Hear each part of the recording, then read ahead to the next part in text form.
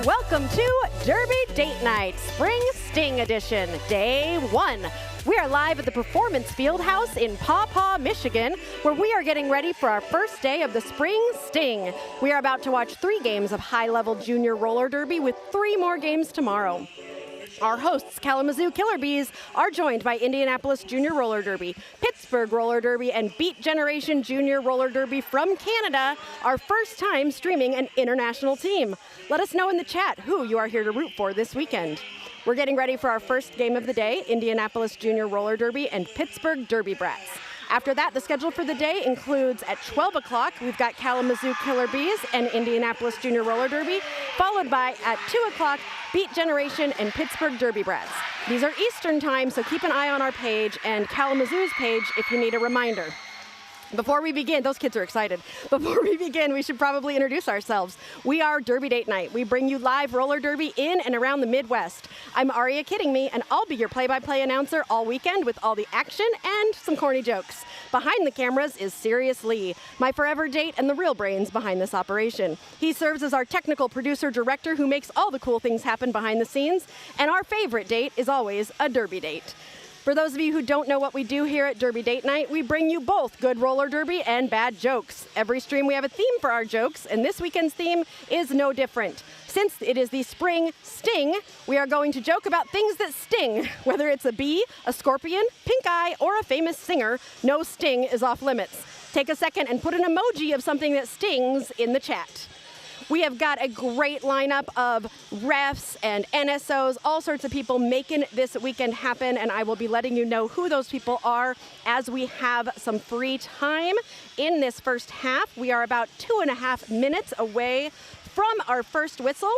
I did put a poll in the chat to find out kind of where the level of derby knowledge is from our viewers, and it looks like we have got a good understanding. 71% have a good understanding, 29% have played or officiated, so nobody who's a newbie or doesn't really know derby, so I'm going to adjust my announcing to assume that you at least know something about the derby here. So we're so excited to have you all here today and joining us so early in the morning, 9 a.m.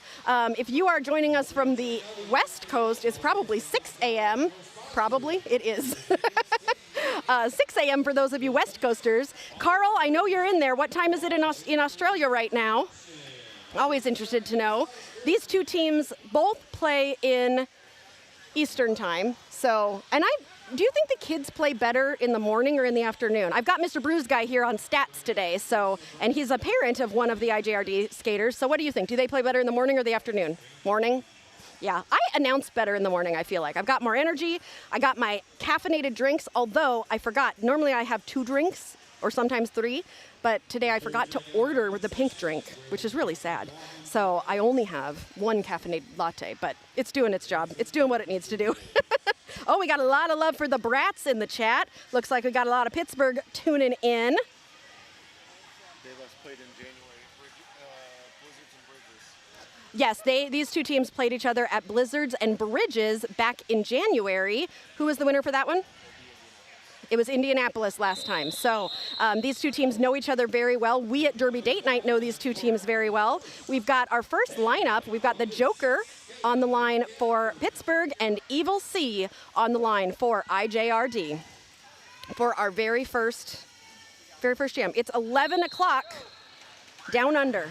So it's the end of your night when it's the beginning of our morning. Your first lead jammer is going to be Pittsburgh and the Joker. Evil C was able to get out, though, and is about half a track behind. The Joker gets into the pack, gets through, and grabs, how many points? 4 points. So Pittsburgh, the first ones on the board in this matchup. These kids are excited. I don't know if you could hear them in my mic, but they're all... Actually, Pittsburgh is always kind of... They like to yell.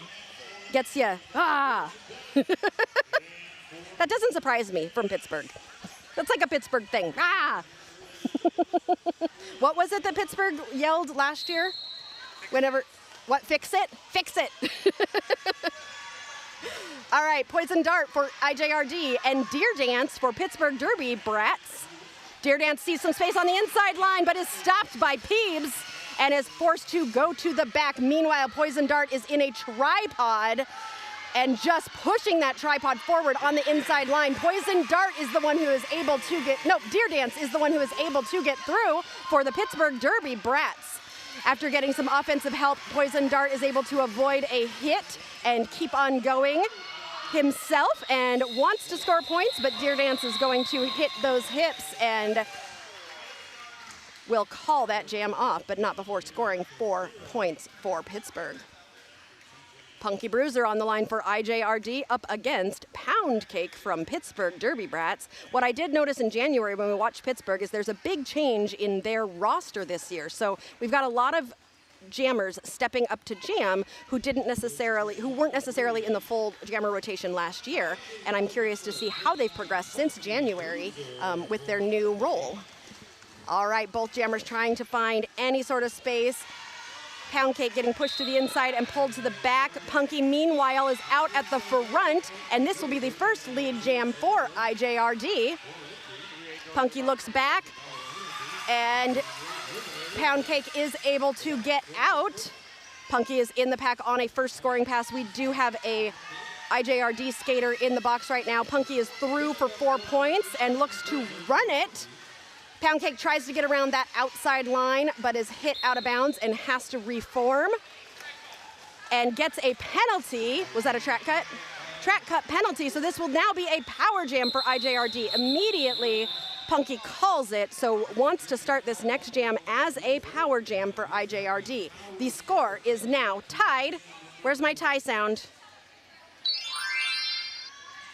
I have a tie sound, Bruce Guy. He's not seeming amused. He's very serious about doing the stats, but my goal today is to make Bruce Guy smile, or maybe even laugh out loud. He said, no, it's not gonna happen. I have two serious guys on both sides of me today. I'm bookended by the serious guys. I'm seriously surrounded. Jaws is jamming in this power jam for IJRD. Pittsburgh started with only 3 blockers, but the 4th came out of the penalty box real quick, so Jaws does have 4 to go against. IJRD doing a passive offense, trusting that Jaws can pull this pack apart at the front. Jaws just has to get around Rubinator, no easy task. Rubinator in her senior year this year.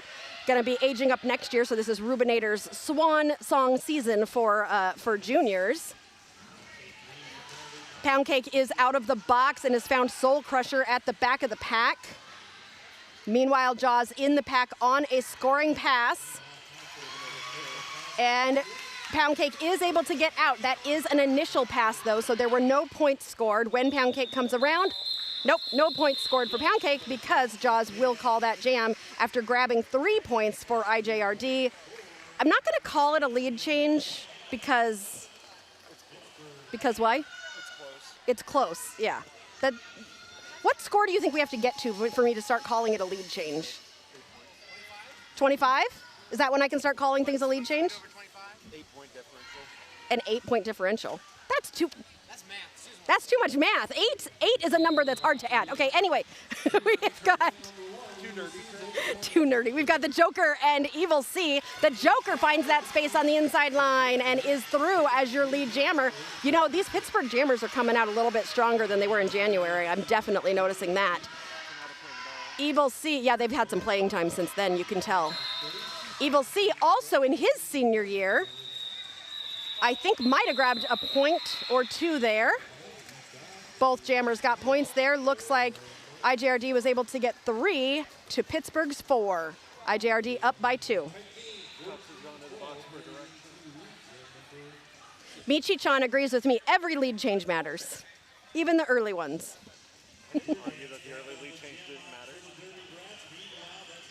Oh, there's people rooting for both teams in here. Go Squid A, let's go Poison, go G-Force. Always rooting for number 7, Poison Dart on IJRD. Oh, hi, Pipsqueak. Let's go Indy, says P. Carson. All right, who is gonna be, oh, a beautiful jump by Soul Crusher to try to stop Deer Dance, but stop her he did not, and Deer Dance is through, but Poison Dart is also through, and these 2 skaters are going to race to the pack. Deer Dance goes to the outside and calls that jam as she's going out of bounds. No points gained because I think she, 1 point.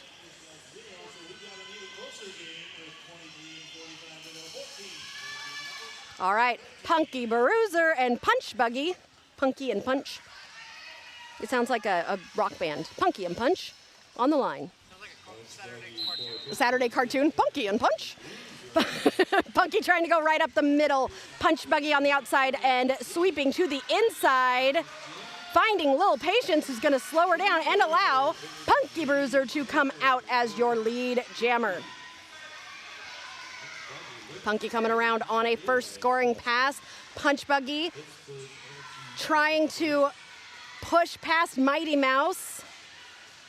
Punky finds blockers from Pittsburgh at the front of the pack, but is able to get past each one of them. And Punch Buggy takes that star off, might be looking for someone to pass it to.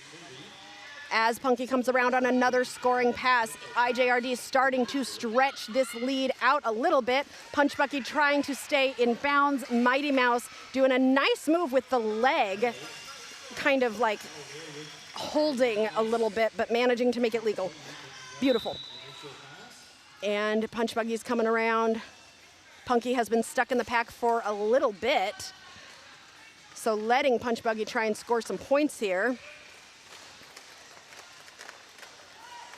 Punky got a little shove, but still has not been able to get through, and Punch Buggy is in the back in a tripod, helped by Tuxedosaurus Rex. Pittsburgh doing some nice backwards waterfalling to pull Punky back. Punky still, is Punky not lead? Punky's lead. Okay, she just wasn't blinking. Oh, there's the star. Okay, I haven't done this in 2 weeks. I've forgotten how to do this. Punky is lead and just still has not called the jam. Has scored another 4 points, bringing that total to 8. Pittsburgh Punch Buggy is still on that first pass, getting pulled to the back by Tuxedosaurus Rex. Punky is through for another 4 points. Punky looks at the bench to figure out what to do, and Punky does decide to call it. Bringing IJRD to 26, Pittsburgh Derby Brats at 17. With 21 minutes left in this first half, we have not really shined a light much on our IJRD penalty box. It's been a pretty clean game for both teams, as that penalty box has stayed pretty empty, but we also always want to shout out IJRD, who are the sponsors of the penalty box this season. We have got ourselves a new jam, and it looks like, who's in there? Jaws is jamming for IJRD. And Jaws is going to be your lead jammer, but followed closely behind by Deer Dance. They're only about a quarter track away from each other. That's Pound Cake. I took a guess. I guessed wrong. Oh, a quick hit it and quit it there. Jaws grabbing 2 points and Pound Cake grabbing 1 for Pittsburgh. These teams both really want this win. They're all going to play.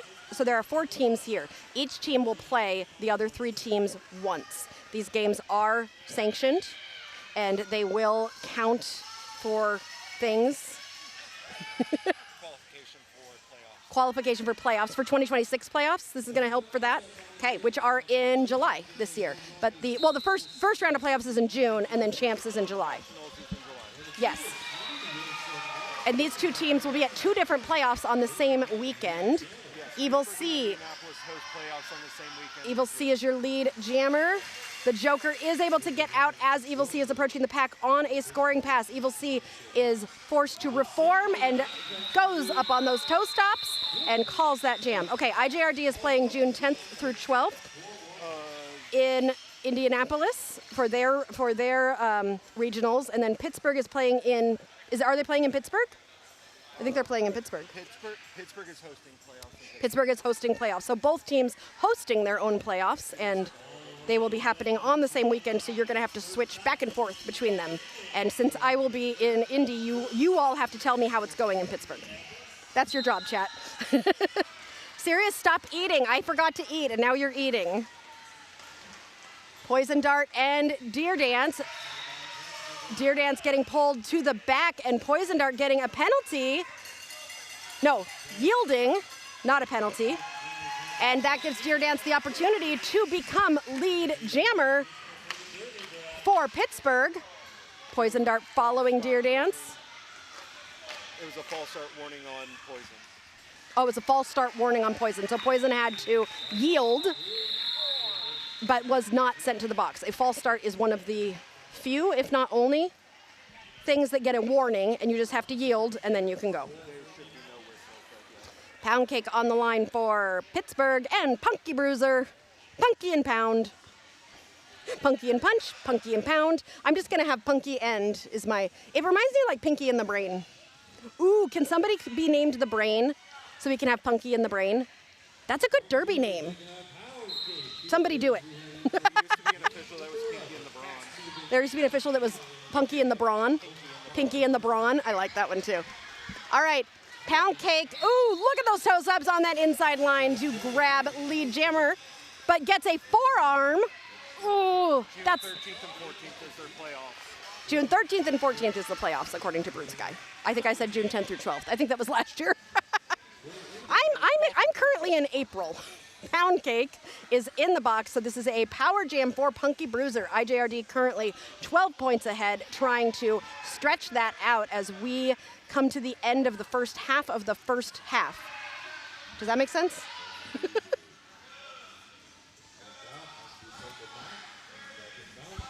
Oh, Punky, oh yeah, there's our penalty camera where you can see Pound Cake standing in the IJRD penalty box about to be released and has been released. So we'll be joining Punky, who is currently on a scoring pass. Pound Cake not on a scoring pass. Nice offense there by, who is that? 38 on the Derby Brats. That is, of course it's Rubinator.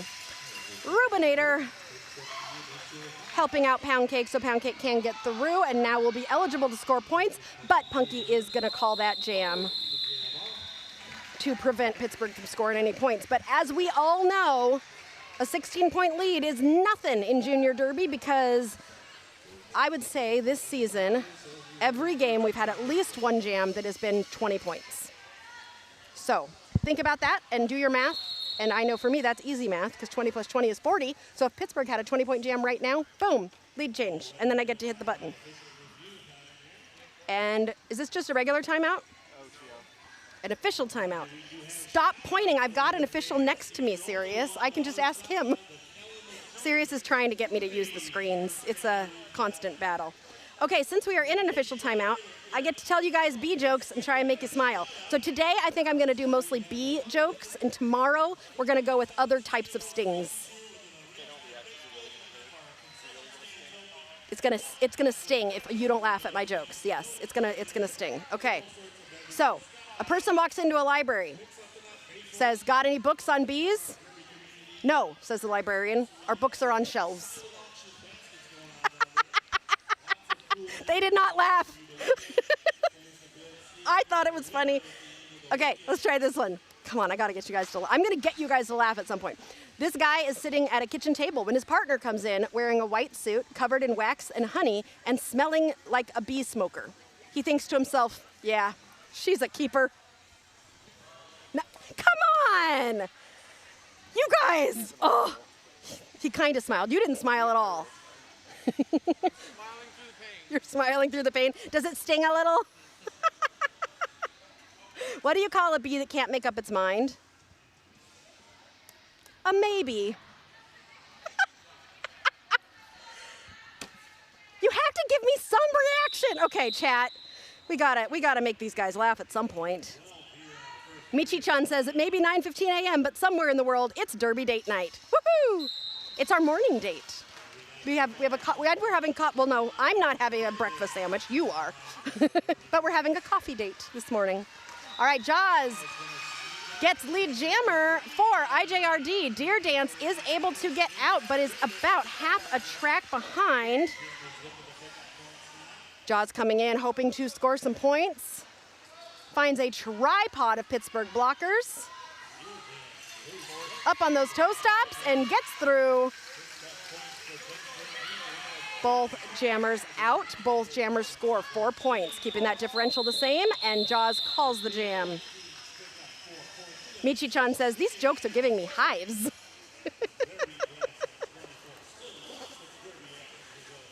Oh, P. Carson says, get ready, Mighty Meerkat. Or Mighty and Meerkat together? Mighty Meerkat. Wait, so there's Mighty Mouse and Mighty Meerkat? There's a Mighty Meerkat. But they're not jammers, so they can't jam together. Oh. They're both on Indianapolis. They can't jam together. They can't jam together because they're on the same team? Well. Ooh, pretty work there from the Joker. Now, if I recall, and someone from Pittsburgh can tell me, but the Joker is fairly young, I believe, and has a long derby career in front of them, and is a new jammer, a new main rotation jammer this year for Pittsburgh, and really impressed me when I saw them in January, and has gotten even better since January, February, March, April, in the last 4 months. And yes, I used my fingers. Michi-chan, does that mean you respect me in the morning? We respect everyone in the morning here on Derby Date Night. Well, yeah, I think we do.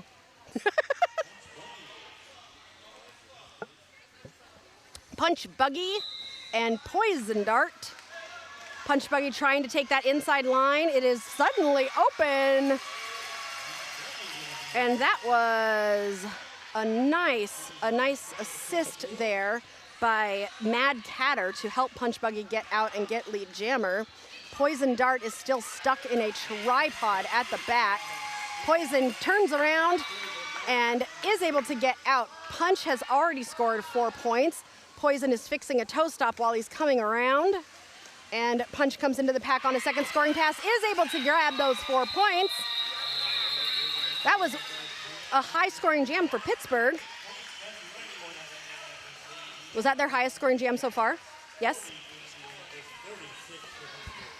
No, I can look at this. I know it's 8 points. The score is now, ooh, they're within 4 points? I'm getting ready for my lead change sound. I love that it doesn't matter to me who wins. It matters that I get to hit my buttons. I just like Derby. Punky is jamming for IJRD. Oh, a huge hit from Tux, and that's going to be a penalty for Tux for that hit by forearm.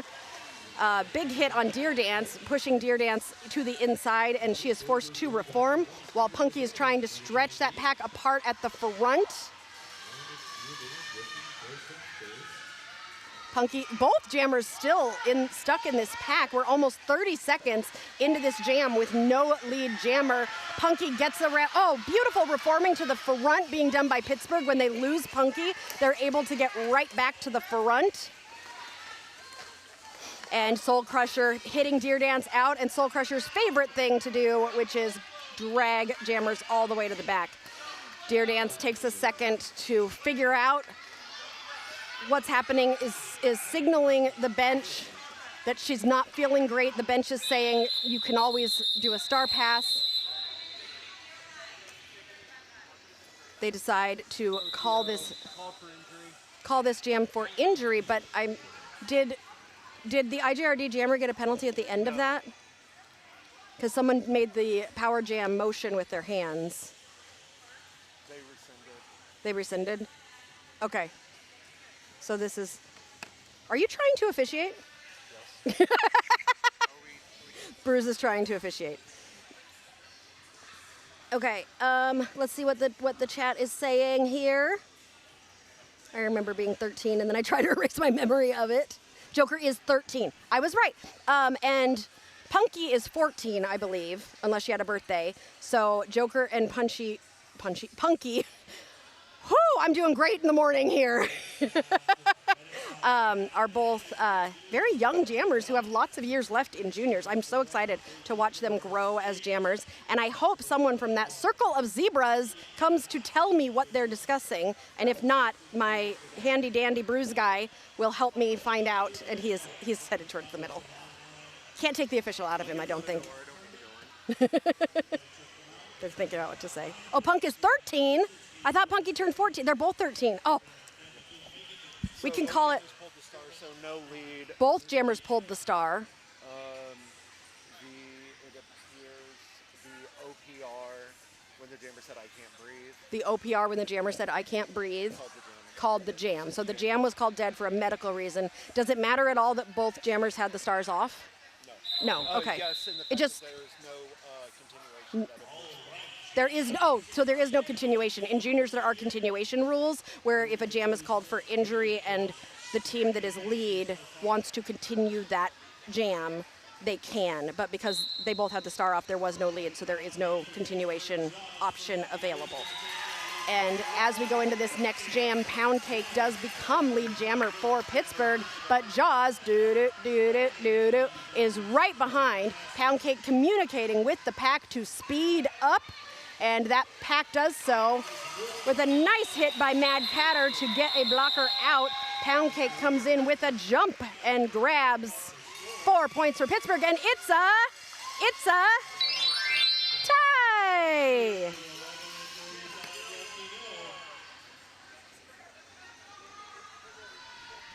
The Joker and Evil C on the line. They both, even though the Joker is a Batman villain, I feel like Evil C could also be a Batman villain. Would Evil C be the Batman? Or is there another Batman villain that would go better with Evil C? Regardless, the Joker says, "No joke, I'm gonna come out and get lead jammer." But Evil C says, "I'm following you, but I am about half a track behind, and I think we are about to have a lead change." Pittsburgh has taken the lead for the first time in this game since the beginning.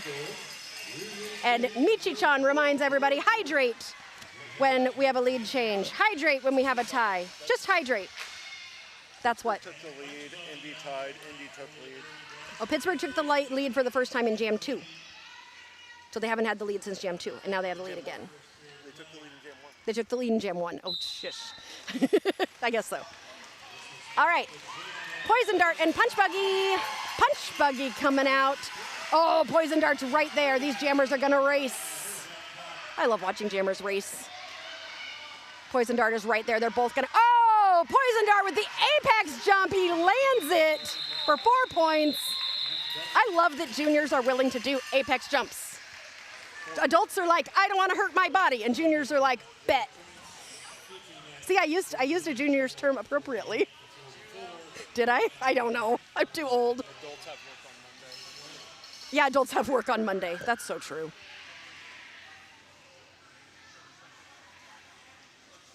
Monkey Boy is calling ties Thai, like as in being Thai from Thailand. It's a tie. Pound Cake and Punky. Wait. Pound Cake and Punch are like, for some reason, Pound and Punch. another good band name. I'm coming up with all these bands. Oh, strong defense. Rubinator comes in to open up that inside line. IJRD is ready and reforms to the front. Punky trying to break apart a tripod at the back is unsuccessful. And Pound Cake is your lead jammer coming around to try and start scoring some points. Finds, is that Little Patience with the hit out there? Or Mighty Meerkat? That was Mighty Mouse. Mighty Mouse? Wow, I'm doing great with being able to tell who's who. Third guess, I got it. Nicholas Burkhart says, "Big love and respect from the Pittsburgh Stream team. Oh, we love you guys. To the Derby Date Night for the awesome and entertaining broadcast. As always, Yints are the best." I think I might also get Dana on the mic later, so that would be fun. If you guys would like that, I think I might be able to make that happen.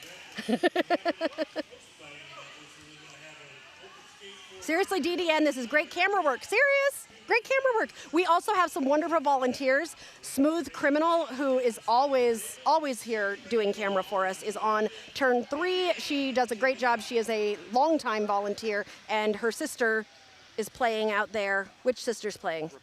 Rapunzel is out there playing today. And then we have a volunteer, one of the alts for Kalamazoo Killer Beez, is on the camera that is up above. We're trying a high camera today because we have the opportunity to try one. So that's the camera you're seeing on turns 1 and 2. And we really appreciate all of our volunteers for all of that help. this is a team timeout, so I don't think I have time to go through any officials. Nope, I don't. Sometimes I try. You only get a minute.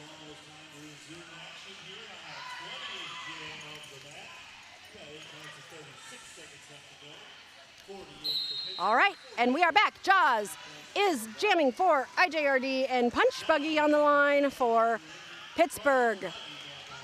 Lots of good defense happening. Jaws getting pushed out by Diablo, who's going to pull Jaws to the back. Punch Buggy, meanwhile, finds Snow for right and Dirty Dingus McDuck at the front. Great offense by G-Force there to try and help Punch Buggy. Punch Buggy now only has one to beat, Tuxedosaurus Rex. And Punch Buggy, who's the lead? No, Jaws came out of nowhere. I was watching Punch Buggy and gets lead, but Punch Buggy is right there. And these two jammers are both gonna hit the pack at the same time. They are both on a scoring pass. And it's 4 points for IJRD, 4 points for Pittsburgh. Mike Some Noise is in the house. Hello, Mike Some Noise. It is 6:30 in the morning for you. Welcome, we're so glad to have you here, all the way from California. All right, both jammers in the pack again on their second scoring passes. Punch Buggy, Tux needs to watch those arms. I can say that because I'm not on the house announce. I'm not on the house. Jaws does decide to call it. And Punch, how many points? How many points? People got points. IJRD got 6. Pittsburgh got 4. We've got us a 2-2-2-point game. And another timeout. Yes, now I can tell you who the non-skating officials and the skating officials are. We have got Heather Hernandez, Coffee Bean, Oh Stop, Colleen Cachero, Jane Deere, BK, Wave Breaker, Critical Miss, and Catastrophe as our non-skating officials. Our skating officials are Corporal Chaos, Ophelia Plenty, Unraveled Chaos, 2 chaoses, Mal, Not Be Karen, Axel Rolls, and your head referee is Tough Tone. Also, I believe Oh Stop is your GTO and head NSO. And we've also got our track repair team working hard, and we've got our medics trackside ready to help out anytime that is needed. And we are getting back into the game here with a lead jammer being established by Evil C and IJRD. Pittsburgh still holds the lead with 3. The Joker is able to get out, but Evil C gets through for 4 points. That is a lead change. Yes, it is. I can do it in the middle of a jam. And then Joker goes through. Another lead change. Evil C goes through. Lead change. This is fun for me, Bruce. Joker is through. No, not through yet. That's another lead change. Evil C is back in. Ooh. Manages to stay inbounds because only one hand went out. I'm just going to keep lead changing it. Uh-oh, uh-oh, uh-oh. The Joker's through again for another lead change. 1 minute left in this jam. These jammers are just going point for point here. Oh, Evil C with a jump. Another lead change. Still not calling it. The Joker gets stuck in the pack. Somebody got a high block, but I don't think it was a jammer. Oh, it was Evil C. Was it Evil C? Somebody said power jam. The Joker got more points. I don't know. I don't know if I should be hitting this. Did Evil C go to the box? Show me. Oh, Evil C looks so sad in the box behind the coach for Pittsburgh. Okay, so definitely a lead change for Pittsburgh, and I'm gonna set the lead change sound down because Pittsburgh is now starting to stretch that lead. That is really unfortunate for IJRD to have. So Pittsburgh has outscored IJRD by 4 points. We have 9 more seconds. Evil C is gonna have to go through this pack to get those 4 points or just get however many points he has in the pocket. That was all 4 points for IJRD, but also all 4 points for Pittsburgh, and Pittsburgh maintains the lead by 11. That is not a palindrome, people, but it's pretty. It is a seesaw battle. I know, I love it when it goes back and forth. We also are less than 5 minutes left in the first half, and as you know, we will be making nominations during halftime for our skater of the game. One of these skaters will come out with that coveted skater of the game sticker, and the three of us will be choosing who is nominated, one jammer and one blocker from each team. If you have seen somebody do something really great in this first half and you would like us to consider them, let us know what you saw them do and what they've been doing, and we will take that into consideration. That was a great jam. What a wonderful jam. All right, are we in an official timeout or are we in a team timeout? Stop telling me to look at the screen. Team timeout Indianapolis. Team timeout Indianapolis. Seriously, like, don't ask, just look at the screen. But we all know that I don't think before I speak, so I have to ask. Oh, some dancing on the line. Always fun. Is there really only one? Okay, no, there's just not any blockers out there, except for Mad Catter. Where's the rest of the blockers? Oh, they're at the pivot line. I was like, where's the Pittsburgh blockers? Okay, now we're getting back to the action here.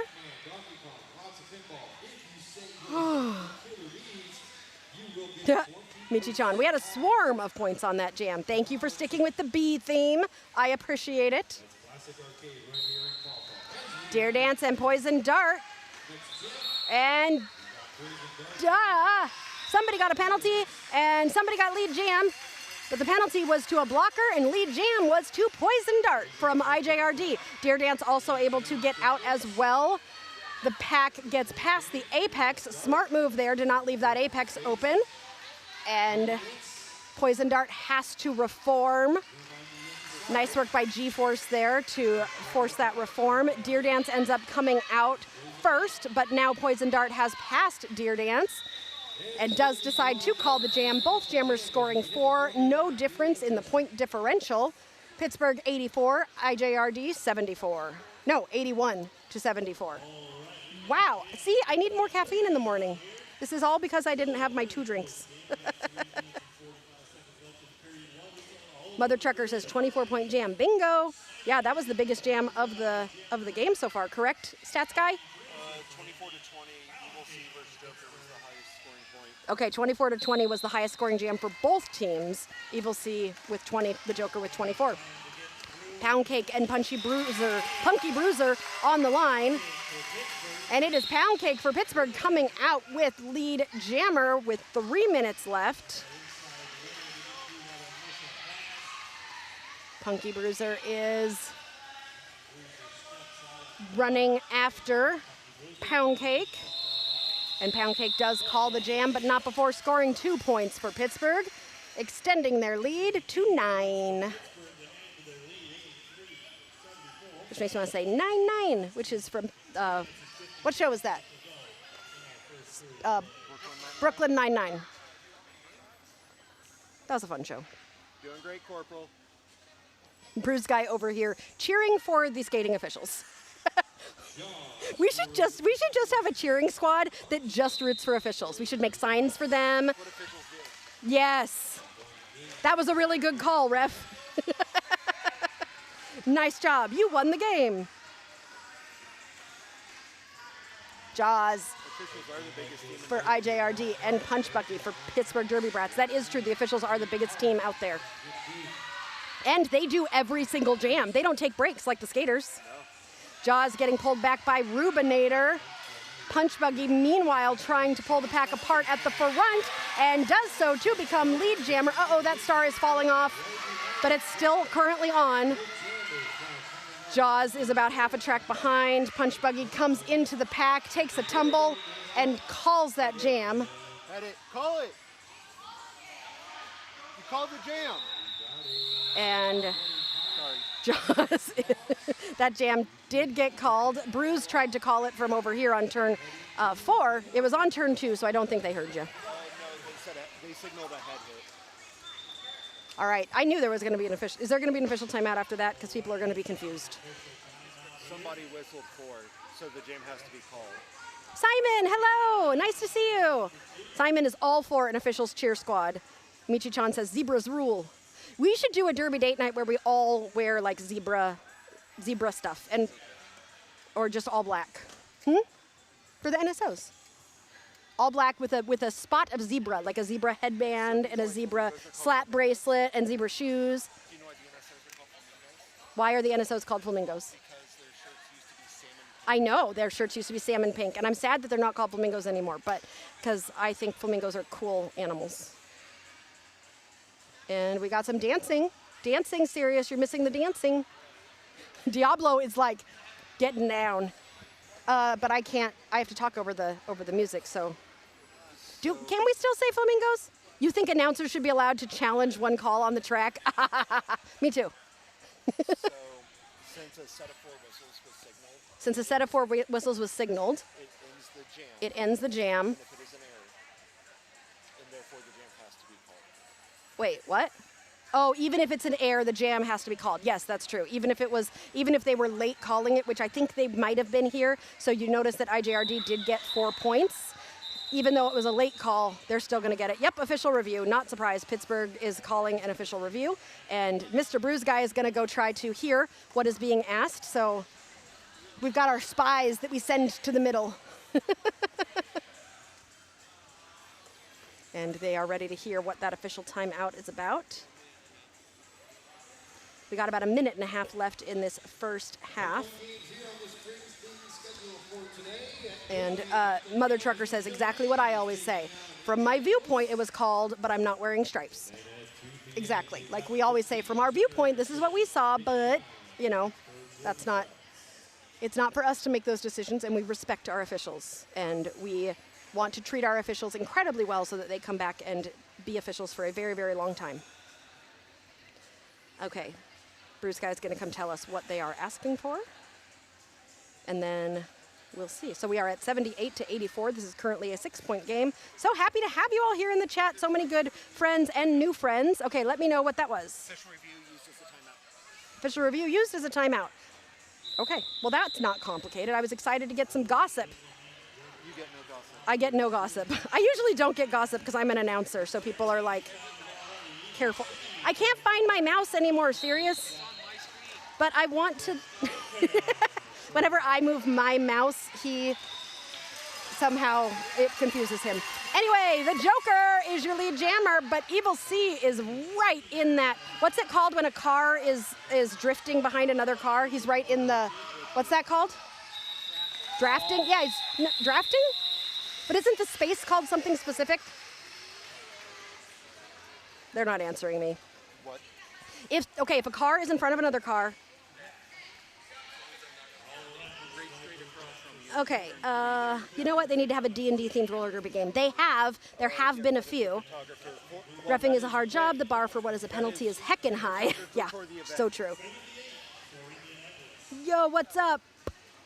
Hey, that's Nutcase Grace. Yo, what's up? Slipstream, yes, Slipstream. That's what I was thinking of. Thank you. At least Simon's helping me out here. All right, 28 seconds left in this first half. Oh my God, this is such a close game. I love it. Go during halftime. Go tell your friends. Hat. Oh no. Palindrome. Oh, palindrome. Taco Cat's in the chat. Sorry, palindrome is much more important than the game. Oh, we're not going to end the half on a palindrome. Or are we? Yeah, there were points scored. We're not going to end it on a palindrome. Oh, that was so good. All right, so during halftime, go tell your friends. This game is only 12 points. We've had a couple lead changes. This is anybody's game. Go tell your friends to come tune in to Derby Date Night during the half so they can come join us for the second half and then stick around for the rest of the day because we're a good time. Let me tell you a little bit about our sponsors. I haven't been able to talk about them much yet today, but we are sponsored by Skatin Not Hatin, who are here today. So I'm hoping to go over and have a good chat with them and so you can see some of their stuff in our vlogs that we are working on. But Skatin Not Hatin is amazing, and we're so glad to have them as sponsors. And you can buy stuff from them if you're here. Derby Beast, they are another one of our sponsors. They provide you all sorts of custom apparel and all sorts of cool things, so you should definitely check them out. As well as, we got a lawyer, and our lawyer is Melanie Ryder for Ryder Legal Services, also a derby skater, because if you're going to trust anybody, it's a derby skater, right? And she's going to help you with any sort of law that you need that is not criminal. That's a different kind of lawyer, but she's going to help you out with lots of good things. So definitely reach out to her. She is a great resource. And last but not least, our biggest sponsors are the Third Wheels. Our Third Wheels, that the money that is sent to us through Third Wheel memberships is given right back to the teams, and it helps us be able to travel more, and it helps us be able to bring you more derby. And with that, we're going to tell you about who our Third Wheels are and give them a big extra special thank you. I'm Are You Kidding Me? And I'll be back right here on Derby Date Night.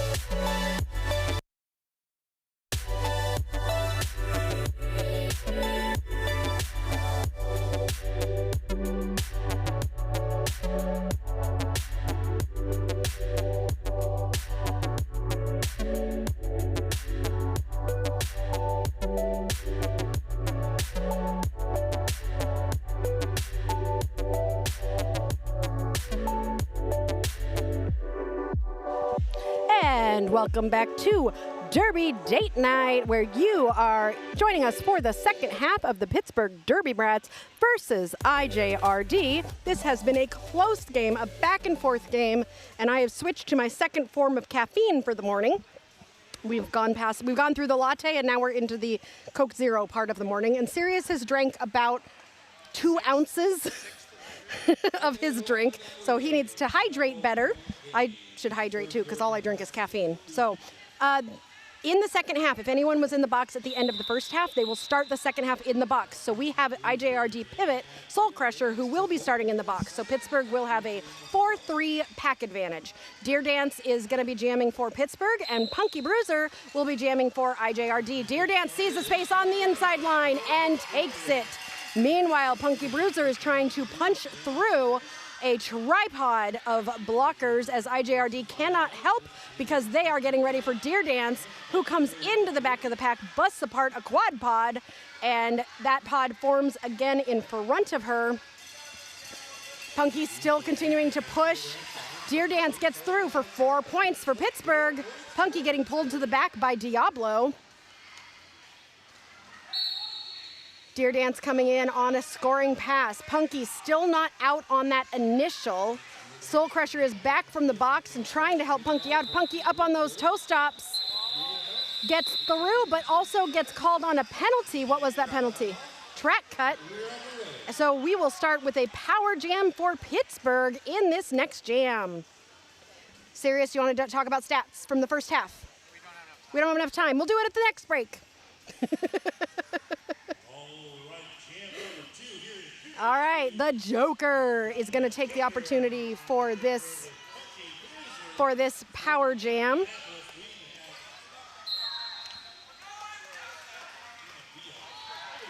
All right, the Joker has got lots of people to get through.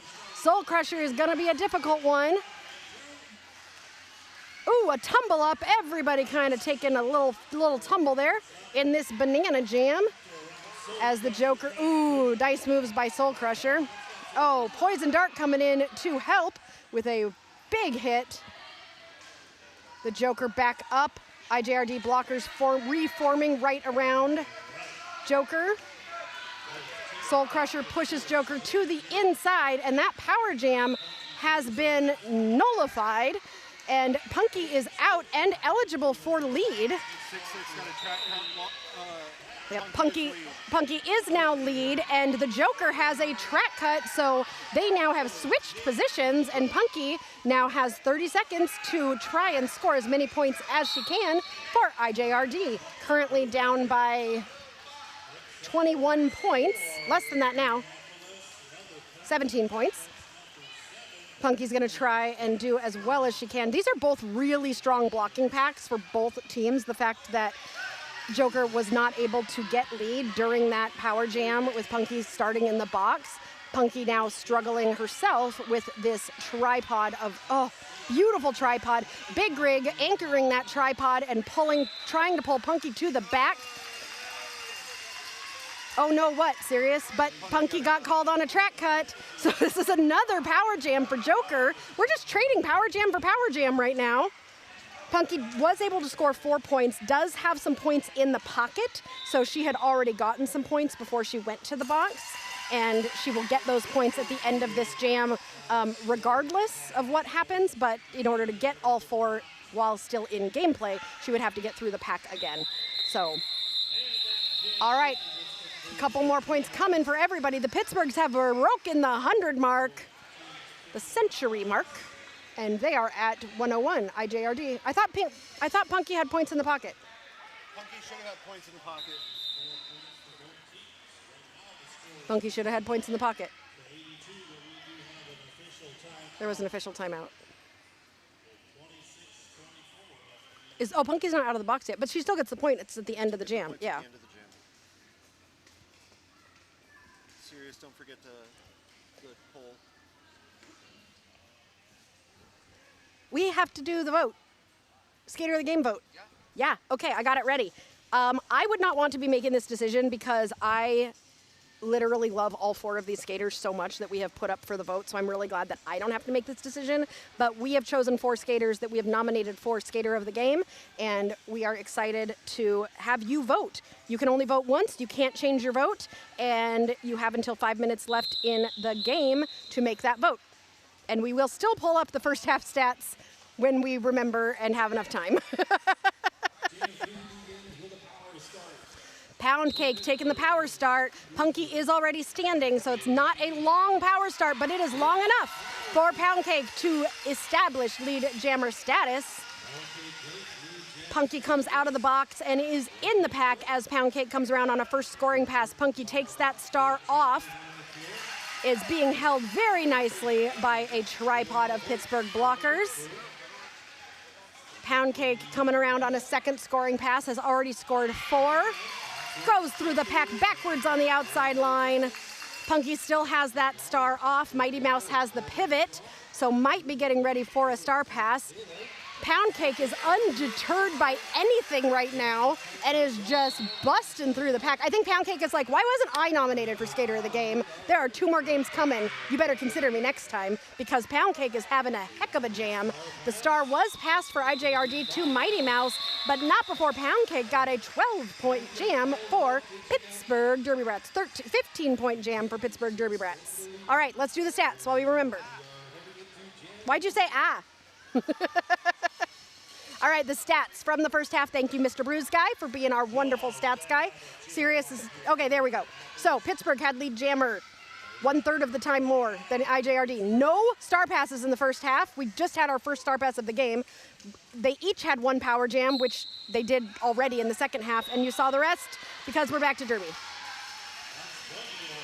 Jaws is through as your lead jammer for IJRD. IJRD is used to being a come-from-behind team, so again, do not count them out. They definitely have got some pep in their step, and they won the last game they played against Pittsburgh by a fairly big margin.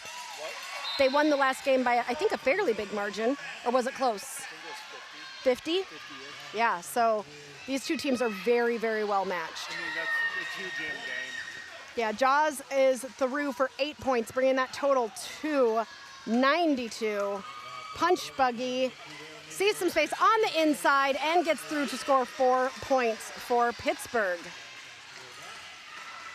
Jaws takes a hit to the inside from Gorilla Biscuits and has to reform. Punch Buggy takes a hit from Poison Dart, who is, it looks like, blocking this second half when he had the star a lot in the first half. Jaws is weaving through. Rubinator with the attempted block. Beautiful form there. Jaws able to get around it and grab 4 more points, bringing IJRD to the century mark. They have now hit 100. That's a bucket. That's a bucket.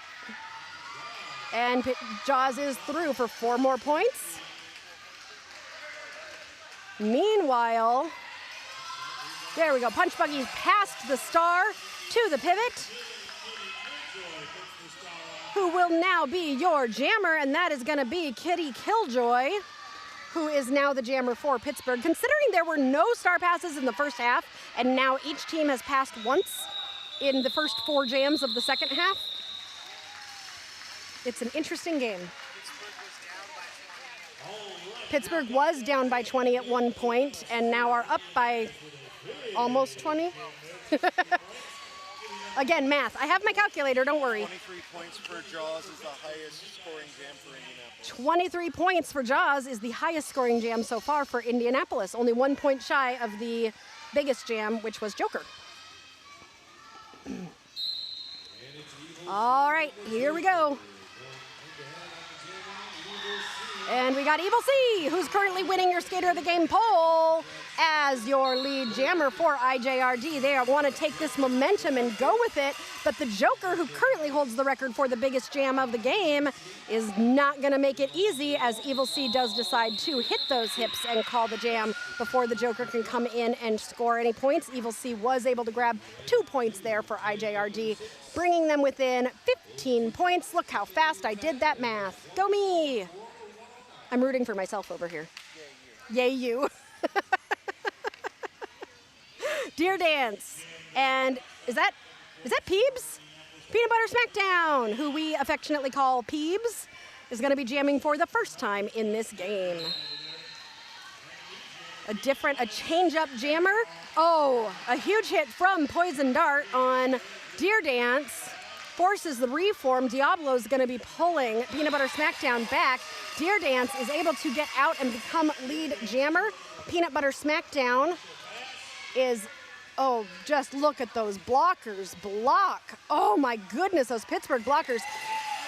Deer Dance comes through, grabbing 4 points. IJRD comes back to see if they can help Peebs. Peebs has the star off. Oh, nice pass to Snow Fright, who is now the jammer. That was a beautiful sneaky pass, but Snow Fright was not able to quickly get out. But Deer Dance still calls it. Diablo's checking on a teammate. Are you okay? Did you hurt your neck? Oh, the score for January between these two teams, IJRD won. The score was 267 to 209. With 20 minutes left in this game, this seems to be a much lower scoring game overall for both teams. Means good defense. Good defense, yes. They've both improved their defense. Is that, oh, Eric is calling a timeout. IJRD is calling a timeout. No, it's Oh, it's official timeout? It's official review? OTO. OTO. I want to make that a chant of some sort. Like hot to go, OTO. OTO. You can call the OTO. It doesn't matter if I sing it. It doesn't get a copyright strike. Oh. Penalty counts are 13-14, pretty even on penalties. Oh no, Christine is getting some glitching. I hope not. I hope no one else is having the issue because Sirius might cry. Now is a good time for a joke. The bee's knees. Let's see. We got some bee jokes for this spring sting. The bee's knees pads. The bee's knees pads. What's black and yellow and flies at 30,000 feet? A bee on an airplane. You were close, and you actually smiled a little bit. His response is what got me. What buzzes, is black and yellow, and goes along the bottom of the sea? Same theme. Come on, same theme. A bee in a submarine. I wonder how many bees have taken a flight on accident, Yellow and black submarine. and then they land and they get out and they're in a completely different state or a completely different country. I wonder how confused they get. Like, do they try to fly back to their family? You don't think so? No. Do they have family? How long do bees live? Oh my God. The ADHD rabbit hole. What, let's see, what do they call a bee that can't quit talking? Aria? Blabby. A blabby bee. Got him on that one. Sirius laughed. Woohoo! Does that make you the queen bee of the? That makes me the queen bee of the jokes.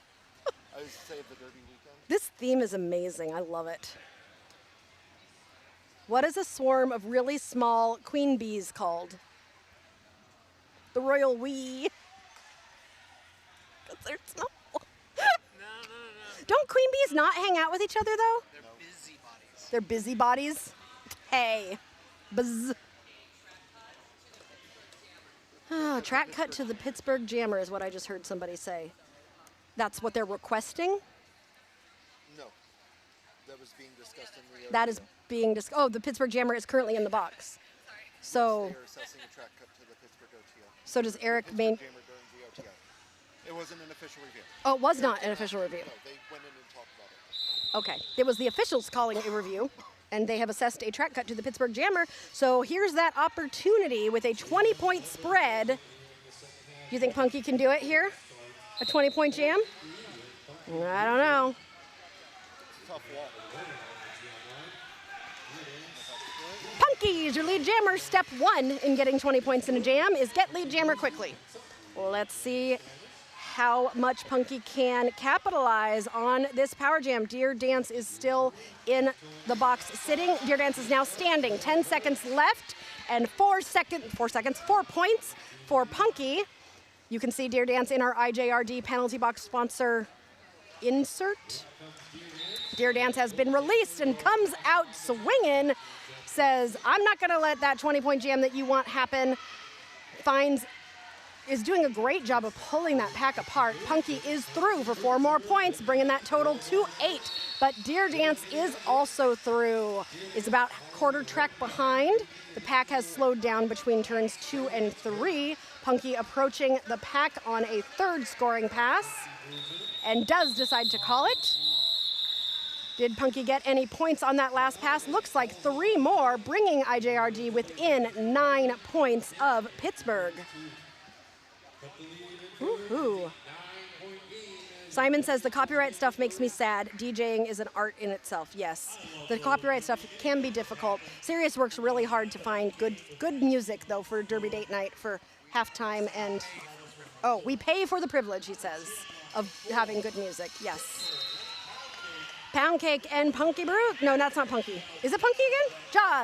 Jaws, who has the highest point jam so far for IJRD, but that's going to be hard to get when you're not lead jammer, because Pound Cake, who I feel has just been so invigorating in this second half, Pound Cake's coming in, sweeping to the outside, and immediately calls it because Jaws was doing the typical doo doo doo doo doo.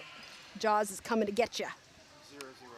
0-0 on that jam. We got our favorite jammers, both nominated for Skater of the Game. Not favorite, because they're all my favorite, because I love them all. But our favorite jammers of this game, because they have our highest scoring jammers. We're not going to say favorite. Nobody, Aria doesn't have favorites. Julie says, thank you for the stream, the work you peeps put in the broadcast shows. Fantastic job, y'all. Thank you so much. We really appreciate that. We work really hard because we want you to be able to see everybody well and be able to just cheer them on from wherever you are at. And lead is going to go to Evil C. The Joker got pulled to the back, takes a big hit from Poison Dart, who I think might be going to the penalty box for a high block. And Evil C jumps around the outside of the track and grabs 4 points. The Joker gets out. That was the Joker's initial, so the Joker will be eligible to score points if Evil C doesn't call it. Evil C comes into the pack, and I don't know if the Joker was able to snag any points there. Let's see. 2 points for somebody, two for IJRD and 1 for Pittsburgh.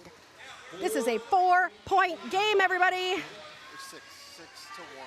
Surely Sirius could find some old but good tunes to play that wouldn't violate copyright. What songs could we play? We could play some jazz from how long does it take until it falls out? 50 years? We could play some jazz from the 1920s. We could play elevator music. Anyway, Pound Cake is jamming for Pittsburgh, and Peebs has the star. No, wait, does Peebs have the star? Oh. Why are you pointing at the screen? Oh, because... Oh, look at that Pittsburgh blocking. Pound Cake has managed to separate the pack. The pack reforms again in the front. And we are going to take a timeout for a medical check to make sure that that skater is doing all right. We will be back in just a few minutes.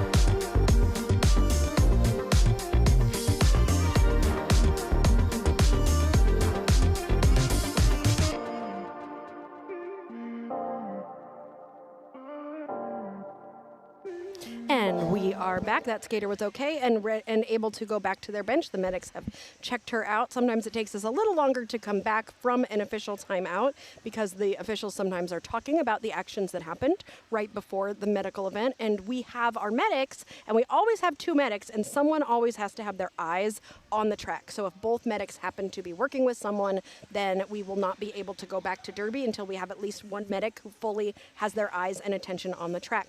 Speaking of our medics, we have so many great volunteers who make a weekend like this happen. Last night we were here setting up, and there were so many different volunteers. I obviously don't know them all, but I just want to have an extra big shout out to all of the Kalamazoo Killer Bees family and friends, and I don't know, the people they picked up, you know, at Walmart or Target or wherever they were shopping, and they said, come on, come help us set up for a weekend tournament. No, when we were at Rolla Rockets, there were literally people there that were volunteering that didn't know anybody. They just were told that they could come volunteer. Because I asked them, I'm like, have you ever seen Derby? They were like, nope.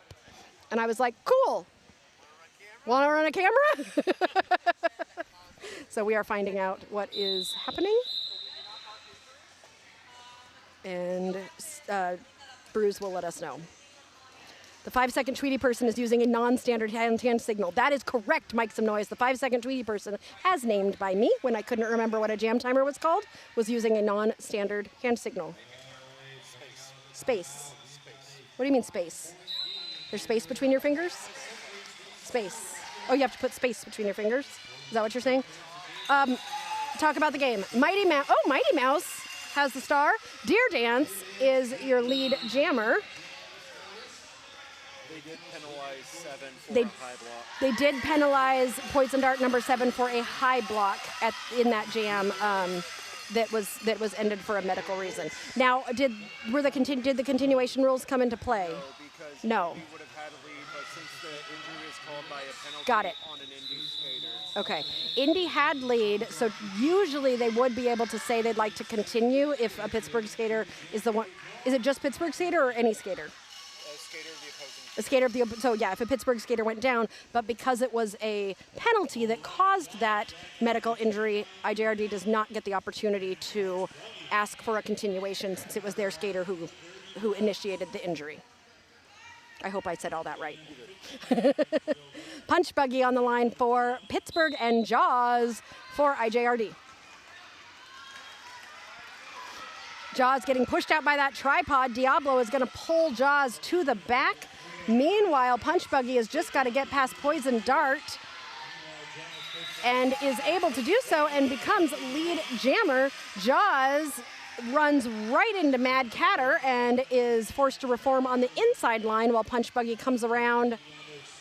IJRD had pulled it within 4 points a couple jams ago, but as Pittsburgh has gotten more points than Indy, they are starting to stretch out that lead, but it still is only 9 points.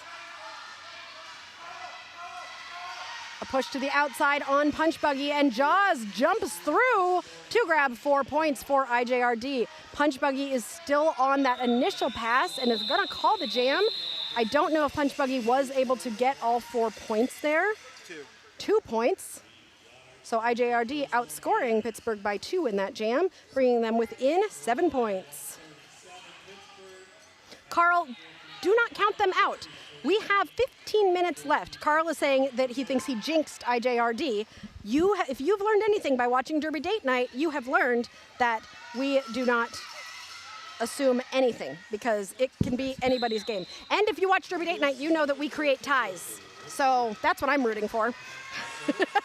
I know the skaters aren't, but I always love a good tie. Evil C and the Joker, who you've seen a lot today. Evil C is, they are going to hit the pack almost at the same time. You've only got 8 minutes left to vote for your Skater of the Game poll. 1 point gained in that jam by Pittsburgh. And we got Deer Dance and Peanut Butter Smackdown on the line. And Coach Eric is talking about something and pointing at the scoreboard. I don't think he's called a timeout, though. He has to stay in. Oh, he stayed inside. He was inside the line too long. So they said you have to stay here now. Deer Dance is, oh, Peebs getting lead jammer, but Deer Dance gets out right behind. Deer Dance tried to take the inside, but Peebs cut in front of Deer Dance. That was really nice. Peebs decides to call it. We're not going to chance it, especially with IJRD at the back of the pack. For those of you who are skaters, when you've got two jammers racing at you, you want to think about where you are placed, because at this point, sometimes if they're not going to run it, it's going to become about protecting points. And if your team is lead, you might want to try and get in the front, because then your jammer might be able to steal some points. But if you're in the back and both jammers are coming in at the same exact time, then it's probably more likely that they're going to call it, because the chance is better that the other team's going to grab some points there. And that is your Derby moment of wisdom from Aria. Pound Cake and Punky Bruiser. And Pound Cake up on 1 foot. Oh, nice work there. Who was that? Oh, whenever I say nice work, they go to the box. Mighty Mouse ends up with the penalty. It was an illegal contact. It was illegal contact. Oh, was it after they said no pack? I think it might have been. Pound Cake gets through and calls the jam. Scoring 4 points for Pittsburgh, bringing them to 142 to 130. Pound Cake so far this half has scored the most points for Pittsburgh. Pound Cake has scored the most points for Pittsburgh? Oh, wow. At a total of 19 so far. 19 points That I have. in the second half. Mike Somnoid says, I need a sound effect for the Derby moment of wisdom by Aria. Yeah, you're right, I do. I have 16 buttons here. Sirius is telling me not to look at my sound machine, but to look at Punch Buggy becoming lead jammer for Pittsburgh. Jaws getting pulled back by Diablo and Kitty Killjoy. That pack anchored by Mad Catter. Jaws able to tiptoe along that inside line and get through. Punch Buggy almost through, but is getting the pullback from Soul Crusher, who's currently winning the Skater of the Game poll. This one is a close one, this Skater of the Game poll. Actually, yeah, Soul Crusher, Joker, and Evil C. It could be any of the three. This jam, wait. Is there a jammer in the box? Punch Buggy went to the box, so this is going to be a 2-minute jam, and Jaws is going to try and score points for IJRD, but Kitty Killjoy, Diablo, and Big Rig are going to make it real difficult. Mad Catter is like, yeah, let me make it difficult too. IJRD abandoning the passive offense to come in and try and help Jaws. Punch Buggy is been released from the penalty box. Jaws just not having any luck getting through this tripod of doom. Jaws spinning around the back. Oh, beautiful rotation by the tripod. Jaws gets past one person and the tripod rotates. I love that tripod. New favorite tripod. No pack called. Jaws gets through. Did Jaws take advantage of my favorite thing, which is when a whistle blows, everybody stops moving? Is that how Jaws got through? Yes. Aria's other moment of wisdom, when a whistle blows, keep moving unless you hear your number. Keep moving. And if you're a jammer and the whistle blows, go, just go. Jaws through for another 4, bringing that total to 8. Pittsburgh has scored 4, and that jam comes to an end. And I think Pittsburgh had some points there. 2 more. So we have us a 11 point. Is that 11 points?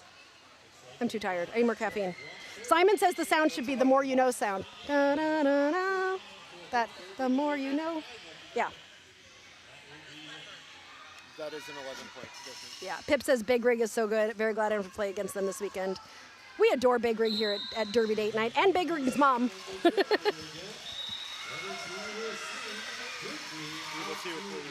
Evil C through for lead.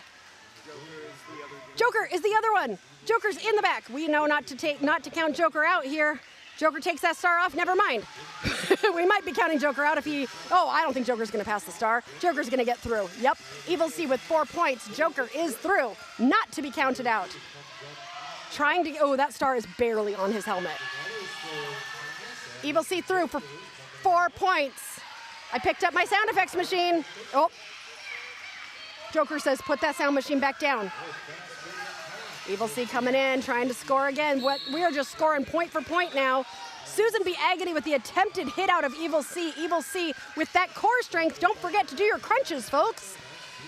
That's how you stay in bounds in roller derby, with a strong core. Oh, beautiful.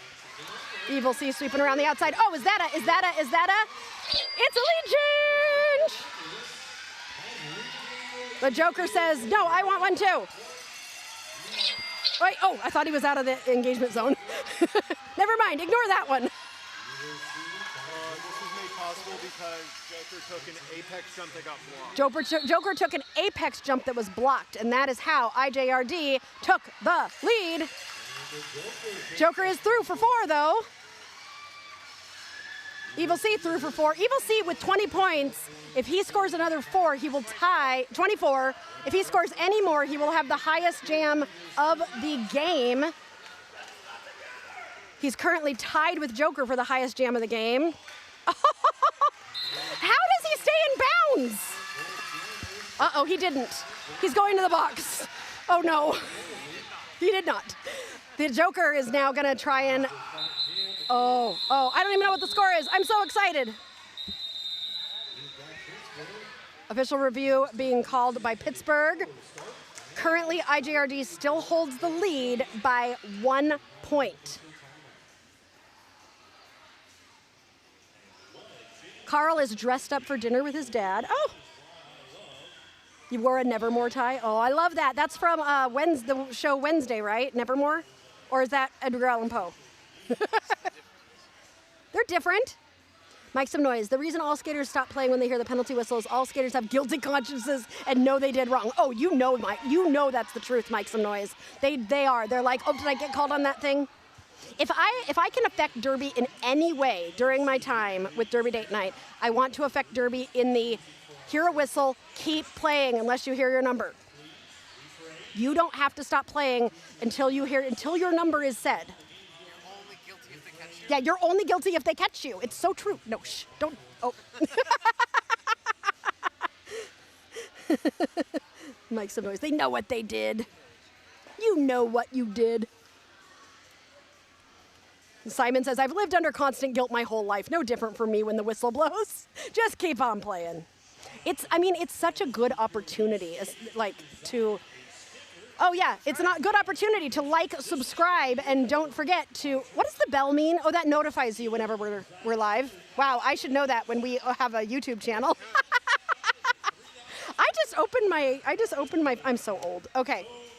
Anyway, if you want to become a Derby Date Night member and really support our stream, you can do so for as little as $2 a month, or if you really, really love us, you can do it for $10 a month, and then you get access to all of our, what are they? The nice upload. What's the upload called? It's no, it's not HD. It's the vlogs is what they're gonna. Well, they get access to the vlogs. They get access to a good the upload. The upload. Oh. All right, so Pittsburgh's looking for a second penalty call for an illegal exit on Indy 7, I think it was. Okay.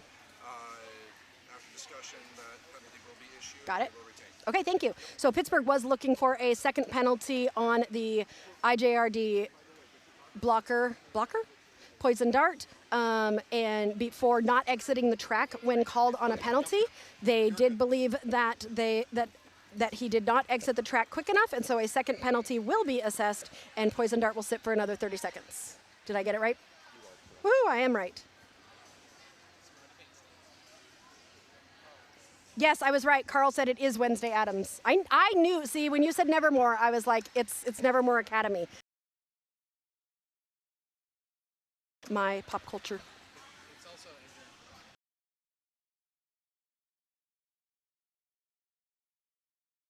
Is Nevermore.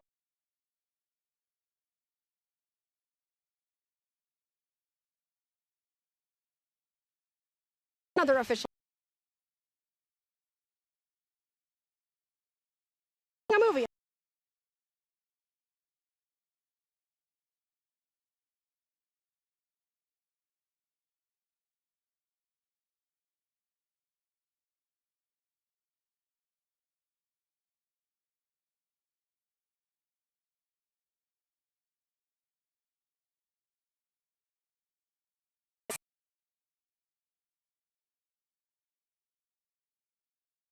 through and grab 4 points for Pittsburgh. Evil Sea and Poison Dart both released from the box at the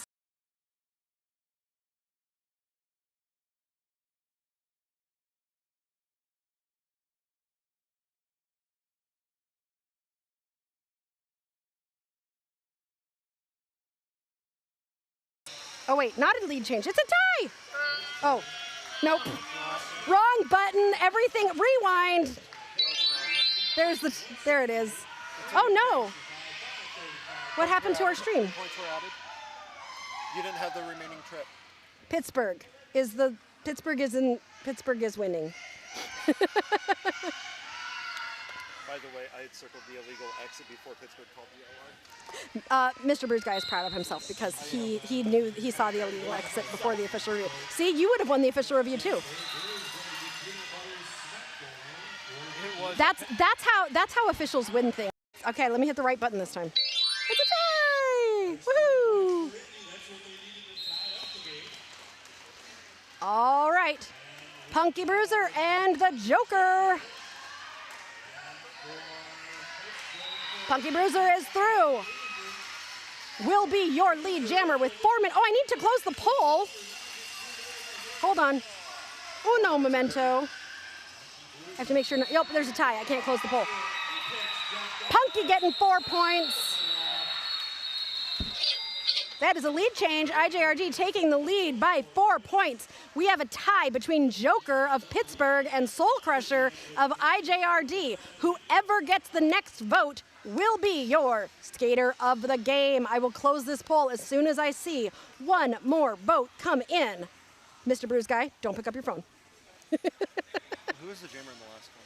Who was the jammer in the last one? I just said it. Chat, do you know who the jammer was in the last one?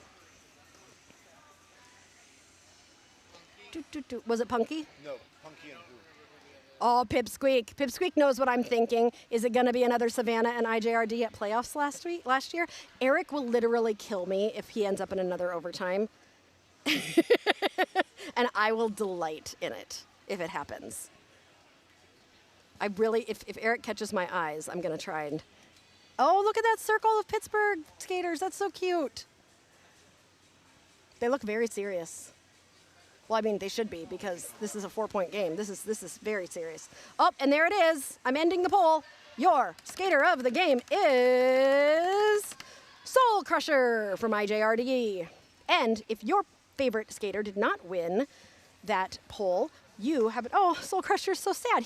I will make him happy when he finds out he's skater of the game. He may not be sad. He may be meditating or playing a card game. He's preparing to crush souls. Preparing to crush souls. I like that he's just like chilling as he wins skater of the game. You have a set of brothers in the penalty box? But his what is in the penalty box? Poison Dart. Poison Dart and his brother Peanut Butter Smackdown. No, Tuxedo. Oh, that's Tuxedo. Oh, they're going to be so mad at me. I always switch them. This is what happens when you don't wear your glasses. I am not needing my glasses. Right here, where you Oh, if I look, they both are pretty high in penalties. Yeah, let's look at penalties. Why not? Can we? Maybe. Maybe. Are we going to look at penalties? Jay Burton says Rig is killing it with offense today. Completely agreed. 100%.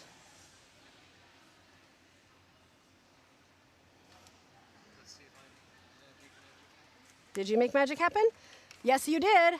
Okay, our penalty clean day award goes to Angel of Anger, Mighty Meerkat, Miles Prower, Jaws, and Dirty Dingus McDuck, all with a clean game.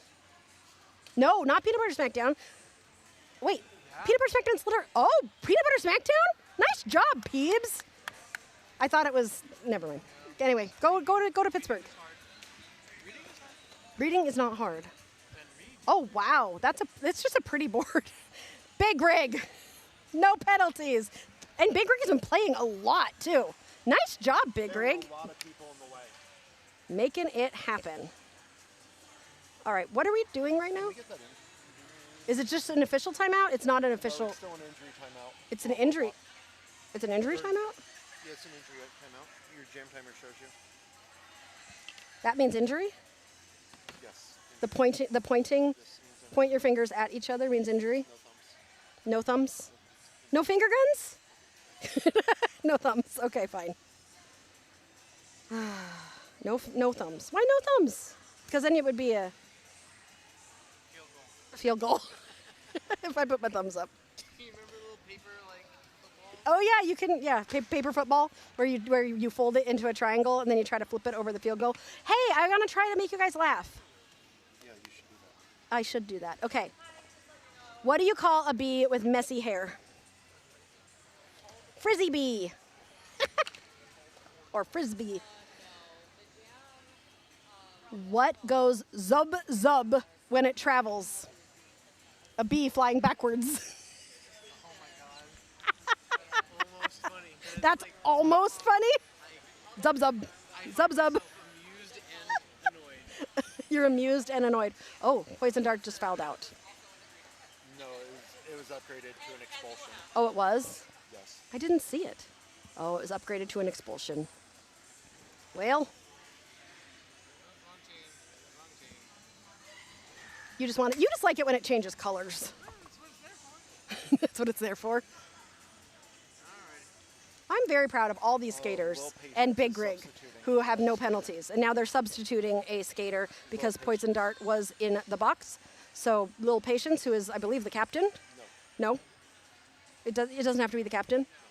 Then why did I always have to sit in the box when I was the captain? They could have designated you.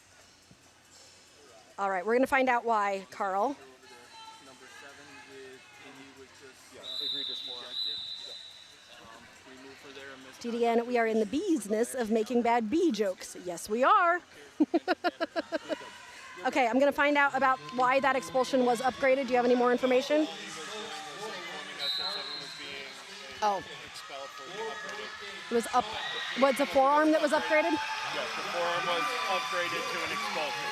Okay, Eric literally just jumped too high in the air for the fact that he just had gallbladder surgery 2 weeks ago. But Deer Dance's lead jammer and Evil C is right behind, and Eric is immediately calling an official review. So he must have seen something. Did you see how high Eric jumped? As you all know, Eric was on the mic with me 2 weeks ago, 3 weeks ago, when he had to have surgery. So he should stop jumping. Okay. Pittsburgh was given. I'm confused. Okay, maybe I should just tell another joke since I'm confused. Okay. If I told a joke every time I was confused, that would be fun. What do unionized bees ask for? More honey and shorter working flowers. Sirius is not amused at all.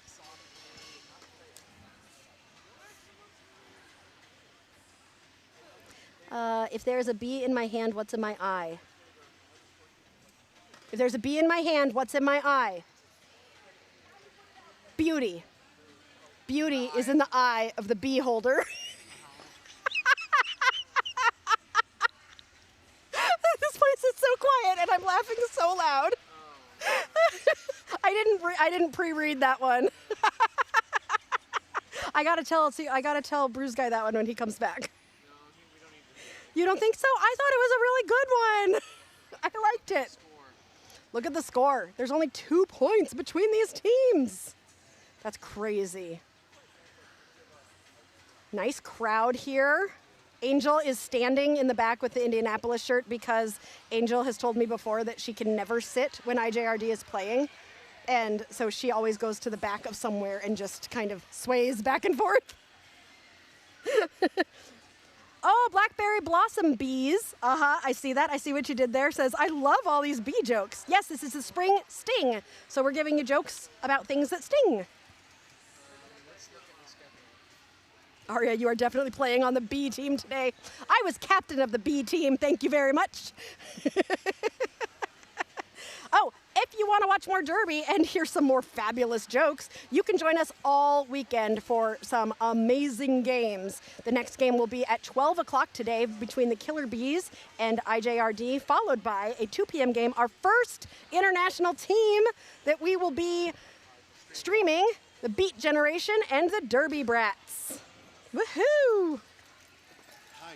Hello. So Indianapolis was seeking a track cut on Deer Dance. Indianapolis was seeking a track cut on Deer Dance. The officials did not have sight of the skater being out of bounds. The officials did not have sight of the skater being out of bounds, and Indianapolis will lose that official review, and we will continue with both jammers jamming in this next jam, Jaws and Pound Cake. Pound Cake getting pushed to the outside and being brought to the back by Mighty Mouse. Jaws is in a tripod at the back of the pack as Pound Cake is starting to pull the pack apart, and they are reforming right around, and Jaws finds space on the inside line and gets through to become lead jammer with 3 minutes left in this game.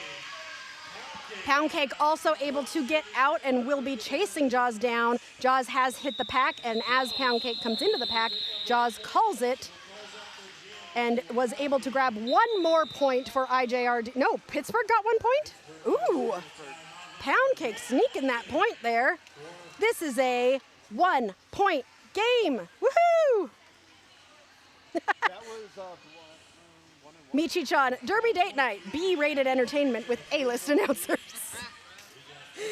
And what's the and D-rated jokes? D what for? Dumb.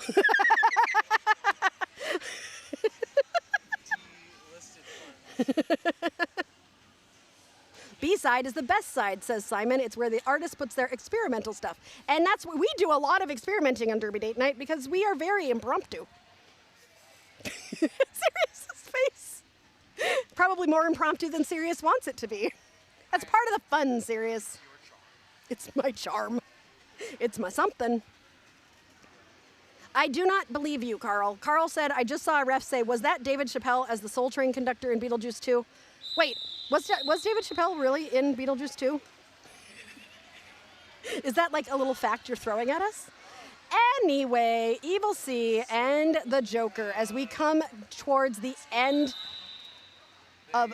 Oh, there was extra points awarded to... Oh, they awarded the point to Pittsburgh instead of IJRD, so now they're switching it. Oh, and Mr. Bruce Guy is reviewing the tape? Oh, not for this. Not for this, for something else. All right. Oh, somebody's cheering. Was it IJRD? Oh, yeah, they were cheering IJRD. No, it's one pack, one team. That's One pack, one team. Well, I want it to, what if I want it to be IJRD? We're not in Ohio. OH. There's nobody. Nope, nobody responded. No one said, IO. Why doesn't Indiana have a cheer? You can't make it on your own because you left your heart in Ohio? Oh, you left your heart. Why doesn't Indiana have a cheer? Hoosiers. That's IU. What? Is somebody getting expelled? Are you bored? I have Twizzlers, and I got a ring pop. The scoreboard's down? Oh, the scoreboard's down. Oh no, they're getting new power supply. This could, with 2.5 minutes left in this game. Do you want to go help them? Tech guy? No? I have my own tech to worry about. You have your own tech to worry about? We're all plugged into the same.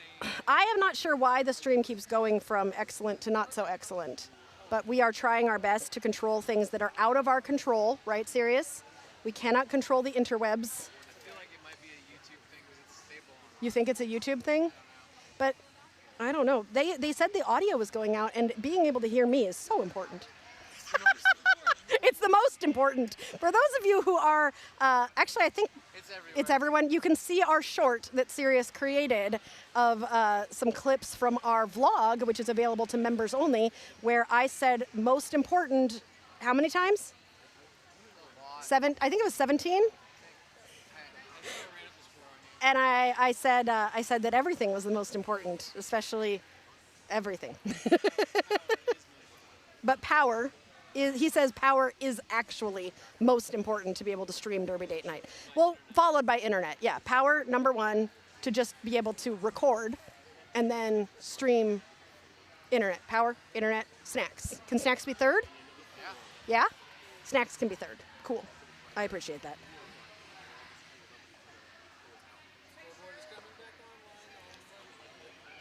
Michi-chan, you said it is, it has been fine for the past 10 minutes or so since I've been back. Oh, good. I'm glad to hear that. Scoreboard went down 10 minutes. Scoreboard went, I knew that. You're not giving, do you want to give me an update about something I don't know? No, seriously, what's something I don't know? Tell me something I don't know. Yes. Tell me something I don't know. Man, there's one time I don't have random facts. You don't have a random fact to throw at me? Do you know anything about bees? No. Oh. Save me, whistle, save me. Serious, go save me, whistle, save me. Being put on the spot by Aria. Yeah, Aria will put you on the spot. If you end up in a chair next to me, you are gonna be put on the spot at some point. All right, let's get back to Derby. Since I'm not getting any fun facts from Bruise Guy, maybe one of you out there has a fun fact about bees. What about Ohio? I said because I can't make it on my heart. Lead jammers. Oh wait, no pass, no penalty. Yep, no one passed. Evil C is going to be lead jammer, and he calls it quickly. Oh, that should have been a late hit. Was that a late hit? Maybe not. I don't know. It was kind of instant. Like he didn't get more what's it called? Momentum after the whistle. That was like from before. He stopped skating as soon as the whistle went. So I don't think it would be a late hit. Isn't a late hit when you actively try to do something? Initiated contact causing a skater to fall after the whistle. But what if you're, okay, so you're saying initiating contact after the whistle, but does it matter if your body was already in momentum? That's the refs made a no call, so What am I talking about? Oh, you're good. okay, so at the end of that jam, the Joker was speeding into the pack to try to grab points because the Joker knew he wasn't lead jammer. Evil C got out, became lead jammer, saw that the Joker was about to hit the pack, so Evil C called the jam. The Joker wanted to grab some points, so went into the pack, but in my opinion, he already had momentum going, and as soon as the whistle blew, he didn't do anything to initiate contact. He didn't do anything to speed up momentum, I think, but he did run into people, and someone fell down. So some people could call that initiating contact after the whistle.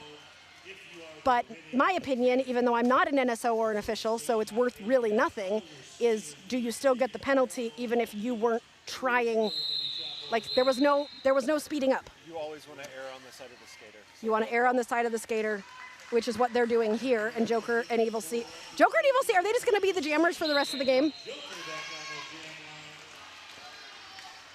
Yeah, Simon, I agree with you. An illegal action is not always an action which should be penalized. All right. 3 points between these two teams. Evil C gets pushed to the inside. 1.5 minutes left. The Joker's at the front of the pack.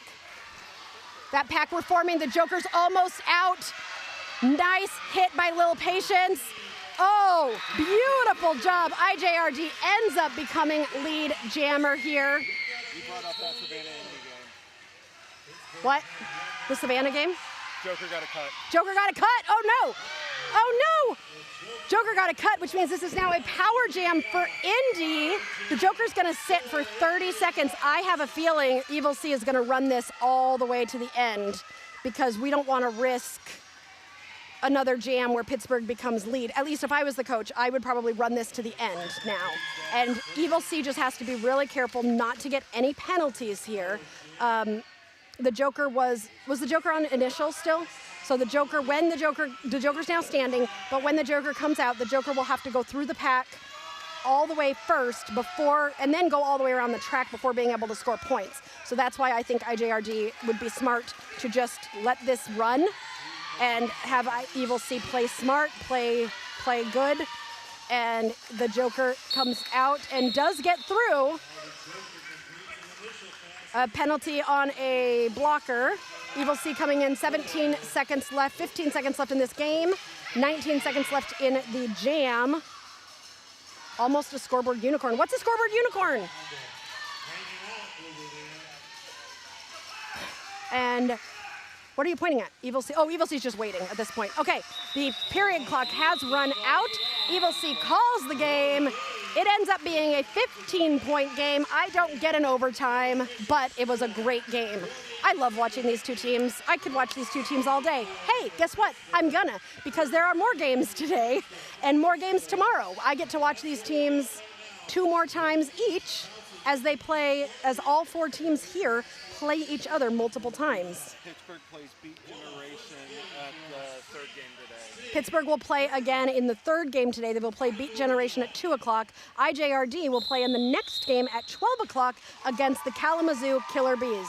That whistle means the unofficial score is Indianapolis 187 to Pittsburgh Derby Brats 174. Not a palindrome, but it's pretty.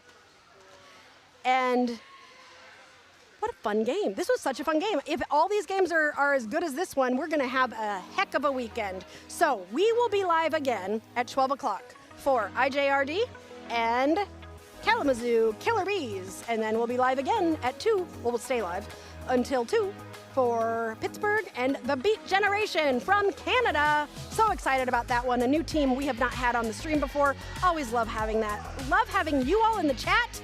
And we will be back soon on Derby Date Night. I'm Aria Kidding Me, and don't forget to make the kid in you smile. Bye.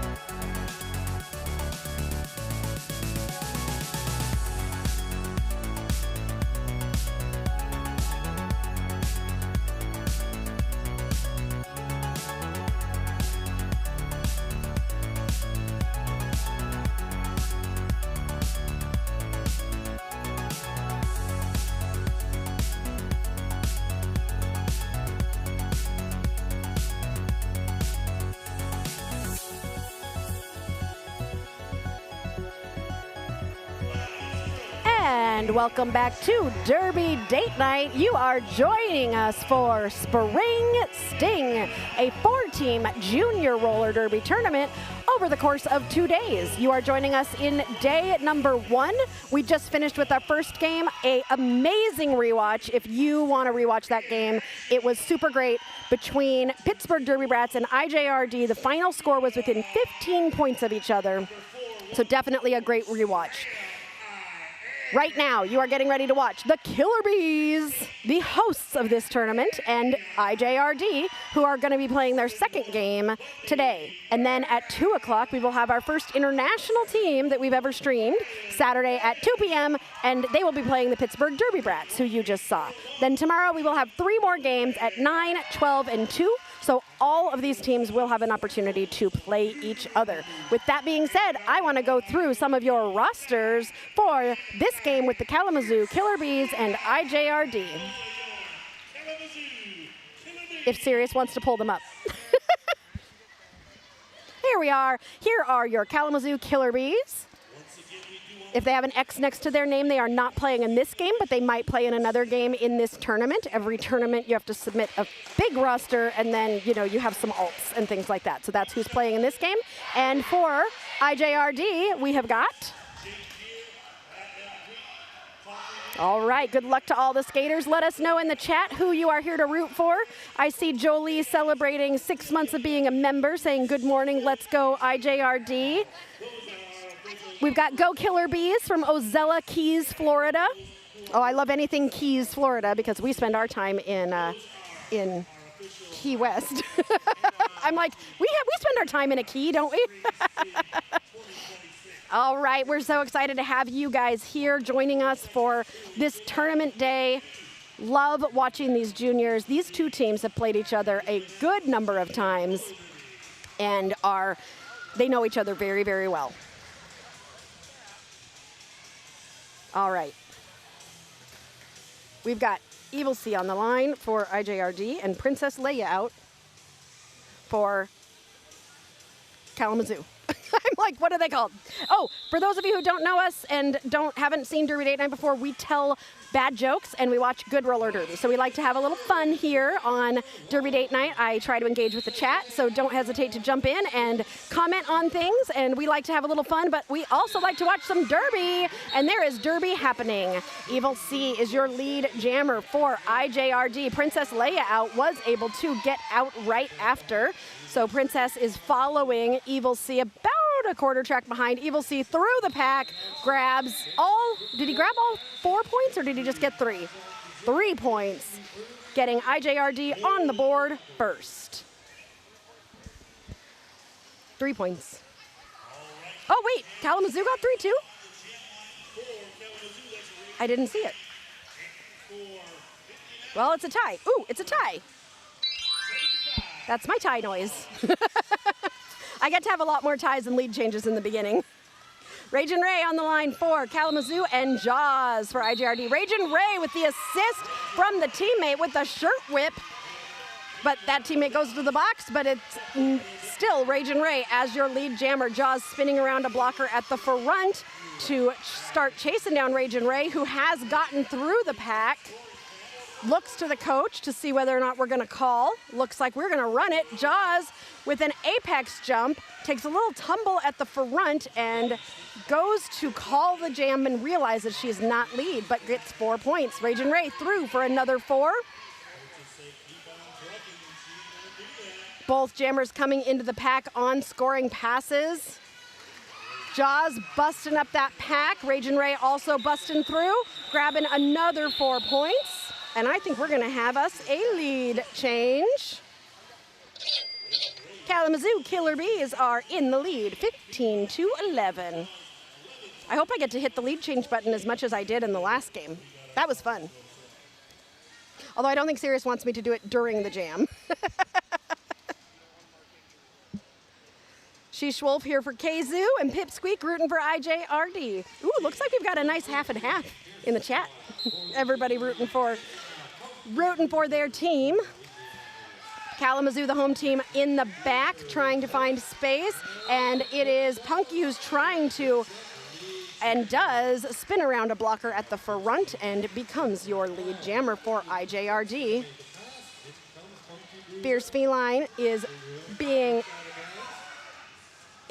past the start. So Fierce Feline is now the jammer, was the pivot. Fierce Feline is racing to the pack to try and score points. Punky is currently stuck in the pack on a first scoring pass. Punky hits those hips and calls the jam, but I think Kazu might have stolen a few points there. Yep, Indianapolis 3, Kalamazoo 3, Indianapolis 4. Pip rooting for Poison, and Savvy says it's always amazing to see how fearless juniors are, right? There was some good apex jumps in that first game. Adults, they look at the apex, they're like, maybe once. Juniors are like, I'm putty, I can do whatever I want. Princess Leia out, and Dirty Dingus McDuck is jamming. Since when? And Dirty Dingus McDuck is your lead jammer. He can jam more because I have a sound for a duck. Princess Leia out getting through for 4 points while McDuck is struggling at the back of the pack. Dingus is able to get through, but I think Kalamazoo was able to outscore 6-4 in that jam. Kalamazoo maintains the lead. As they're coming back to the bench, Mighty Meerkat talking to the pack, saying, let's keep it calm, or Mighty Mouse saying, let's keep it calm. That's the hands going down. That's a universal signal for let's keep it calm. Chill. Molly says, good luck, Evil C and Mighty Mouse, my grandkids. Oh, yay, I'm so glad you get to watch. Evil C on the line for IJRD, and we got Ragin' Ray for Kalamazoo. Evil C getting pulled to the back by On Death Rose. I've seen On Death Rose a number of times. I love watching their blocking. Evil C is through, but not going to be able to score points if Ragin' Ray calls it. Ragin' Ray on the ground calls that jam and extends Kalamazoo's lead by 3. These are some quick jams. But, just ticking those points away, getting 3 points here, 4 points here, and that's how you can establish a 8-point lead in 5 jams. You can feel it getting warmer? Oh no, I don't want it to get warmer. It was nice this morning. We don't need it to get hot. No thank you. No thank you. Jaws and Misconduct. Jaws getting pulled back. Misconduct is in that pack, trying to get around, has to get around the pivot of IJRD. Beautiful work by Mighty Mouse there. Jaws is able to get through and becomes lead jammer for IJRD. Meanwhile, Misconduct gets pushed out, but the blocker also goes out, so Misconduct is able to keep going. Jaws is going to hit the pack first with an apex jump.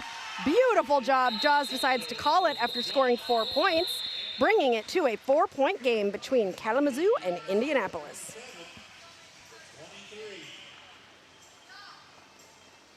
Roma says, Dingus is my nephew, go Team Duck. That's for you. I just really like the sound effect. Savvy San, welcome to Third Wheel All-Star. Woo woo! We are so excited to have you. Do I have a special sound for that? Yay! Welcome, Savvy San. Everybody who is a member, welcome Savvy San and show off your Derby Date Night exclusive emojis in the chat. Punky Brews are jamming for IJRD and Princess Leia out for Kalamazoo. Princess Leia out currently at the back of the pack while Punky is able to stretch the pack out at the front and will be your lead jammer. Princess Leia out takes a hit from Soul Crusher, is able to get up and get around Poison Dart to start to chase down Punky, who is currently headed into the pack and is calling it. Oh my gosh, Princess Leia out, I think, just jumped over Soul Crusher, who is incredibly tall. Did you see that? That was awesome. She is so talented. And she's only 13. Princess Leia. Oh, I thought you meant Punky. Oh. Princess Leia out. How old is Princess Leia out? Like 18. Oh, 18? Yeah, this is, I think, the way back. I love watching her. She's so much fun to... Oh, it's a 1-point game. Sirius is like, stop talking to people and look at the score. Oh, Dirty Dingus McDuck is on the line. If Dingus becomes a jammer, I'm gonna be so happy because I get to play the duck sound all the time. Yeah, he is really good at it.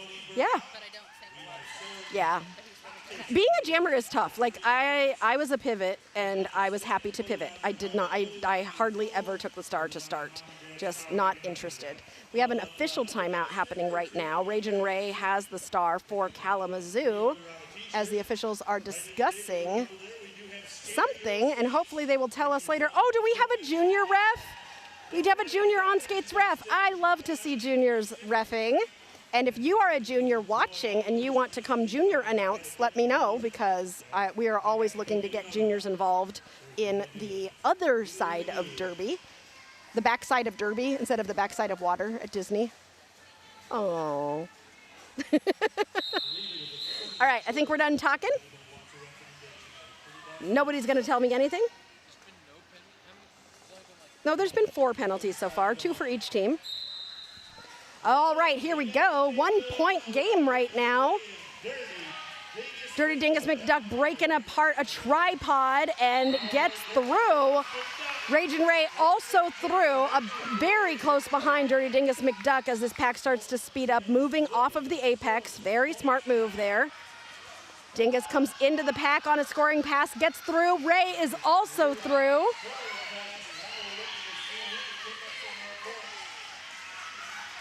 And they're both coming around.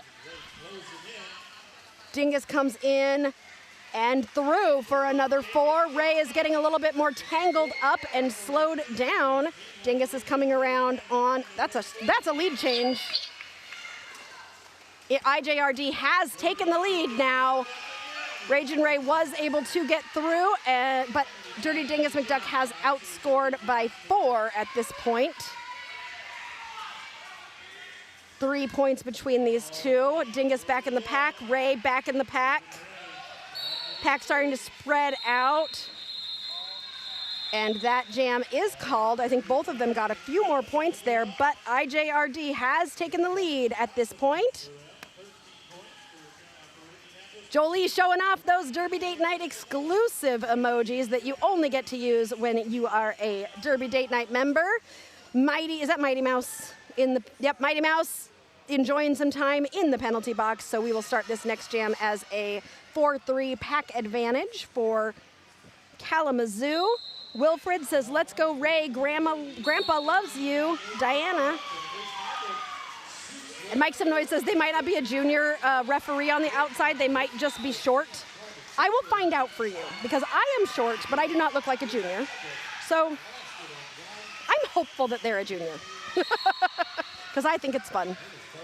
Evil C is your lead jammer.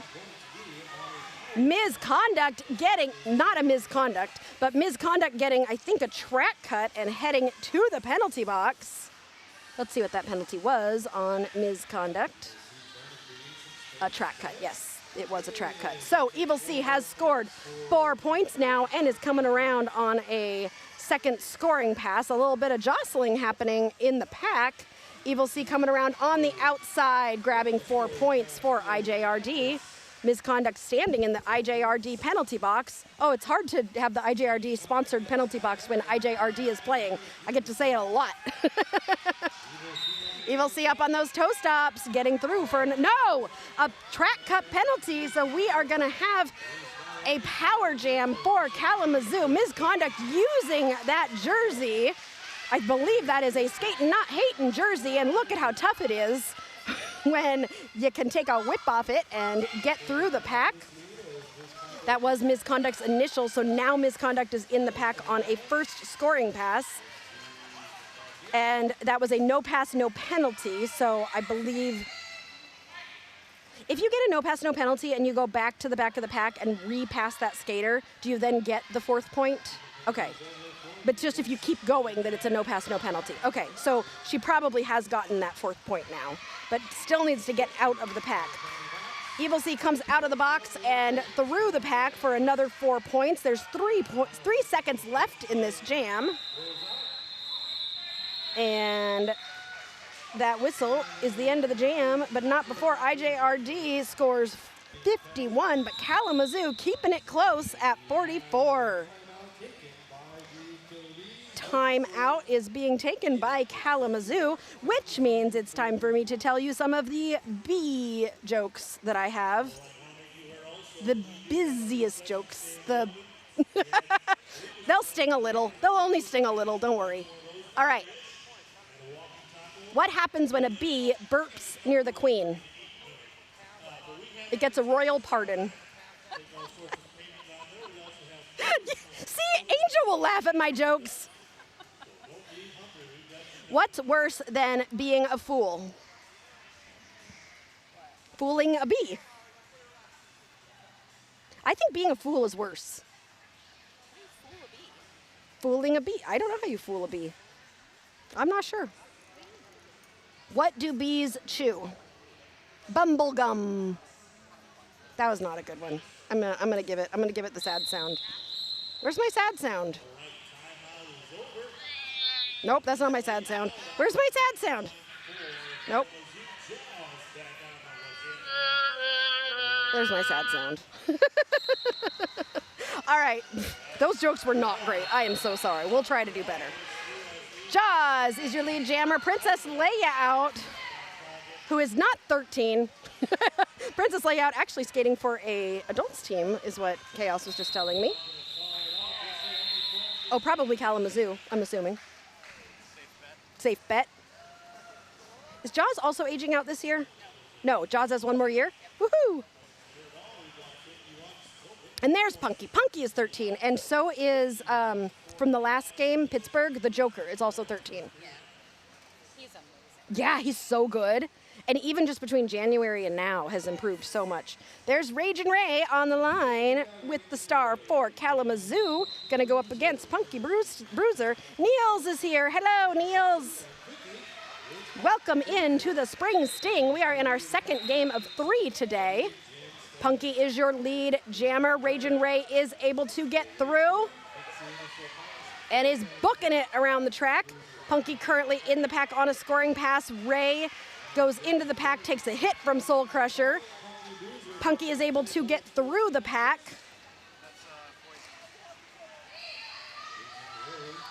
Punky coming in.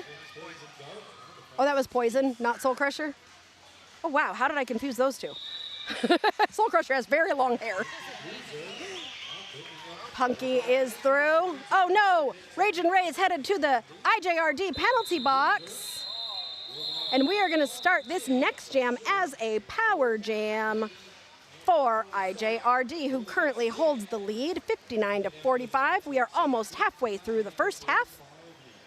And then we'll have more Derby later. It's 12:14 now, so in 2 hours, we will be starting another game. Woohoo! Love it when we do Derby all day. Tournament weekends are always fun for us here. Our Derby date weekend. Derby date day. It's our weekend getaway with Derby date night. Dirty Dingus McDuck trying to utilize this power jam and get lead jammer before Ragin' Ray can come out of the box. He is stretching that pack apart at the front and is able to get through and become lead. Ragin' Ray is now standing in the penalty box. Dingus is gonna have a chance here to try and score some points. Ray is out of the box, has the star in hand, so might be thinking about passing it as she comes into the pack. Dingus is through for 4 points for IJRD. Ray is able to sneak through along the outside of the pack and get through that initial pass as both jammers coming into the pack. Dingus gets stopped by a tripod of Kalamazoo skaters and immediately decides to call it instead of being pulled to the back. Kalamazoo was doing a really nice job there, immediately waterfalling to the back. As soon as they hit Dingus out, they went like staggered, 1, 2, 3, and they just spread themselves towards the back and forcing the call off. So nice job there by Kalamazoo, forcing that call off. Kalamazoo are also our hosts this weekend, so these skaters not only are skating in this tournament, but also volunteering. We have one of the Kalamazoo alternates up on our cameras. We've got Kalamazoo skaters who were here taping the track last night, and all sorts of family and friends helping out. So thank you to all of our volunteers who help make tournaments happen. Misconduct stuck at the back of the pack, while Evil C comes out as your lead jammer for IJRD. Misconduct is able to get through, but Evil C already in the pack is able, grabs 4 points and looks at the coach and does decide to call it. Misconduct tried to snag a point. That was a really pretty apex jump, so no points, but I will give an announcer hand clap. Do I have a hand clap? I have a yay. I don't know if I have a hand clap. I think I have a hand clap somewhere. I just don't know where it is. Anyway, Princess Leia out is gonna line up against Jaws for this next jam. We got an empty penalty box, and really, this is the announcer curse because this means it's not gonna stay that way, but fairly low penalty so far from both teams in this game. Princess Leia out getting lead jammer for Kalamazoo. Was that, how long has it been since we've had a lead jammer for Kalamazoo? 3 times total. Ooh, it's been a few jams since we've had a lead jammer from Kalamazoo, so trying to take advantage of that and grab some points. Jaws is coming around, eligible to score, but Princess says no thanks and grabs 4 points and calls the jam. Yeah, that was the first lead jammer in 1, 2, 3, 4, 5, 6, 7, 8, 9 jams. So Kalamazoo hoping to get some momentum here and use that momentum. Is there no timeout, but there's no one out on the oh wait, what? I'm just not seeing the pivot line. I'm like, where's Kalamazoo? They're on the pivot line. Okay. Oh, pretty. That was gorgeous. Rage and Ray just sneaking through the inside line, kind of jumping over a little bit, and it was beautiful. So 2 lead jammers in a row for Kalamazoo. Rage and Ray takes a little tumble. Ooh. Gets back up, calls it. 3 points for Kalamazoo in that one. And they are, I think we have a special emoji for this one. Chip, chip, chipping away. Ooh, chips and queso sounds good. Doesn't it?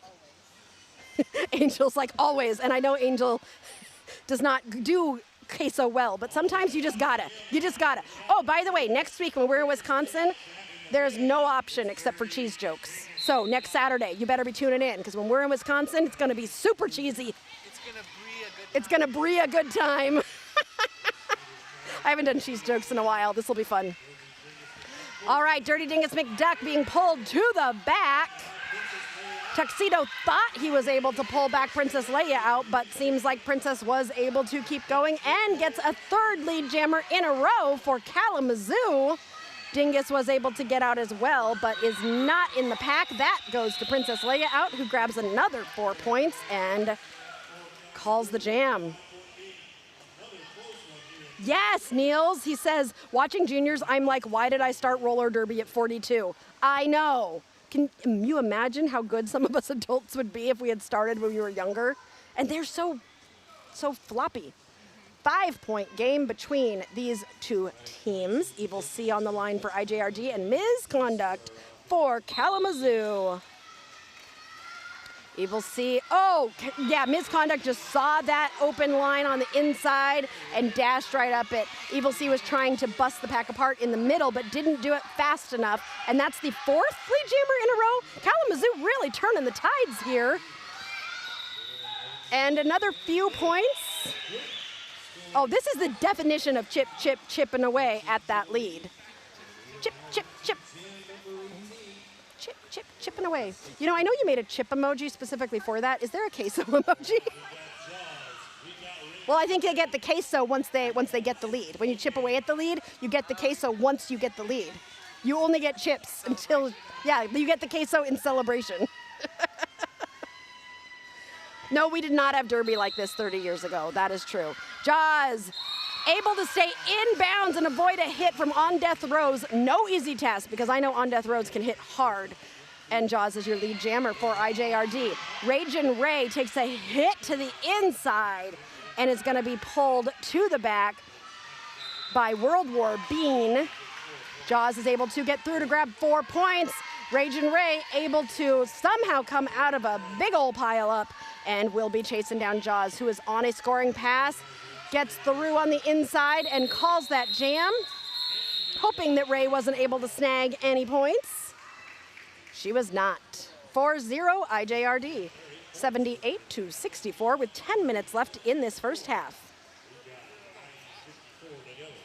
It is going fast. This is a fun game to watch. It's like, I love when we have multiple games in a day because you feel the pace change. Even though IJRD played in the first game and the second game, the difference between Pittsburgh to Kalamazoo is very different. You feel like Pittsburgh was more like physical and scrummy and a little bit slow, whereas this game has definitely been more speedy and agile and more like, I don't want to say tricks, but kind of like tricks by the jammers to get up on their toe stops or to jump around. Looks like Poison Dart headed to the penalty box, and Princess Leia out is your lead jammer and is going to try to take advantage of this pack advantage that Kalamazoo has. Oh! That is what Princess Leia out can do, and I love seeing it. Beautiful job. Can I make that worth 12 points? Because that was so high up in the air. 68-78, 10-point spread.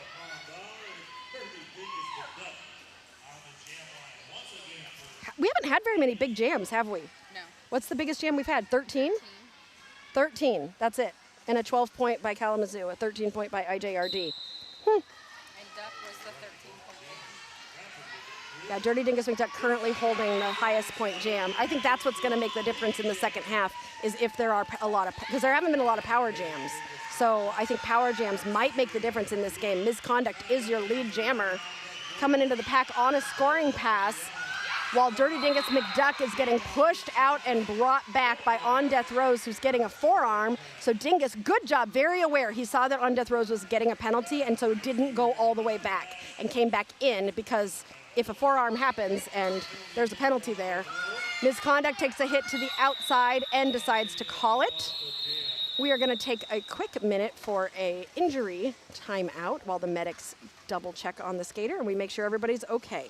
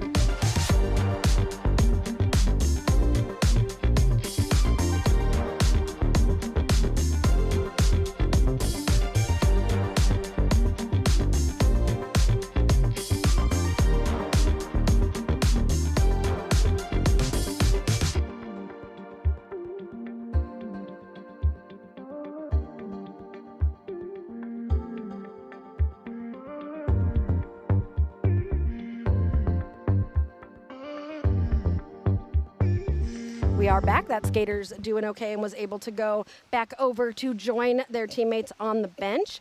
Whenever we call a jam for injury in juniors, we always want to ask about the continuation rule. This is a rule that's specific to juniors, where sometimes a team can call for continuation if they are lead and the other team gets injured. There is an opportunity for a continuation. In this case, the team that was lead is the team that got injured, so there is no opportunity for a continuation, so we will move into the next jam. However, we are still in an official timeout, but just wanted to let you know that about the continuation. Simon says that was some great blocking, that jam. There's been so many, there's been a lot of great things happening out on the track here. Like, this is This is just so fun to watch. Pip says, I started when I was 7 in 2018. I'm very grateful I go to the chiropractor. If I didn't have no idea how badly I would be hurt. You started when you were 7. And I mean, for those of you who haven't seen Pip Squeak, who skates for Cincy Junior Roller Derby, Pip is a fabulous skater in her own right. Simon says you were 7 in 2018. Where's my old man emoji? Ooh, old man emoji. We need that for whenever we watch Junior Derby, so all of us old people can just put our old people emojis in the chat. I'm too old for this. Rage and Ray jamming against Evil C. Ooh, Evil C up on those toe stops on the outside line. Gets through. Rage and Ray trying to go through the middle. Finds Soul Crusher. Tries to go around. Finds Snow Fright. IJRD really doing a great job recycling to the front, but Rage and Ray is able to avoid and get through. Evil C was able to get through for 4 points of his own.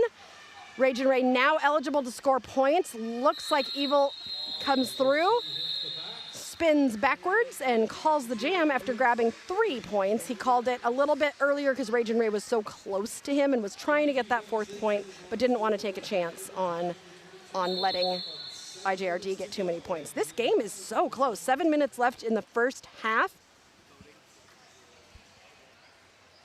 And we will be starting to think about who we want to nominate for Skater of the Game during halftime. So if you've seen a skater do a really good job, you can let us know who and what you saw them do, and we will consider that as we decide who we are going to nominate, and then you get to choose between the 4 skaters that we put up for Skater of the Game. And myself, Sirius, and Angel, who's doing our stats right now, will get to choose who those 4 people are. Savvy says, where is my over 40 derby emoji? I think we could make an over 40. Well, Coach Eric, who's out there coaching right now, makes all the emojis, but he rewatches, so he'll hear this later, and he can make an over 40 derby emoji. I like that. That's a great idea. Jaws is your lead jammer, and Princess Layout is chasing Jaws down. Both of them out of the pack. That pack. I am really enjoying the fact that the juniors are doing such a good job at not stopping on the apex. They clearly have been training on this, and I feel like this is something that adults could be doing as well, is really working on not stopping on the apex. And I think the juniors, but even if you don't stop on the apex, Princess Layout can still jump the straight, like, Princess Layout was like, I got the angle. I'll show you. Simon joined a 40-plus pickup league this year. I want a 40-plus pickup league. Actually, I wouldn't, because I really am not skating anymore. But Oh, I found one. you found one what? You found an over 40 emoji, Serious? He's going to put it in the chat. Are you just putting old people in the chat? That's us. I like it. Rage and Ray for Kalamazoo and Punky Bruiser for IJRD. 4-point game right now. It is Punky as your lead jammer. Kalamazoo coming in to help out Rage and Ray. Kalamazoo doing a really good job of getting their jammers out quickly when they don't get lead. Punky stuck in a pack, and Rage and Ray had an attempted apex jump, got pulled to the back. Punky gets through for 4 points. Rage and Ray also through for 4 points, but Rage and Ray is getting a track cut. Soul Crusher was just a little bit behind Rage and Ray, and Rage and Ray took a little bit of an angle to get in, and I believe thought that she was behind Soul Crusher, but ended up getting that track cut. So this is now a power jam for Punky Bruiser and IJRD. All right, Punky Bruiser coming in. IJRD is doing a passive offense right now, but they decided on a yell from Soul Crusher. They all surged forward, tried to open the outside line. But Sparkles of Doom with the pullback there. Punky able to get around it and keep going for 4 points, bringing the total to 12, and IJRD has hit that 100 mark. The star has been passed for Kalamazoo to Violent Baudelaire? Is that Baudelaire? Baudelaire. Baudelaire? Help me out, chat. Help. I'm thinking Baudelaire. Violent Baudelaire. Punky Bruiser coming in on another score. Where's Violent? Oh no, is Violent in the penalty box? No, she's there. And that jam comes to an end. 3 points for Kalamazoo to 16 for IJRD. Was that the biggest jam so far? So Punky with the biggest jam so far. Dirty Dingus McDuck and Ms. Conduct lining up for this jam with 3 minutes left to go in the first half. Simon is making me laugh. I don't think I'll be doing the one hand out move anytime soon, right? They always bend so well when they go out, and they can, if they only put one hand down, it is a, they're still in bounds. Eric calling an official timeout. He waited until like 1 second was left. He loves to do that, which actually is really smart for a coach, especially like if your team is really tired and you know you're gonna call a timeout, don't call it at the beginning of the 30 seconds. There's 30 seconds in between each jam. Wait until like, I don't know if I'd be as brave as Eric to wait until 29 seconds. I probably would wait until 25 and be like, okay, I'm gonna call the timeout because it'll give my team more time to rest. Oh, he was trying to call it, but they didn't see it, you think? Yeah, so it looks like he's actually doing an official review right now. And Chaos, who is Sparkles of Doom's mom, was sitting next to us as an alt ref and ran out to the middle of the track saying, ooh, I have something to do. So you can see Chaos there in the NSO black polo as the refs are trying to get Ophelia back over so they can discuss things. Oh, look at that. They are talking very seriously there in that little pack of 4 of Kalamazoo. And meanwhile, is that Rapunzel? Rapunzel is finding her zen in Derby. I'm never going to stand on one foot, put my other leg on my knee, and then bend down while on one skate. They do that in practice. Why do they do that?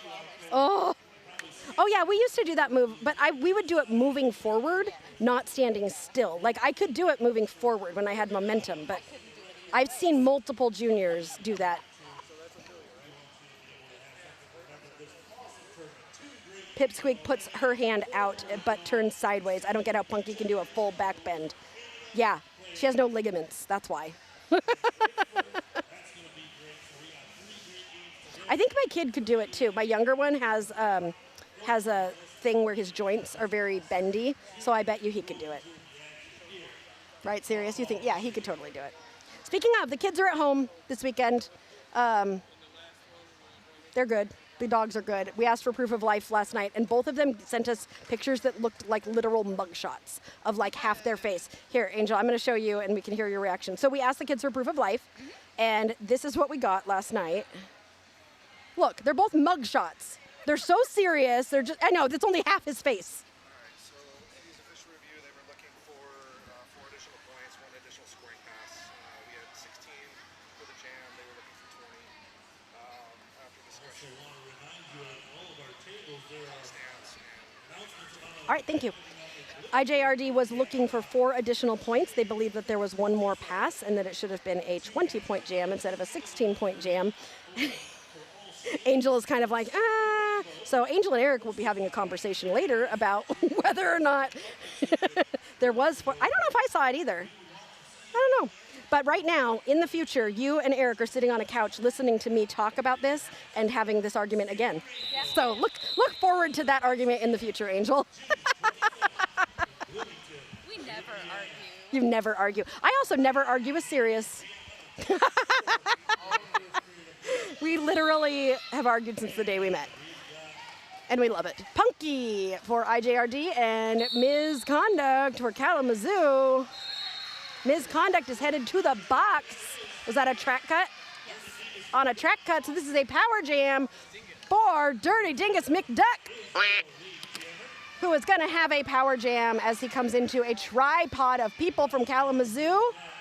They're doing a nice job reforming around the front, but he is able to evade them and will glide through the water like a duck. Impervious to all those waters. Impervious. How do they do it? Impervious. What did the duck sound? The impervious. Pervious. He has to keep jamming because I have too many fun things to say. You know, and that's why people should jam, because they have funny names. For entertainment. For my entertainment, yeah. Misconduct is out of the box. And coming into the pack on what is still her initial, that jam is called. Dingus was able to grab 10, oh no, that wasn't an initial, that was a scoring pass. So Kalamazoo grabbed 3, bringing them to 90, IJRD at 1:14, 2 minutes left in the first half. Simon, I am also a roller skating cyborg. There's metal in me that I won courtesy of Derby. That was the prize. Princess Leia out and Evil C. Evil C turns his whole body sideways. See, because there's less of you if you go sideways. And Evil C knows that and can get through that line if you leave even an inch of space. But Princess Leia out also able to get through, and both jammers are running to the pack. Evil C hits the pack and hits those hips. I don't know if did anybody get any points there? 0 looks like. 1 for some team. It might have been Kalamazoo. Yep. Kalamazoo stole a point. That's a stolen point.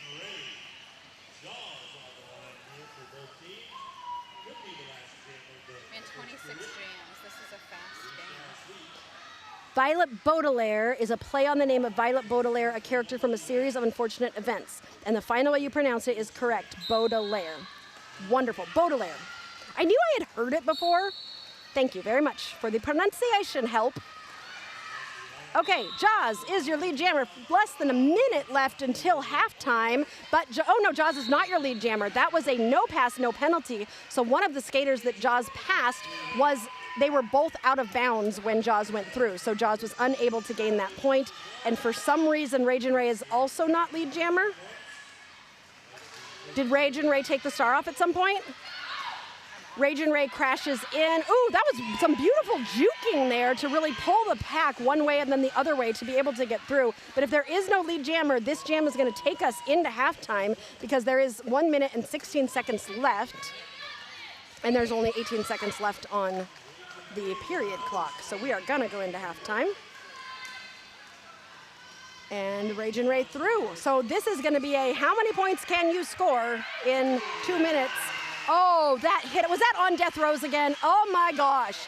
On Death Rose with the hit out on Jaws. Jaws was almost all the way out, but did not make it. And then sees the space on the inside, takes a hit from this time. It was that Iron Maiden? Star pass. There was a star pass, and then, wait, why did it come to an end?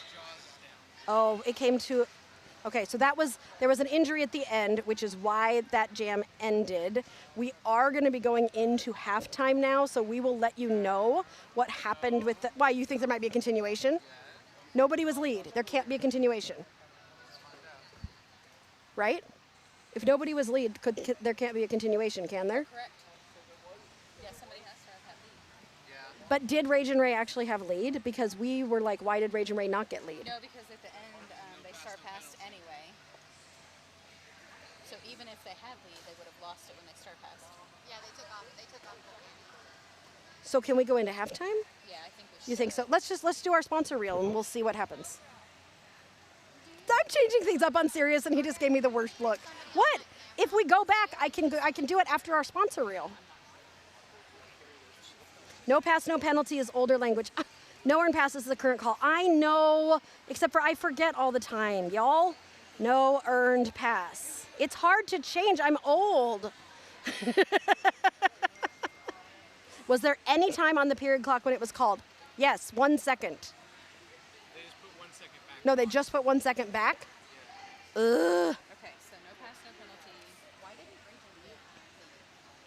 Ragin took off the star. Okay. Okay. Helmet covered. Yeah, they just corrected it to 1 second left. But was there 1 second left? I think so. I think Sirius says he thinks there was 1 second I don't left. know if it was 1 second, but I feel like it was still time. Yeah.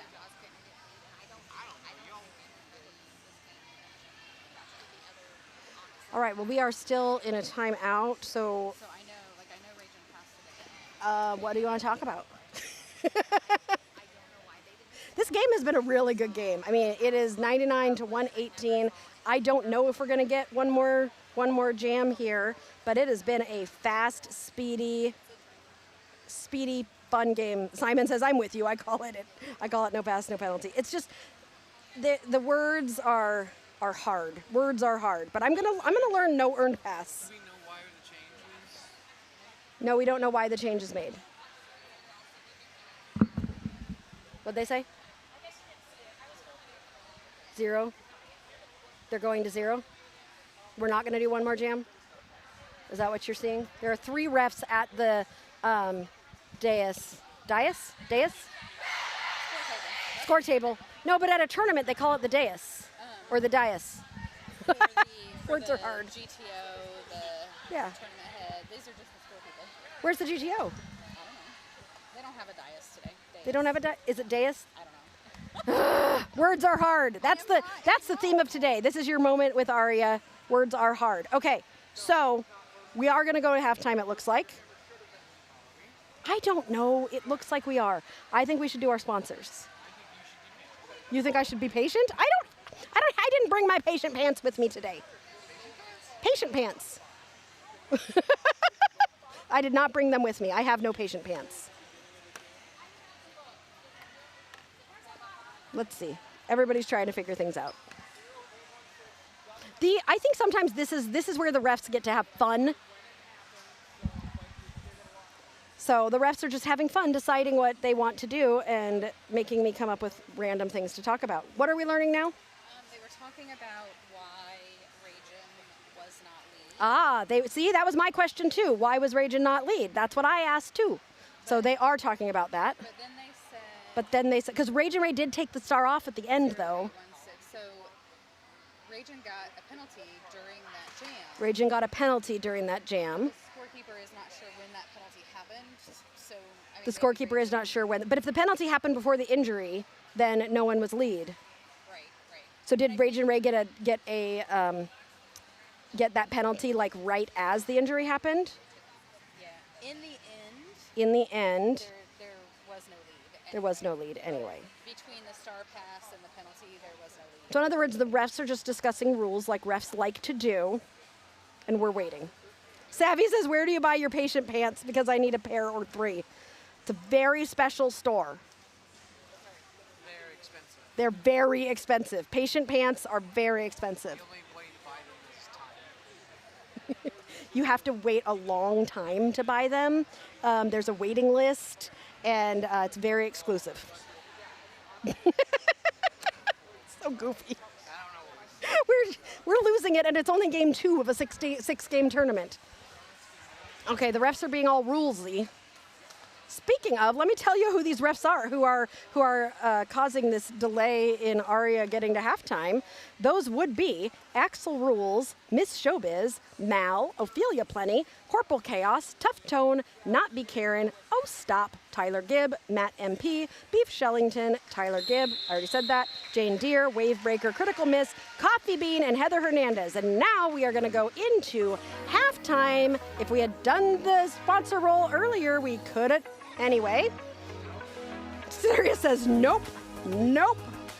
We still have to talk about our sponsors, but we are excited to talk about our sponsors all the time because we love our sponsors. Skatin Not Hatin is here this weekend. If you want some Skatin Not Hatin gear, you can just go right over there and talk to Jab herself.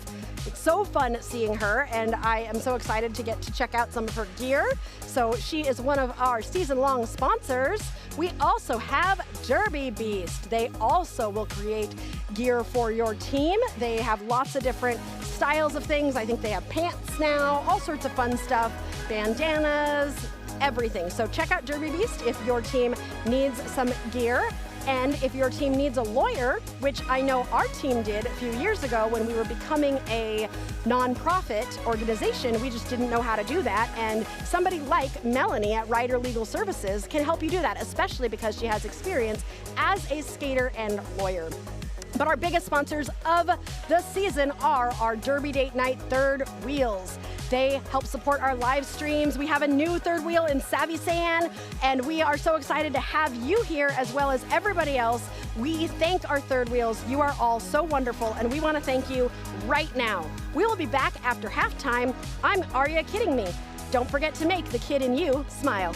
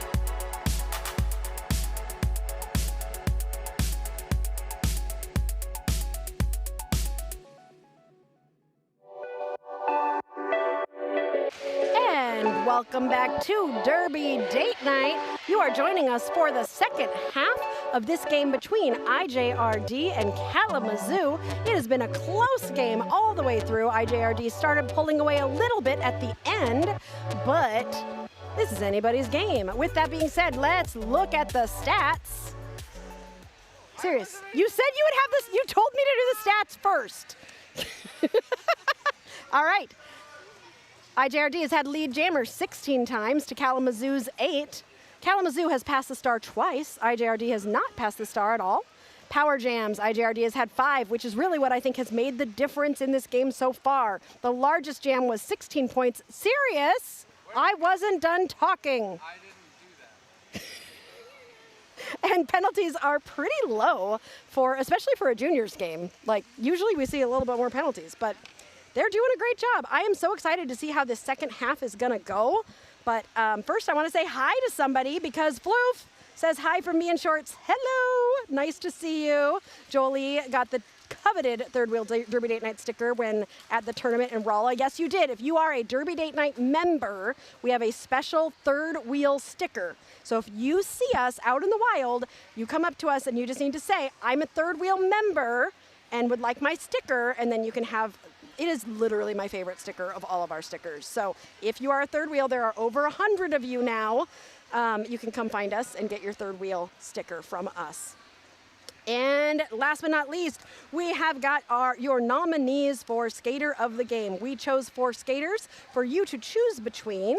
So you get to vote once and only once. You can't change your vote. So you might want to wait a little while before you actually vote. Vanellope on skates is very excited. That was a lot of bouncing happening. Vanellope is one of the most excited and happy humans I have ever met in my life. And she has a lot of energy, as you can see. And she's spinning now. How do kids have this much energy? Really? They zap it from us? You only said that because we were texting our kids during the halftime because they like to pull our energy.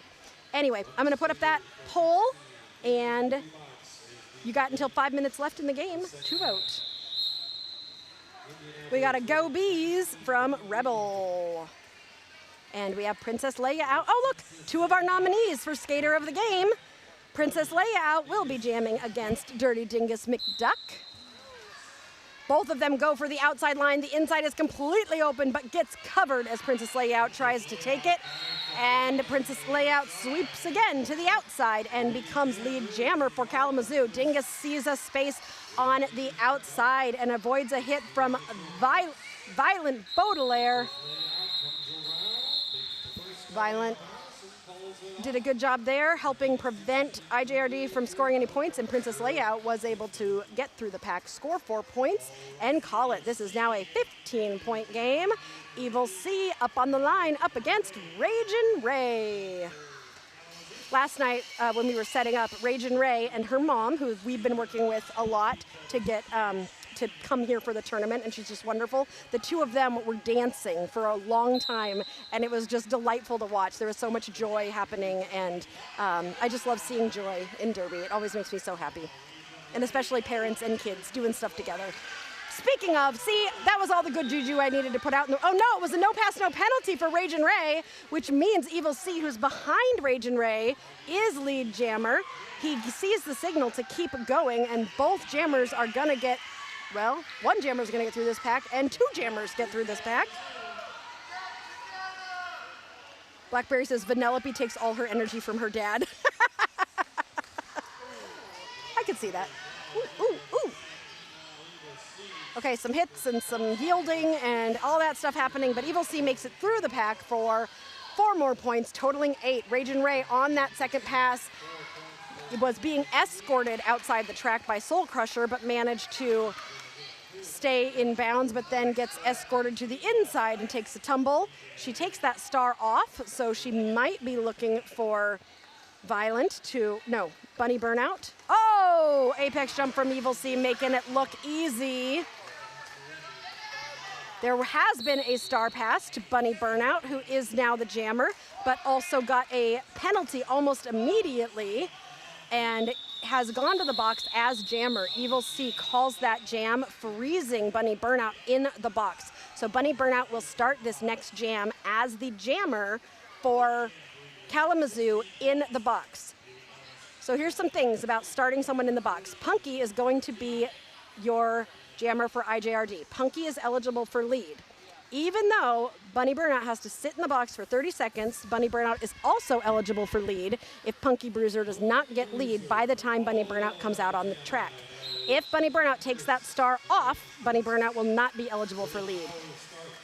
If Punky's already established lead, which Punky is about to do, now Bunny Burnout is not eligible. So when you're in the box right now as a jammer, you could take that star off and come into the pack without the star on and just have it in your hand, whether you intend to pass or not. Punky doing an apex jump. I love the attempted, but Punky was forced to recycle to the back. Punky doesn't typically do apex jumps. No, her very first one, her parents had to give her $20. Her very first one, she was bribed with $20 to do an apex jump. So how much did they pay for that one? Probably nothing. She was so scared to do it. She was so scared to do it. I bet you in a few years, we're going to be seeing a lot of apex jumps. And Bunny Burnout came out of the box and got through and forced that call off. IJRD scored just 4 points, or was it 8? 4? Only 4 points? Yep. Wow, Bunny Burnout doing a great job getting out of the box quickly and forcing that call off. Okay, Alex says, we love Vel and Coffee Bean. Is Coffee Bean Vanellope's dad? Is that his derby name? Coffee bean. It says Coffee Bean. Yeah, it's coffee. It's C-A-W. Coffee Bean? That's cute. I like Coffee Bean. Can you just tell him that I like that better? Because wasn't he wearing cow pants, cow overalls? Or were they the, or they were red. They were red for IJRD, right? I think they were checkered. Checkered with the red, and he had red hair. Yeah. Yeah, that's what it was. I love parents who get involved. Princess Leia has gotten not only lead, but has also scored 4 points in the time it took me to tell a very short story. Princess Leia out trying to duck around the outside and jukes to the inside, grabbing another 4. But Jaws has gotten out on that initial, so I don't know if Princess Leia out is going to try to score some points. Ooh, that was a big old hit.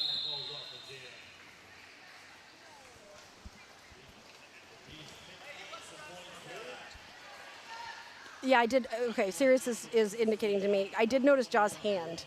And Jaws' hand has been wrapped up since the first game, so I don't think it's from the first game, Sirius. I literally just noticed You just noticed it, but I saw it in the first game. Is it from Derby?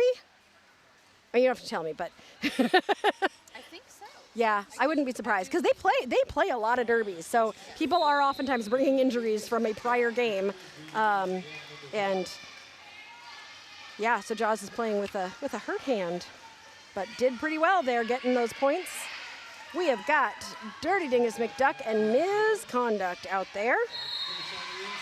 Ms. Conduct is your lead jammer for Kalamazoo.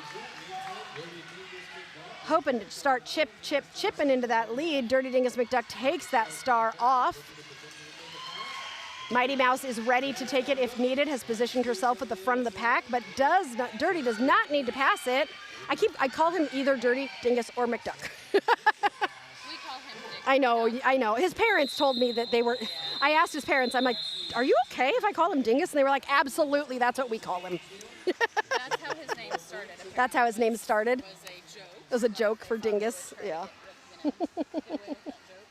Alex says love Jaws and her mitten. Oh, you've been calling it a mitten? We had a skater, Debbie Darko. Some of you know Debbie Darko from Cornfed. When we went to B Cup one year, long live B Cup. It was in Bloomington. It's no longer. But she had broken her hand or finger, but she wanted to still play. And so she created what we called the club. And it was giant. It had so many layers of stuff around it. It was great. We got Rage and Ray and Evil C. Evil C gets through and will be your lead jammer for IJRD. Rage and Ray able to get out. Again, Kalamazoo does such a great job at getting their jammers out quickly and not letting IJRD hold their pack. Evil C comes out and jukes around, but gets a little bit slowed down and calls that jam. 3 points for IJRD to 1 for Kalamazoo. Dad says, I call him Dingus at home. Randomly, you'll hear me yell it to him upstairs. Bell loves all the angles. I will say thank you on Sirius's behalf. That is all him. I know it's a little bit me because I said, let's get one from above this time. And he was nervous, but we convinced him. I like that above angle, I really do. All right, Princess Leia out, nominated for Skater of the Game, is your lead jammer. Punky Bruiser is chasing down Princess Leia out. Princess with the whip. Oh, that was gorgeous. I just want to take a second to appreciate that. Princess Leia really knows how to manage a whip off of a friend. Melody Mayhem is another one who she only officiates now. Well, she might come out of retirement because she said if she has to get a Skater of the Game sticker every year since we've been changing them from year to year. She's like, I might come out for one game, but Melody also loved to whip off of people's jerseys. Now, jerseys used to rip. When you would whip off of people, the jersey would rip. But these jersey makers are so good nowadays. Speaking of, Skatin Not Hatin and Derby Beast, 2 places you can get some amazing jerseys that won't rip when your jammer friend tries to take you down. Jaws' lead jammer coming around on a scoring pass. Misconduct is through. Why does it say Dirty Dingus McDuck up there? That is Jaws. There is no confusion here between the two. They do not look anything alike. Jaws getting escorted to the outside line. Jaws decides to call the jam. These are pretty low scoring jams overall. Like even in the first half, right? Like we're nickel and diming this game. Currently 150 to 132. That is an 18-point spread. The highest scoring jam so far in this game has been 16. I feel like your math is getting better. No, I looked at the thing and she pointed at 16. But I did, the spread, I did. It's 18 because I didn't even use my calculator. Oh, that was a pretty way to avoid that hit from Mighty Mouse. It's for Fierce Feline jamming for the first time with the tinsel in the hair. I love the tinsel. I saw Fierce Feline with it earlier. Second time Fierce Feline has jammed. But look at that tinsel. Look how beautiful.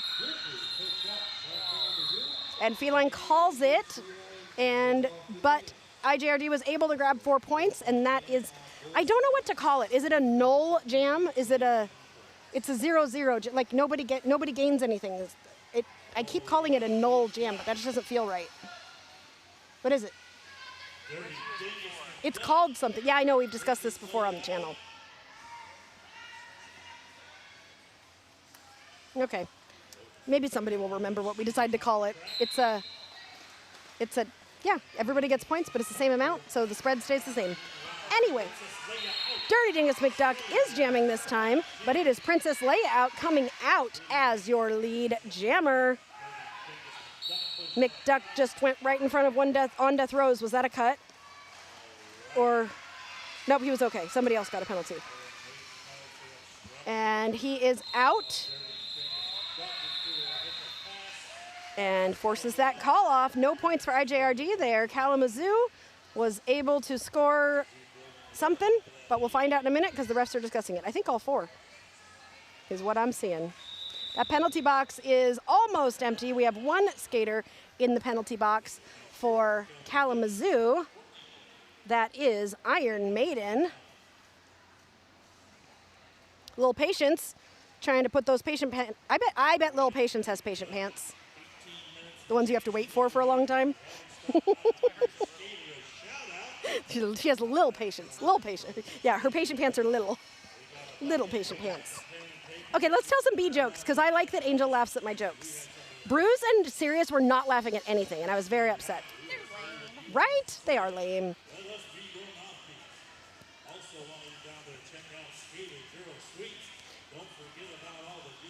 This one's kind of gross. Should I say it? What is the last thing to go through a bee's mind when it hits a windshield? His stinger. It's gross, though. Because he's going to hit the windshield and the Ugh.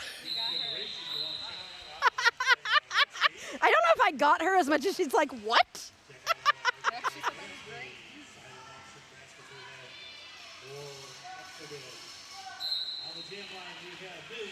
All right, misconduct jamming for Kalamazoo and Punky Bruiser for IJRD. Punky getting pushed to the outside. Misconduct heading to the penalty box on a track cut. So this will be a power jam. Oh, Kalamazoo was so close to, like, they started like catching up, you know? This is not going to be helpful to Kalamazoo as they had broken that lead down to only 14, but Punky is going to score some points while Misconduct watches from the penalty box. Misconduct is now standing and will be released shortly from the IJRD penalty box. Punky, meanwhile, has scored 4 points, is in the pack on a second scoring pass.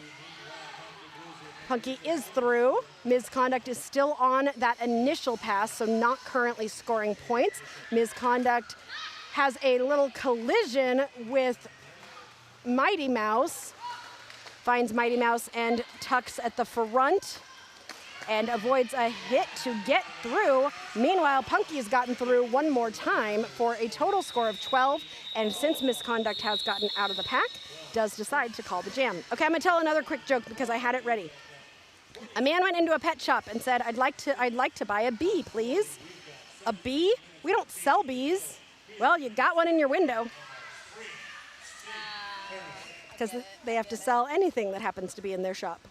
Oh my God, that was bad. I should do the bad joke sound. Oh. Ragin' Ray for Kalamazoo and Jaws for IJRD. You have got 10 more minutes to vote for Skater of the Game. We have 4 nominees. You only get to vote once, and you can't change your vote. Jaws and Ragin' Ray both out of the pack. Ragin' Ray has passed Jaws. Ragin' Ray, oh, some of those hits look so hard. Okay, somebody called it. Everybody got 4 points. Princess Leia out on the line for the next jam, along with Evil C. Evil C hasn't been out in a while, has he? 4? Yeah. All right. Okay. That's his rotation. He's got 4. IJRD has a 4 jammer rotation. What does Kalamazoo have? Evil C is a 3 jammer rotation. Okay, Evil C is your lead jammer for IJRD. Princess Leia out, got pushed to the inside. Rapunzel and Tuxedosaurus Rex together. Beautiful backward waterfalling. While Evil C comes through on a scoring pass to grab 4 points for IJRD. We are halfway through the second period and the last period of this game. We will have one more game after this at 2 o'clock. We will be doing Flower Power from, no, not Flower Power, Beat Generation from Canada, a mix of many teams from Canada, will be playing the Pittsburgh Derby Brats. Princess Layout is through. Evil C is also through. That was real physical in there. Looks like we might have a injury, but so tough. Gonna keep skating. Princess Leia able to get through on the outside. And Evil C able to get through. I love the backward skating. That was pretty, so pretty. His footwork. Yeah, the footwork. And with juniors, it's also so fun to watch things improve year after year. 186 to 152. Kalamazoo did a nice job there. Evil C had a pretty he was I am lead, but Kalamazoo managing to grab 8 points during that jam. Really nice job done there by Princess Leia out. One of your nominees for Skater of the Game. That was another 16-point jam. Was another 16-point jam. Still the highest jam total is 16? Yep. Usually we have at least one jam that's 20 points in a junior game, but we'll have to see if either Ragin' Ray or Dirty Dingus McDuck can make that happen. Dirty Dingus McDuck getting pushed to the back as well as Ragin' Ray. Soul Crusher slowing Ray down. Ray with a little jump over gets lead jammer for Kalamazoo, while Dirty Dingus McDuck is getting pulled to the back by On Death Rose. And Ragin' Ray says, maybe I can get that 20-point jam and have the highest scoring jam. Dirty Dingus McDuck still on initial, has not made it through yet, and getting a penalty. Ooh, skated on the track a little bit after he got the penalty, but I don't think it was too much. And Ragin' Ray calls that jam. We are going to start this next jam as a power jam for Kalamazoo. I wonder if they're, okay, it's an official timeout. My guess is they're debating whether or not that should be 2 penalties for Dingus because of the skating on the track. I mean, they've been calling that so tight this season. I've seen it called for that before but I don't know. Again, I'm not the ref. Poison got one in the last game. Yeah, for skating on the track. What do you think, Chaos? Do you think that might be the skating on the track after the penalty? Do you think that might be what they're discussing? Did you have any guesses? We speculate here on Derby Date Night. Do you have any speculation? Yeah, who knows?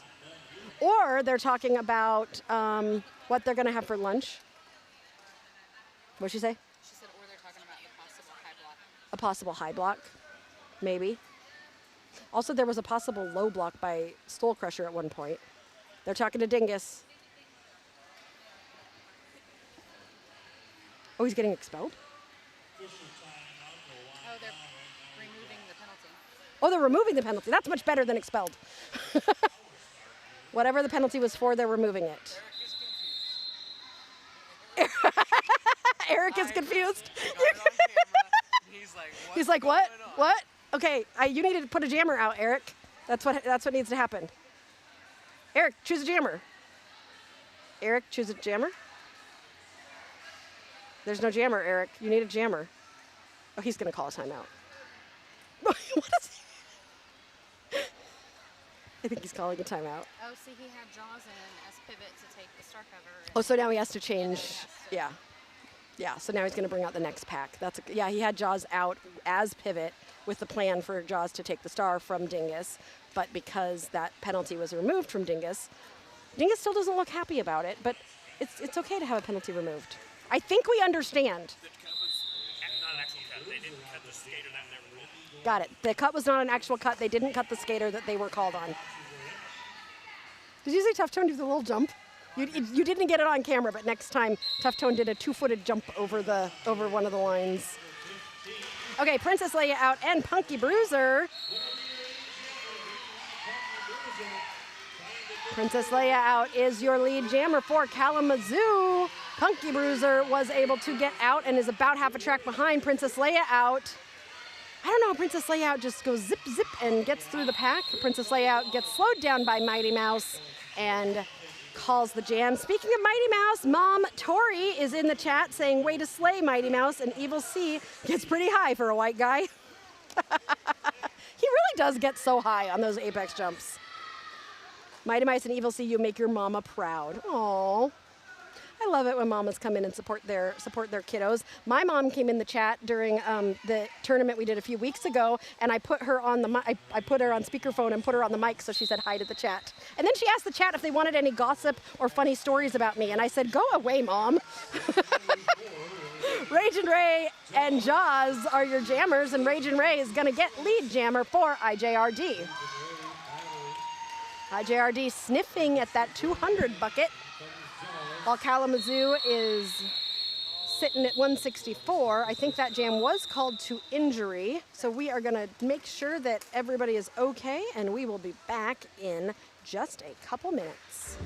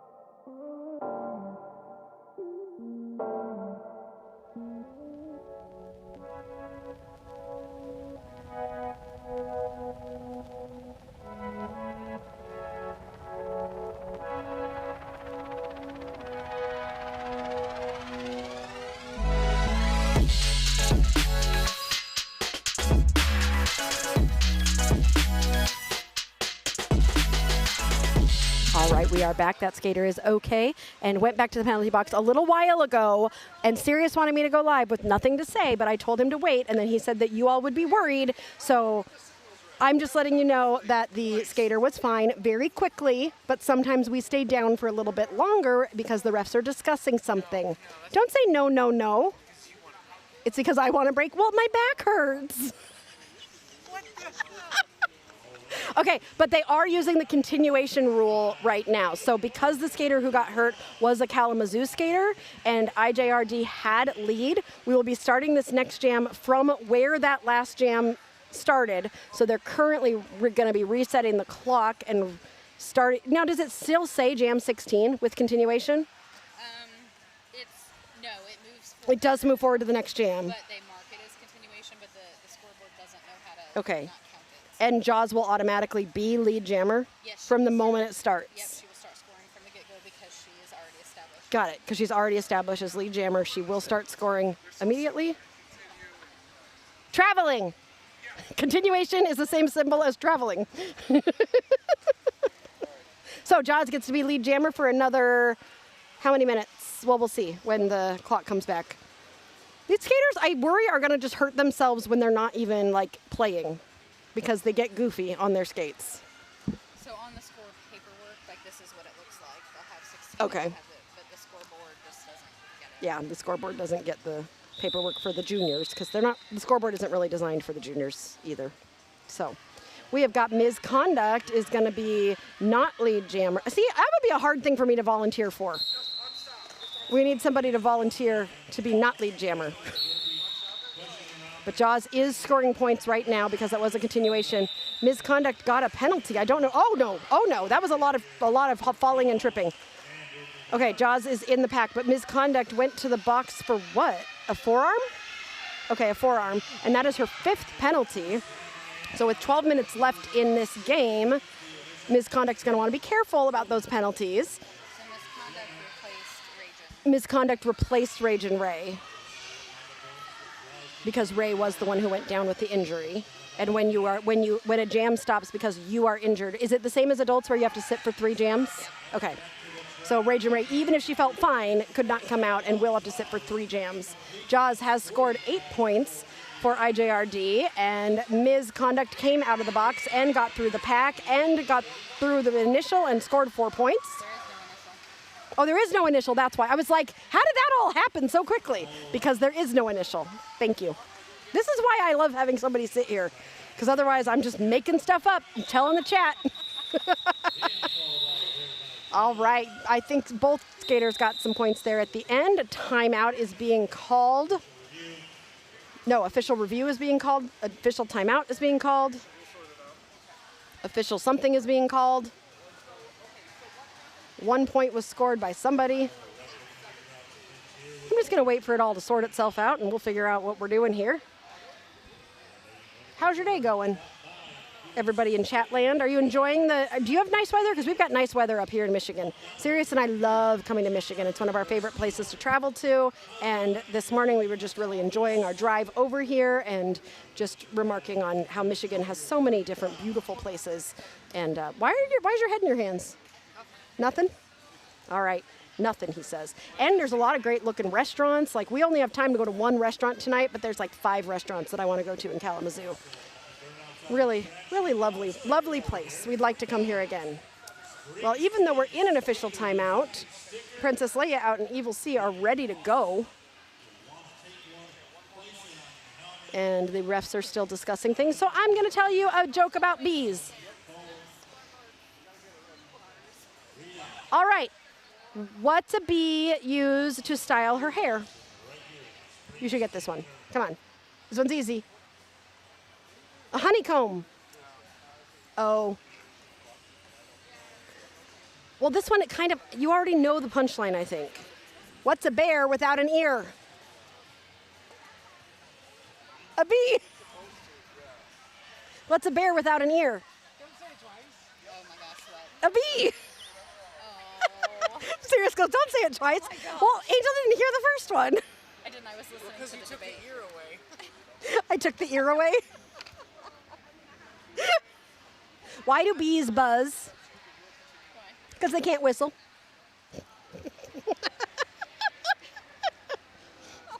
Oh, I don't think you heard this one earlier. What goes zub zub? What? A bee flying backwards.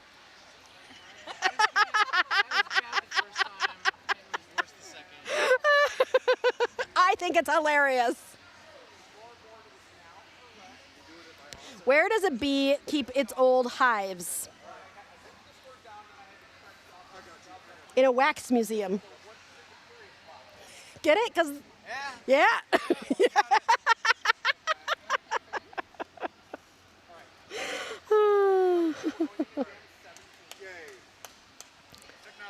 Woohoo, technology. The technology is working? What was... Yes, you're gonna get 2 buckets. Oh, you just got your second. You have to get 4. Eric is trying to get his official reviews. Eric has decided as a coach, and he decided all of this on his own, that if he gets 4 official reviews in a game. No, you decided that. No, I think he kind of helped decide it. We wanted to make it nearly impossible. That is nearly impossible. If he wins 4 official reviews in a game, he can get Skater of the Game sticker. So he's got 2. If he gets 1 more, that's 3. But he can't do 4. Evil C is your lead jammer. Princess Layout is chasing Evil C down. Evil C getting through, grabbing 4 points, bringing IJRD to the 200 bucket, and 203 to 172. IJRD to Kalamazoo Killer Bees. Okay, I don't think those jokes went very well because the chat stayed completely silent during all of those amazing jokes that I was telling. Come on, chat, they're hilarious. Although they know... Lock in, chat. When the chat gets quiet, Aria gets real silly. Ms. Conduct jamming for Kalamazoo and Dirty Dingus McDuck for IJRD. Ms. Conduct is going to be your lead jammer. Dirty Dingus McDuck sees some space on the inside, but ooh, that was some beautiful hitting there. That was Bloodbath Beyond with that hit. It was great. And then somebody from IJRD hit Bloodbath Beyond. Did you see who that? It was Soul. It's just that was just beautiful blocking right there.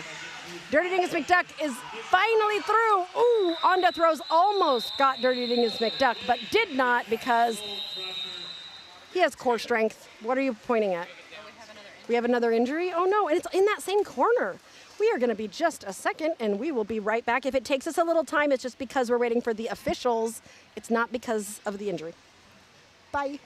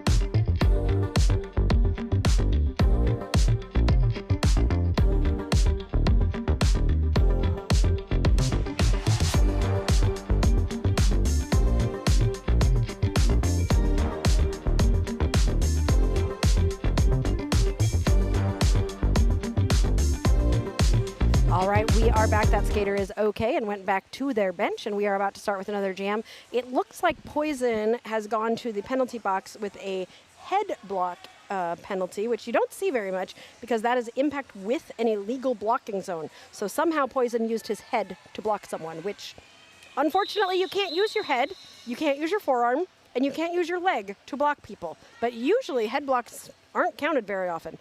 So that's what that is, and we will not have a continuation because the team that went down for injury was the team that had lead. So we will start a new jam, and Ragin' Ray is coming out raging, and we'll get lead jammer, but Punky is going to be about a quarter track behind. The pack slows down between turns 2 and 3. Ray comes right around the outside and gets 4 points. IJRD was able to snag 1 before the 4th whistle. First time watching a game, and it's such a blast. Go Beez, says your friendly analyst. Does it give you a buzz? Oh, I'm so funny. That was on point. Did it sting a little? Princess Leia out, and Jaws. These two have been up against each other quite a few times. Both of them going for the same spot.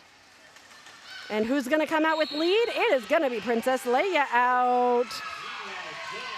As your lead jammer for Kalamazoo, Jaws is about half a track behind. Princess Leia out comes into the pack, takes the tumble to the outside, and starts to call the jam off, hoping to keep Jaws from scoring any. Did Kalamazoo get any? That's the question they're discussing. They are discussing whether or not Kalamazoo got any points. And I'm English for some reason. Kalamazoo has started catching up. I am going to use my calculator for this one because those are hard numbers. 204 minus 183 equals 21 points between these two teams. Ooh, that's totally doable with 7.5 minutes left in the game. 2.5 minutes left in the Skater of the Game vote. Whoever wins that vote will win the coveted Skater of the Game sticker. We only give out 1 per game that Derby Date Night does. There are not very many of them. Evil C is your lead jammer being chased by Ragin' Ray. Evil C in the pack up on 1 foot. How? He did not stay in bounds. He did not stay in bounds. I think he just got a track cut. Yeah, Evil C got a track cut. It just took him a minute to hear the track cut. And so this is going to be a 1 minute and 20-second power jam with Ragin' Ray, who has scored 4 points, is going to have some time to try to cut into that IJRD lead and get closer to my wish for a tie game, because that's what I always wish for, because I like to make Eric stressed out, from the coach from IJRD. Kat says, endurance wins games. Let's roll, Beez. So Ragin should be lead, but... Ragin should be lead? I don't think so, because I think Eric or Evil C got the penalty after he was already on a scoring pass, I think. I do. I might be wrong. Anyway, Violent took a star pass. We have a biohazard happening right near us, so I'm looking at you, Sirius, instead of looking anywhere else. Because she just came right over to the table. Okay, okay, look at the screen. I will do that instead. Evil C is through for another 4. Violent Beauregard took the star and is scored 4 points of their own. 14 seconds left in this jam. Evil C is through for another 4, bringing it to 16. I said 20-point jam, but I didn't mean both of them getting 20 points. Is everything okay over here? I know, I saw what was happening. That's why I turned the other way. But where's she? She figured herself out? Yeah, I think there was spillage because she was holding her mouth as she came over here. The refs are now looking for another 16 evidence of things going on the ground. Yeah, it was coming right over here. They're looking for it. The things that you do as an official that you did not expect to do, which is search the floor for evidence of biohazard. My reaction was very not like a mom. I immediately turned the other direction and was like not helping at all. That is, I have disappointed myself as a mother. Because it's not my kid. When it was my kid coming off of the airplane, I used my hands as a collection device. So see, when it's my kid, I will catch it. But when it's not my kid, I'm not catching it. I don't do it. You don't do it? You didn't seem as perturbed as I did when it.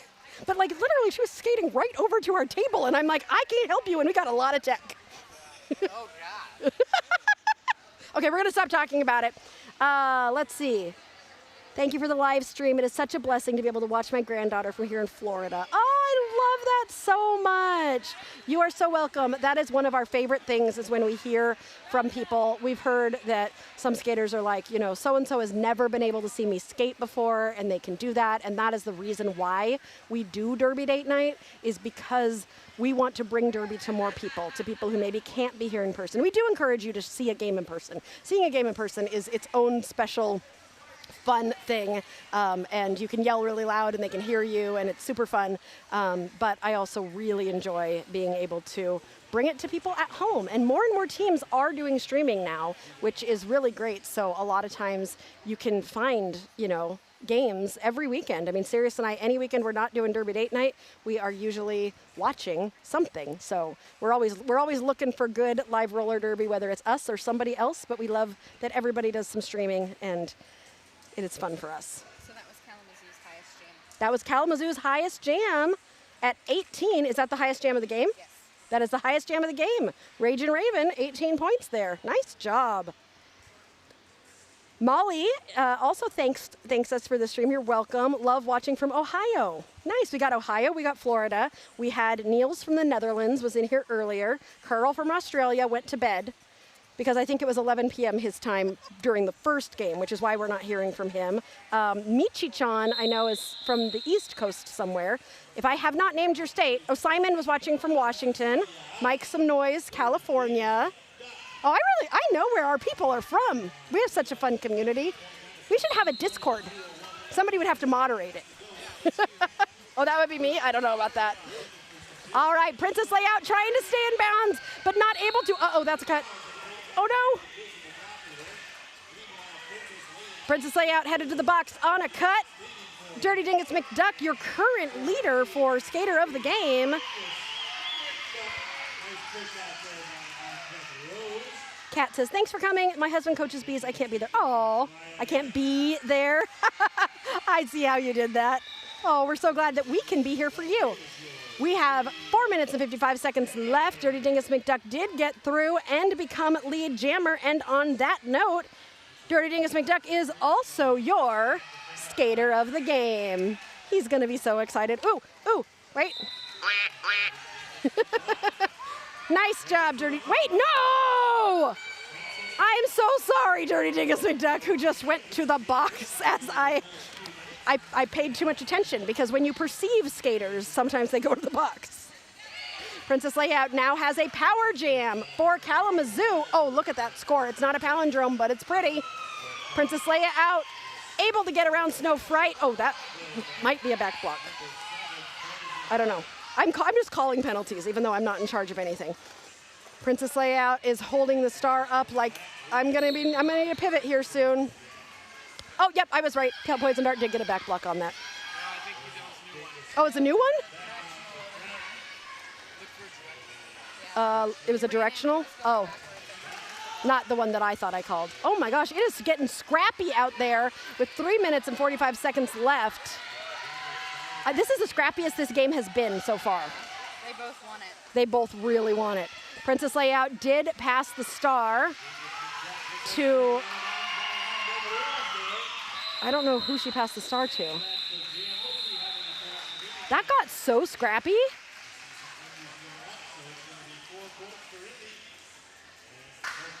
Pip, you're very sad you couldn't go watch in person. 5.5 hour drive from Kentucky. Oof. All right, we got Punky Bruiser and Misconduct on the line. The refs have called, I don't think there's a timeout right now, but the refs are kind of just chatting about something. And here we go with one of the last jams of this game. Pipsqueak is your lead jammer, but Misconduct is right there. And it's a race. It's a race. I'm winning. Name that movie. It's one of my favorites. Misconduct coming in. Oh, beautiful work around 2 IJRD blockers to get 4 points. Punky does a spin at the front and calls that jam, so everybody gets 4 points. There is no change in the score differential. We maintain a differential of 23, which we have seen many jams in juniors that are 28 points, even 32 points. Nana and Becca in southern Utah getting to watch our granddaughter play. Oh, Utah, I really want to spend some time in Utah. They have a lot of beautiful things. They've got good skiing. They've got, I think Utah has hot springs too. Utah would be a really nice place to go for a vacation. You drove through there when we moved here? Yeah, Utah's beautiful. The state that we had a hard time with on our cross-country drive was Montana. Anybody from Montana, you probably understand is what's going on. No, not Montana. No, it wasn't Montana?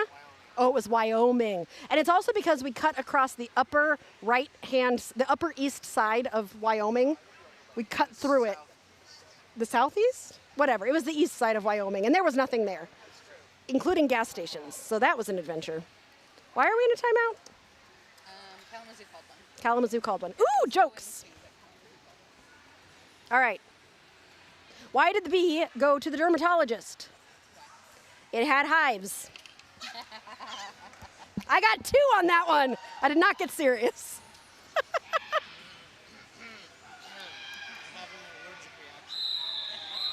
What does a bee have when it's out in the rain? A little tiny yellow jacket. A bumbrella.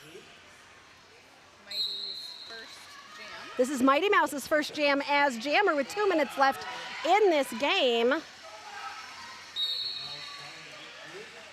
Mighty Mouse is your lead jammer. I know Mom's watching. You see Mighty Mouse does not normally start as a jammer, so it's always fun to see people who don't usually jam getting out there. Oh, Mom is here. Oh, she's also in the chat, though.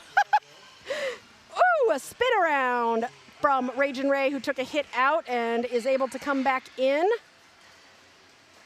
Mighty Mouse also being forced to recycle, but they are both currently on a scoring pass. Mighty Mouse up on those toe stops.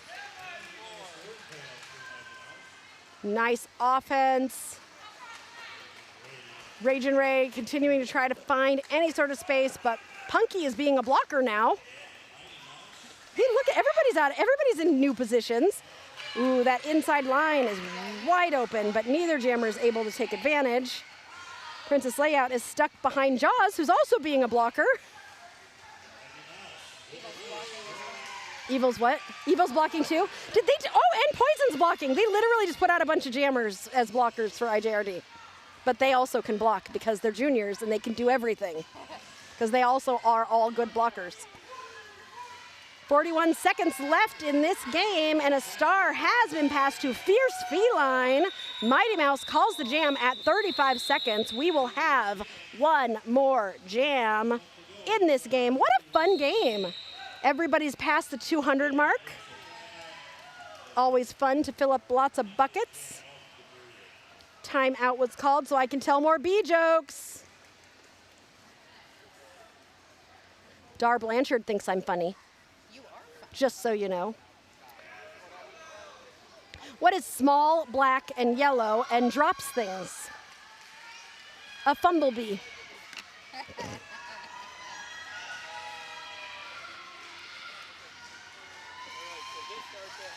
What's a baby bee? Just a little humbug. Okay, you can get this one. What kind of bee keeps you healthy? Immunity bee? Vitamin B.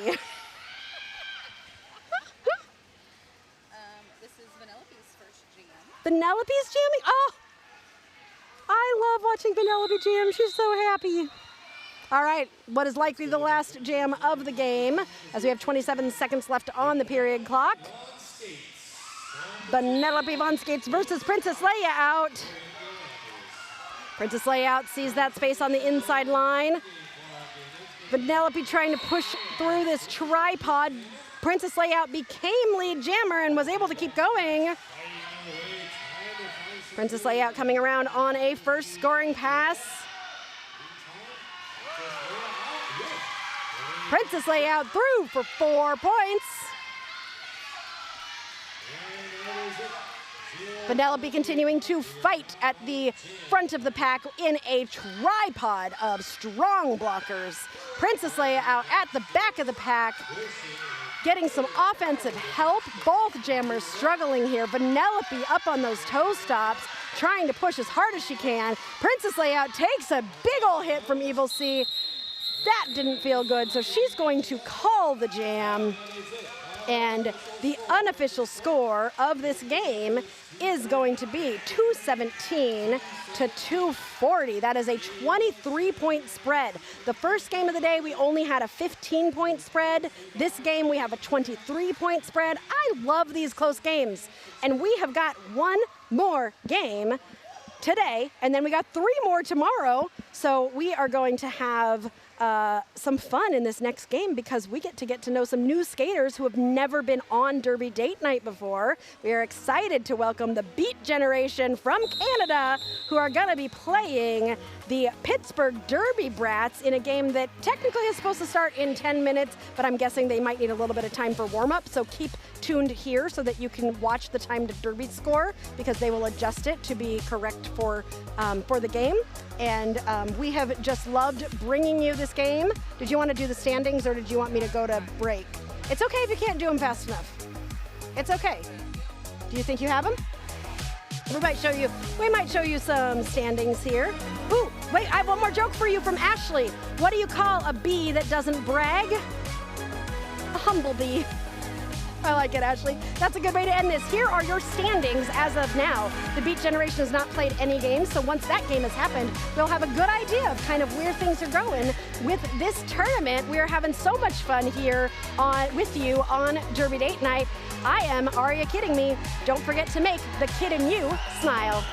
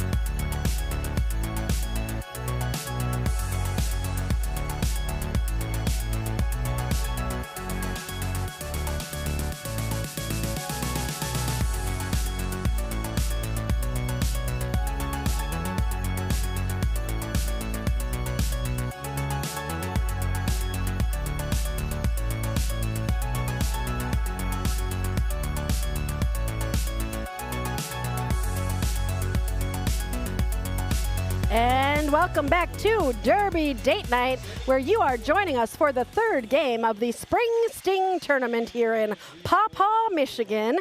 We are so excited to get to introduce you to our last team of the tournament. They're going to play one game today and two tomorrow, and this is our very first international team that Derby Date Night has streamed for, so we are excited to welcome Slam, Disaster Master, Grease Lightning, Speedy Petey, Poison Dart Frog, Killer Cupcake, Bash and Bones, She-Hulk, Tank of Terror, McEllistrom, Mascosis, Vance Sugar, Dead Velvet, One Hit Willow, and Rainbow Riot.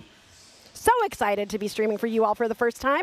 And then we've got Pittsburgh, who you saw this morning, Mad Catter, Pound Cake, Susan B. Agony, Gorilla Biscuits, Squid A, El Diablo, Tricky Vic, The Joker, Huffle Ruff, Jammer J, Deer Dance, G-Force, Big Rig, Rubinator, Peanut Cutter, Punch Buggy, and Kitty Killjoy. A big, big shout out to all of the volunteers here at In Between Games. We were able to go over and get some amazing pulled pork sandwiches being served and cooked by skaters and family and everybody from Kalamazoo Killer Beez, who are wonderful hosts of this tournament. And as we get started with this game, your first lead jammer is going to go to Pittsburgh and the Joker. Dead Velvet is very close behind, though, and these two skaters are going to race to the pack. The Joker takes the outside and starts calling it as he comes in, preventing Beat Gen from getting on the board, and Pittsburgh is going to get 1 point to start the game. For those of you who have never seen Derby Date Night, we like to give you some good derby and some bad jokes. We are a little silly. We like to have a little fun. We've got a Beat Gen jammer starting way in the back in between turns 3 and 4. Everybody was really excited to have Beat Gen here. I was asking, I was like, okay, so what do you guys know about Beat Gen? And everybody was like, not much. And it's so much fun to come up against a team that we don't know much about, that we don't, these junior teams, a lot of them play each other again and again and again. Deer Dance is through on the inside line and will be your lead jammer for Pittsburgh. Slam is the jammer for Beat Gen, and Slam is currently pulling that pack apart at the front. Deer Dance in the pack on a first scoring pass. Sees a space on the inside and is able to get through. Meanwhile, Slam is fighting a tripod. Some of the offense coming in to help out Slam. Deer Dance is coming around on a scoring pass, having already scored 4 points for Pittsburgh, and calls that jam. 2 more points for Pittsburgh, bringing them to 7 points. Beat Gen yet to get on the board, but I have a feeling it's going to be happening because these games have been close and fun. So I know that Beat Gen comes from they're associated with Flower Power Roller Derby in Canada, and they come from a conglomeration of multiple cities in Canada. Those of you who might be watching from Canada, if you want to let us know what those cities are, that would be super helpful. Pound Cake jamming for Pittsburgh and Bash and Bones for Beat Gen. Pound Cake is out quickly as your lead jammer. Third lead jammer status in a row for Pittsburgh. Meanwhile, Bash and Bones is at the outside of the track, now in the middle behind a tripod, has taken the star off, so might be looking for the pivot. Pound Cake is trying to get through on a first scoring pass, takes a hit out from Speedy Petey or Poison Dart Frog,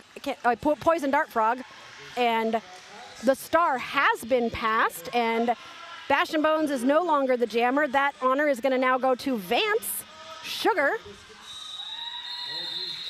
and they are going to force the call off, and also get 1 point for Beat Gen, and Beat Gen is on the board. Woohoo! Getting started real quick here with this third game. Now, this is the last game of the day today, but tomorrow we will have 3 more games. All of the teams you see today are going to play at least one more time tomorrow. So we will have Kalamazoo, Indianapolis, Pittsburgh, and Beat Gen all playing in 1 or 2 games tomorrow.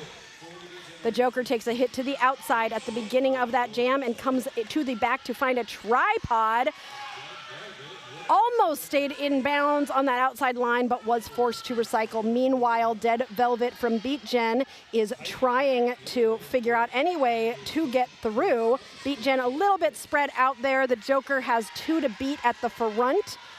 Dead Velvet is on the outside line, hoping to get the first lead jammer for Beat Gen, and does so. Dead Velvet is your lead jammer. The Joker continuing to struggle at the back of the pack. Still has the star on, takes a great hit from Killer Cupcake, and it ends up with a track cut. So this is now going to be a power jam for Dead Velvet and Beat Gen. Dead Velvet up on 1 foot on the outside line, manages to stay inbounds, and is going to be able to come around and try and score some points. I got to get my sound effects machine ready because we might be headed for a lead change here. Not quite yet. We're going to keep it a 1-point game. Beat Gen is going to freeze the Joker in the penalty box so they can start this next jam as a power jam for Beat Gen. And the Joker is still sitting, so this penalty will go for longer than 10 seconds. I think he was there for a little while, so he doesn't have much time left on that penalty. You can watch him in the IJRD penalty box at the lower right-hand corner of your screen. Sirius, I think if I'm not allowed to eat, you can't either. It's a really good pulled pork sandwich, though, isn't it? He's like, that was my first bite. All right. Adislam did exactly what Beat Gen wanted at the beginning of that jam and got lead jammer and is in on a scoring pass. Meanwhile, the Joker got out of the box, is currently on an initial pass, so not currently scoring eligible. The Joker has to get through this pack 1 time first, which he just did. So Adislam has scored 4 points. That is a lead change. Is Pittsburgh really at 13? So it's a tie? Not a lead change? Tie. Woohoo! Melissa says, let's go Beat Gen, love Twitch. Bean Lover says, go Beat Gen. And the Rig Father says, go Stella. Let's go Pittsburgh. Where are you all watching from? I love finding out where people are watching from. We've had people from all over the place today. We've had Netherlands, Australia, Ohio, Utah, California, Washington, of course, Indiana and Michigan,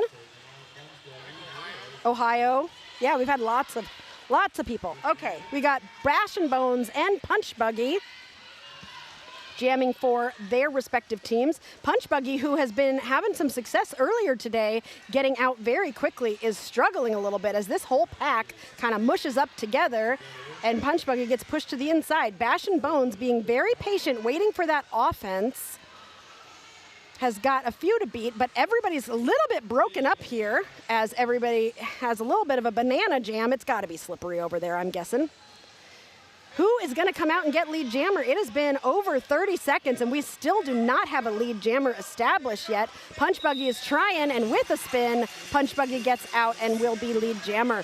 Bash and Bones continuing to pull that pack apart at the front, has got 2 to beat as Punch Buggy comes in on a scoring pass. Punch Buggy gets pushed to the inside, and there is a Beat Generation skater headed to the penalty box. So Punch Buggy will be recycled to the back. Bash and Bones has the star off, but is spinning at the front, and that spin, so many jammers using the spin to be able to stay in bounds. It is very effective for jammers, and Bash and Bones is through and will be eligible to score points, but Punch Buggy is going to call that jam. All right, we have got people from Alberta, Saskatchewan, did I say that right? Saskatchewan, and Kentucky. Okay, there's some new places. We don't usually have a lot of Canadian viewers. So fun. What are you pointing at, Sirius? The penalty box. We have 2 Beat Gen skaters currently in the IJRD penalty box, sponsored by Indianapolis. Uh-oh, the bucket's getting passed. That's never good. Okay, good. The coach is blocking it. Dead Velvet jamming for Beat Gen, and Deer Dance only has 2 to get past. For Pittsburgh, Deer Dance is your lead jammer. Coming out of the box, Deer Dance finds, that was some nice blocking by the Beat Gen blocker, Tank of Terror, or McElstrom.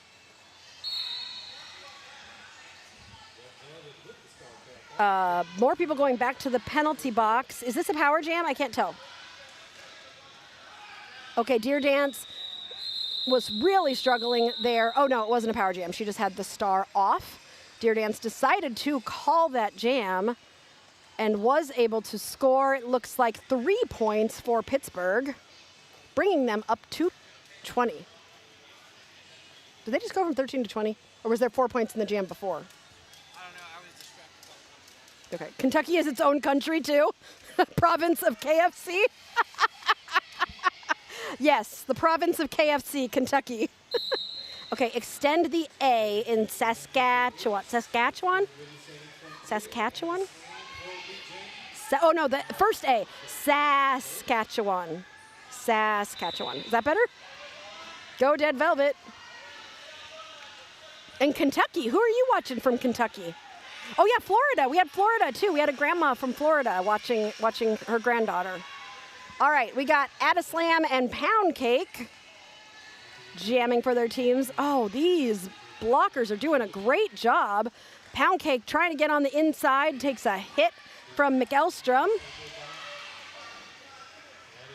Addislam trying to pull that pack apart at the front, 2 to beat, but having a hard time. Mad Catter and Diablo doing their best to hold. Addislam trying to get that no pack called, and Addislam gets through and becomes your lead jammer after a minute. These lead jammers are taking forever to get a stat. Like, considering earlier today we've been seeing, 5-second lead jammer, 10-second lead jammer. We are seeing 30 seconds to, Melissa said, better-ish. Okay, during halftime, I might look it up so I can learn it. Saskatchewan. Saskatchewan. I'm going to look it up at halftime, and I'm going to be perfect later. We'll see. You should have heard me the first time we announced for Louisville. Louisville, I couldn't say, and Cape Girardeau, I struggled the whole entire game. But Louisville took me a good, 3 games to finally get it. I don't know my geography, but I can pronounce things once I learn them. Pittsburgh maintains the lead 22-17. And we are almost halfway through this first half. It's going fast, even though these packs are slow. Quick lead jam established by Vance. Vance is coming around on a scoring pass. And it looks like, who is that? Punch Buggy was able to get out. Vance has scored 4 points, looks to the bench to say, what would you like me to do? Looks like we are going to run it. So Punch Buggy will have a chance to try and score some points. Punch Buggy's stuck in that pack while Vance comes through the pack. Ooh, when Vance gets some speed, Vance can make it through that pack. Definitely. Punch Buggy was able to get through for 4, but Vance currently has scored 8. That was a lead change. Melissa said, solid effort. I appreciate you, Melissa. I'm completely butchering the name of your city, and you are trying to be encouraging. I'll get better. We grew up in a city Yeah, we grew up in a city called Puyallup, so hardly anyone can say that. It's Puyallup. No, Puyallup. He is seriously saying all the different ways that it is said incorrectly. Puyallup. Puyallup. Puyallup. The Joker and Dead Velvet. This is a 1-point game. Woo-hoo. Sugar says she hates to jam, but look at her killing it. Really, really good. Also, does she go by Sugar or Vance? Because both names are on the roster. So knowing which one she would prefer would be great. Dead Velvet is your lead jammer. This is going to be a good game. I can feel it. The Joker also able to get out. The Joker busting through the pack, grabbing 4 points, but it is Dead Velvet who controls this jam right now. Oh, takes a big ol' hit to the inside. See, that would have broken my tailbone. Just dead. But juniors are like, I'm good. I don't understand how they're so pliable. I see two refs were like, oh, that would hurt. Oh, ow. All right, looks like we have got Addislam for Beat Gen. up against Deer Dance, but we are first going to have a timeout. And here on Derby Date Night, when we have timeouts, we call her Sugar, but I'm not sure. Okay. We'll call her Sugar too. I like it. Sugar's fun. Okay. Since the theme of this tournament is Spring Sting, the jokes that we have this time are all about stinging. And today is bees. What does a honeybee never like to see in her wardrobe? Yellow jackets.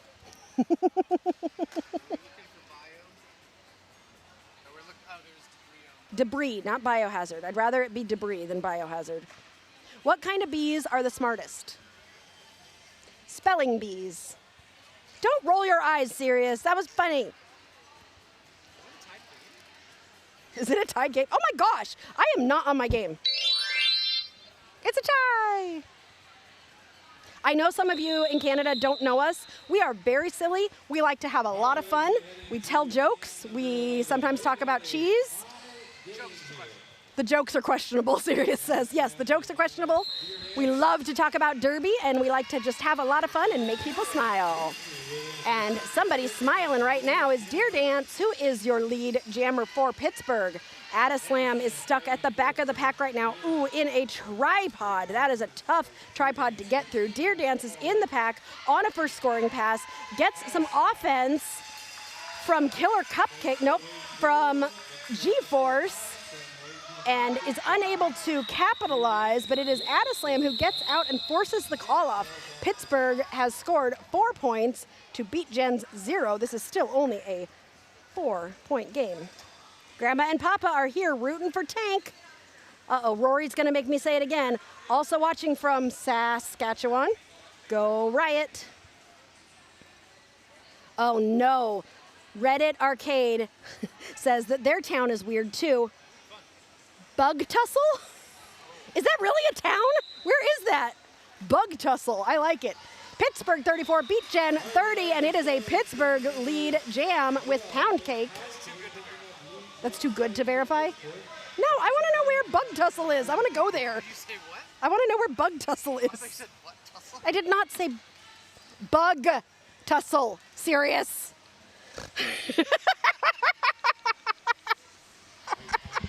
Oh my gosh, Pound Cake through the pack for 4 points for Pittsburgh. Bashin' Bones is getting pushed to the inside by Diablo, who's pulling Bashin' Bones back. Bashin' has the star in hand with a spin on the inside. That jam is going to be called by Pittsburgh. Oh, Rory said I said it really good that time. Woohoo, I have no idea how I said it.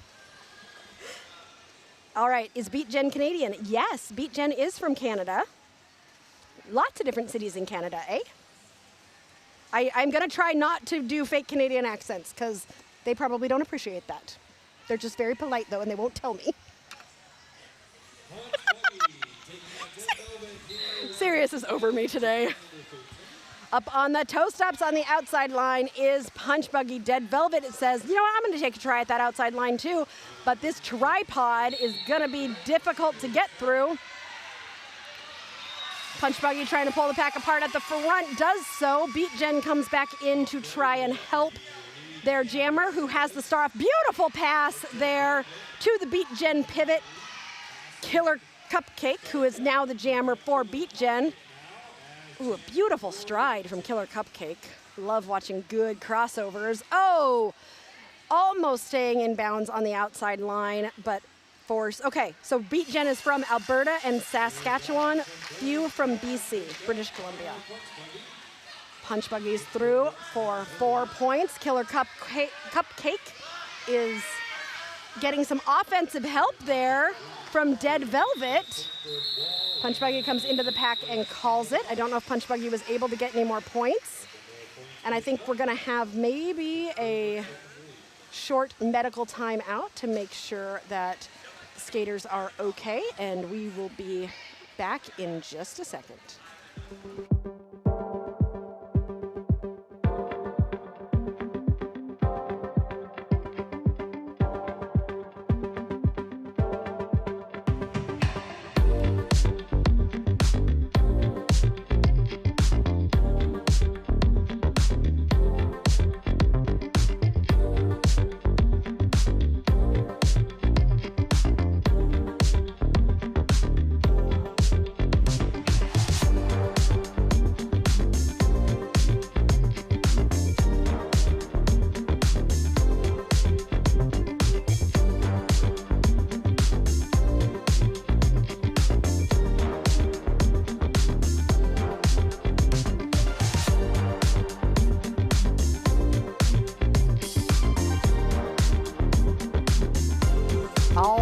our backup skater is okay and was able to go back to the bench accompanied by their coach. Does the Canadian team have to all get passports and stuff just to play in Michigan? I do believe so. And I know that there's a lot of American teams here in like the upper Midwest.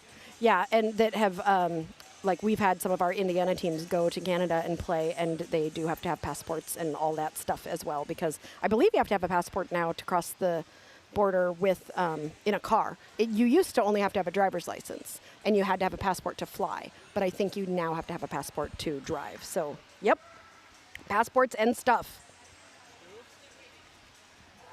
What's happening? All right, I think they are resetting the time, the jam timer, who Derby Date Night, we affectionately call the jam timer the 5-second Tweety person, because I couldn't remember what a jam timer was, so that's what we renamed them to. You've not seen a game with different country teams. I know! Isn't this cool? Oh, and it costs money. Yes, thank you, Roller Derby 24/7. Coach Eric from IJRD jumping in to say it also costs money to go to Canada. Absolutely. All right, we have got Tank of Terror for Beat Gen up against Punch Buggy. Punch Buggy's in the box. So this is a power jam for Beat Gen, which is exactly what they wanted, as they are trailing right now. So this is a great opportunity for Tank and Beat Gen to come in and try and get some points while Punch Buggy waits in the IJRD penalty box. Punch Buggy is standing, so less than 10 seconds on that penalty. Tank is beautiful workaround, swinging that body around the blocker to be able to stay in bounds and grab 4 points for Beat Gen. Punch Buggy is out of the box and coming into the pack. This is Punch Buggy's initial pass, so Punch Buggy cannot score points right now. Punch Buggy still has to complete that initial. Punch Buggy takes a tumble, and One Hit Willow is going to pull Punch Buggy to the back, while Tank has scored another 4 points and is coming in on another scoring pass. And I think we might be having another medical timeout. So we will be just a second again, and we will be right back.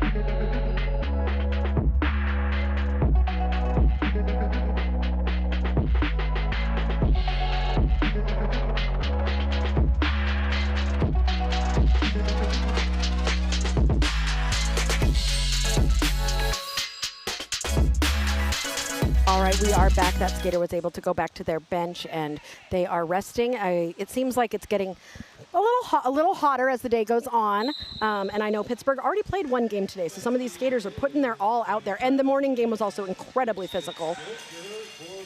And clearly this one's going to be too. The Joker is your lead jammer for Pittsburgh, who still leads by 5 points.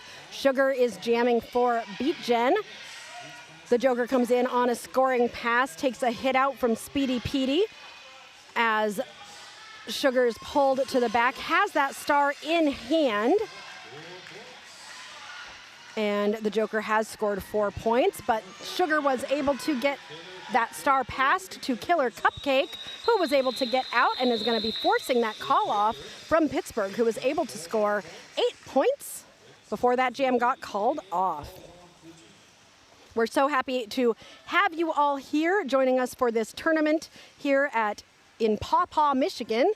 The Spring Sting. I think they said this is the first time Kalamazoo Killer Bees have hosted a tournament, so they are doing a fabulous job. We have been so grateful to all of the volunteers and everyone, and we are so excited to right now be streaming our very first international team. And Pittsburgh, who we've loved for forever, pretty much. And if you're here, go get a pulled pork sandwich. Sirius says, he says it's an amazing pulled pork sandwich. It's so good. They are spoiling us for sure. Deer Dance is your lead jammer for Beat Jen. Dead Velvet is jamming for... Deer Dance is your lead jammer for Pittsburgh. Dead Velvet is jamming for Beat Jen. All 4 blockers from Pittsburgh focused on Dead Velvet right now.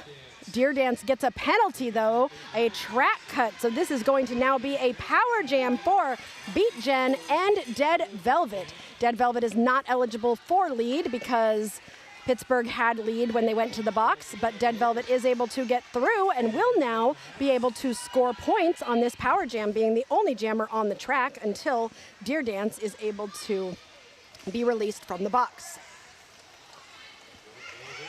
Red Velvet finding Diablo at the front, gets slowed down but not stopped, and Beat Jen now has 47 points. They are within 9 points of Pittsburgh. This is exactly what Pittsburgh did not want. Deer Dance has been released from the box and will have 50 seconds to score as many points as she can. Deer Dance stuck in that pack, gets some offensive help from Diablo. Beat Jen aware that Deer Dance was on the outside, and Deer Dance has to yield and comes back in. So physical. The physicality of these games today has been just fabulous. Deer Dance is able to get through to grab 4 points. I think the star was passed to She-Hulk, who will now be the jammer for Beat Jen. She-Hulk has gotten 4 points for Beat Jen. This is still a 9-point game as Deer Dance has decided, it looks like, to be a blocker. Little bit of a tumble, and I think people are going to come out with some points. And I think we're going to have another medical timeout. I'm concerned with Pittsburgh's how hard they fought in the first game. So I think we're going to take a breath, make sure everybody's okay, and we will be right back.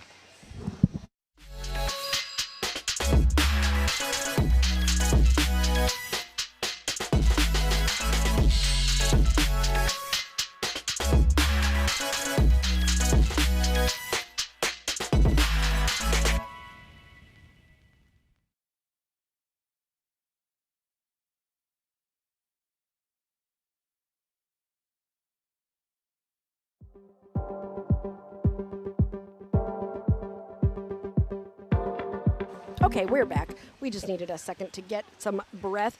Sirius was just saying, he's like, it doesn't feel hot to us right now, but we can feel heat coming off of the, skaters. Oh, your gear? Yeah.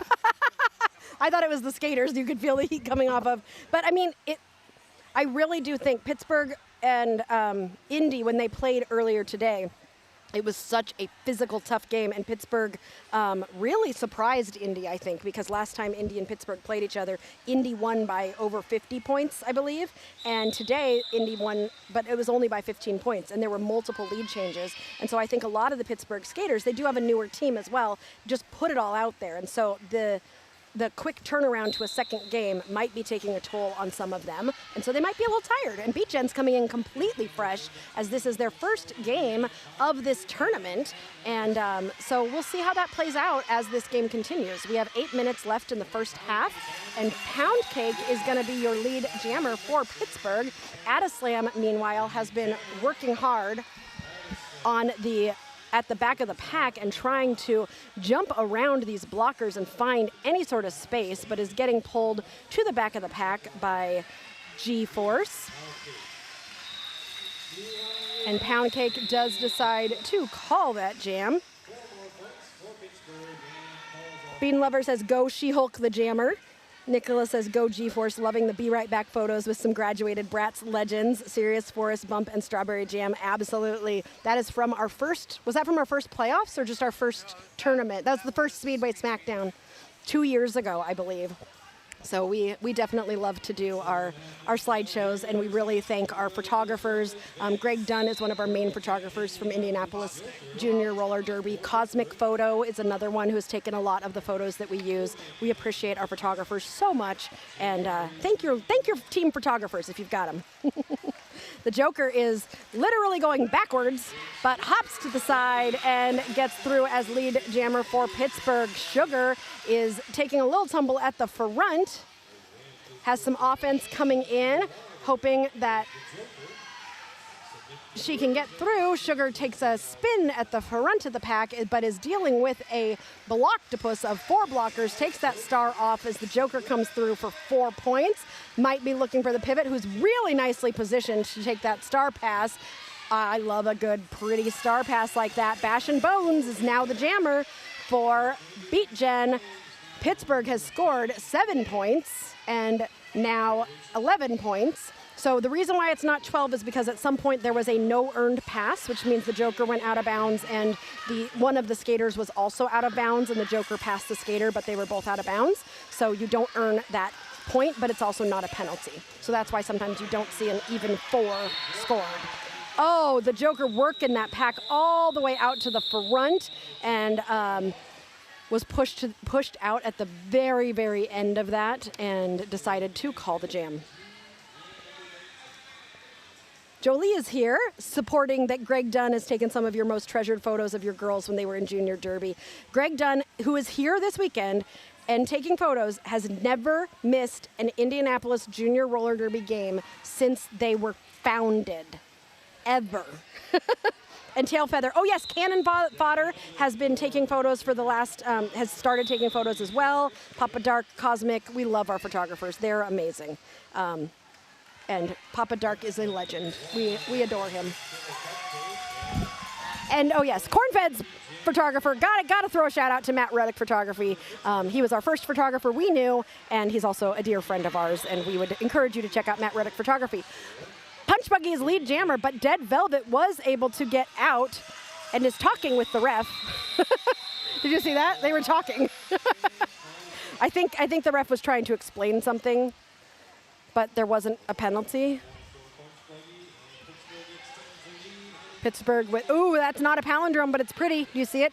Do you see it, Sirius? There's a debate about who gets to go further back. Oh, the jammers are deciding who gets to go further back. Well, they can go all the way to the pivot line, can't they? If they want, if the jammers want to. They can. I've had that discussion with people. They can start from way, way back if they choose to. They just can't be accelerating, I think. They can be coasting, yes. Poison Dart Frog, that is jamming for Pittsburgh. No, that's not Poison Dart Frog. That is Pound Cake.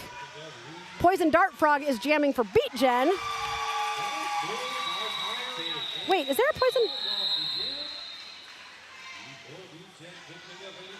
Okay, I got confused. There's a Poison Dart on IJRD. I'm working on my brain, everybody. Linda is cheering from, oh no, Linda, this one's gonna be hard to say. Cheering from Ardrey, tell me if I said that right, She-Hulk, Addie Slam, and Speedy Petey, or is it Speedy Perry? Speedy Petey, love Grandma and Grandpa. Oh, I love grandparents coming into the chat.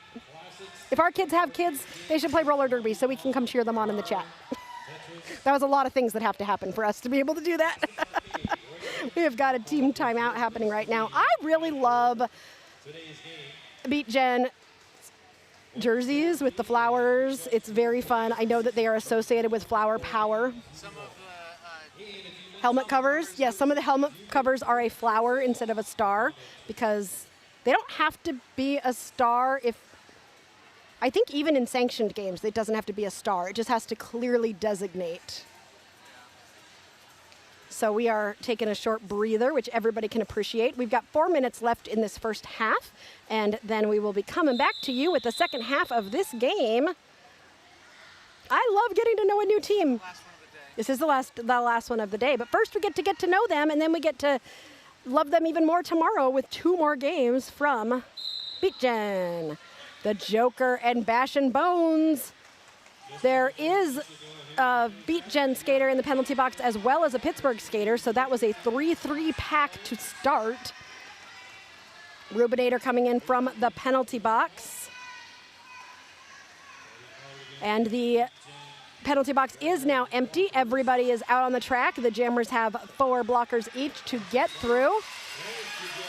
And it is the Joker who is coming out with lead jammer. The Joker comes in, spin, spin. I love seeing those spins. And One Hit Willow took the star, and the Joker, as he's passing One Hit Willow, they both just kind of smiled at each other. I love it when jammers do that. One Hit Willow is like, I'm going to be right there, and both jammers are going to hit the pack at the same time.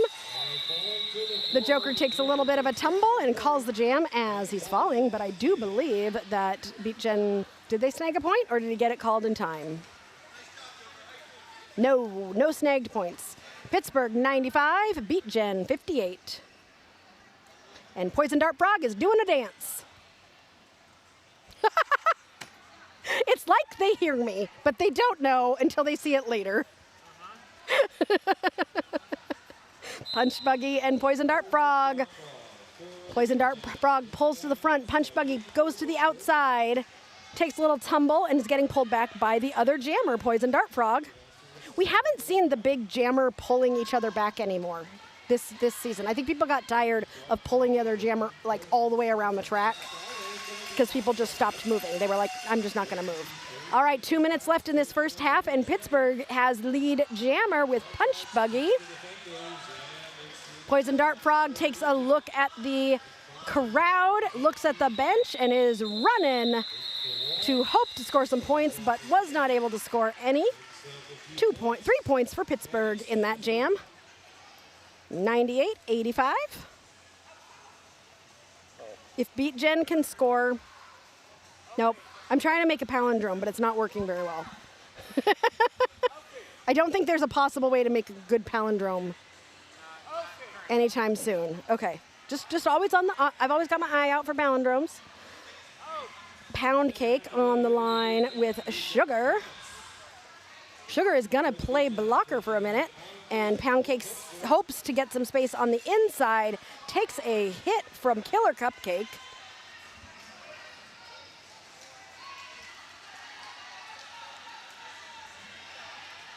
We will be nominating 4 people, 2 blockers and 2 jammers, 1 from each team, to be in competition for Skater of the Game. The Derby Date Night Skater of the Game is a sticker that we give out only to 1 skater per game that we stream. So we will choose 4 people during halftime that you will then get to vote for, and whoever wins will be your Skater of the Game. So if you have somebody that you think should be nominated for Skater of the Game, please let us know in the chat. Let us know who they are and why you think they should be nominated for Skater of the Game. What have you seen them do in this game that was really great?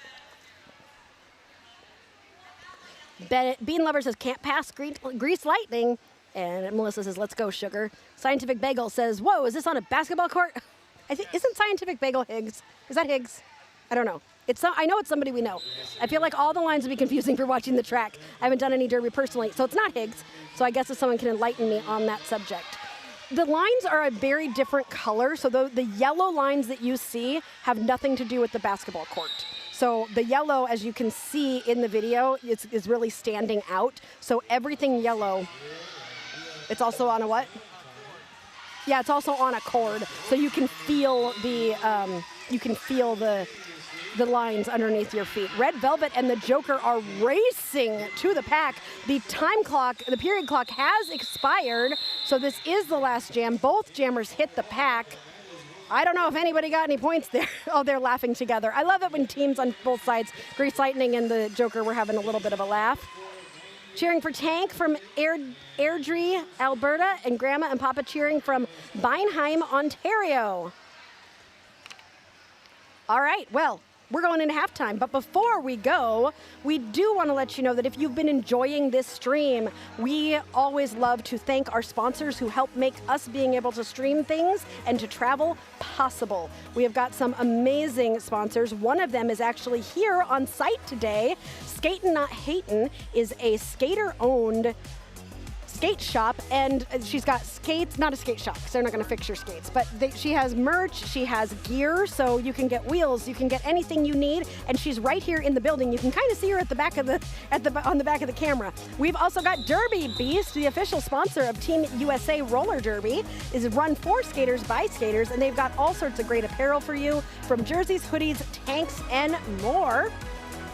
We have also got Ryder Legal Services. Melanie Ryder is a skater and a lawyer and will help you with all sorts of different things. Your team, if you are working on things like becoming a nonprofit or doing any business type things with your team, she would be a great person for you to reach out to. And lastly, our biggest sponsor of all are our Derby Date Night Third Wheels. You could be a third wheel if you wanted to. You can choose from 3 different membership levels, anywhere from $2 a month to $10 a month. This is how we make streaming possible. So if you want to help support us, you just scan that code and you can become a third wheel and be recognized during every single game, just like these skaters and friends and officials, and we have so many different types of people in our third wheel community, and we adore every single one of you, and we thank you in every single game. And with that, I get to go finish my pulled pork sandwich now, so I'm gonna let you know, I'm Aria Kidding Me. Don't forget to make the kid in you smile.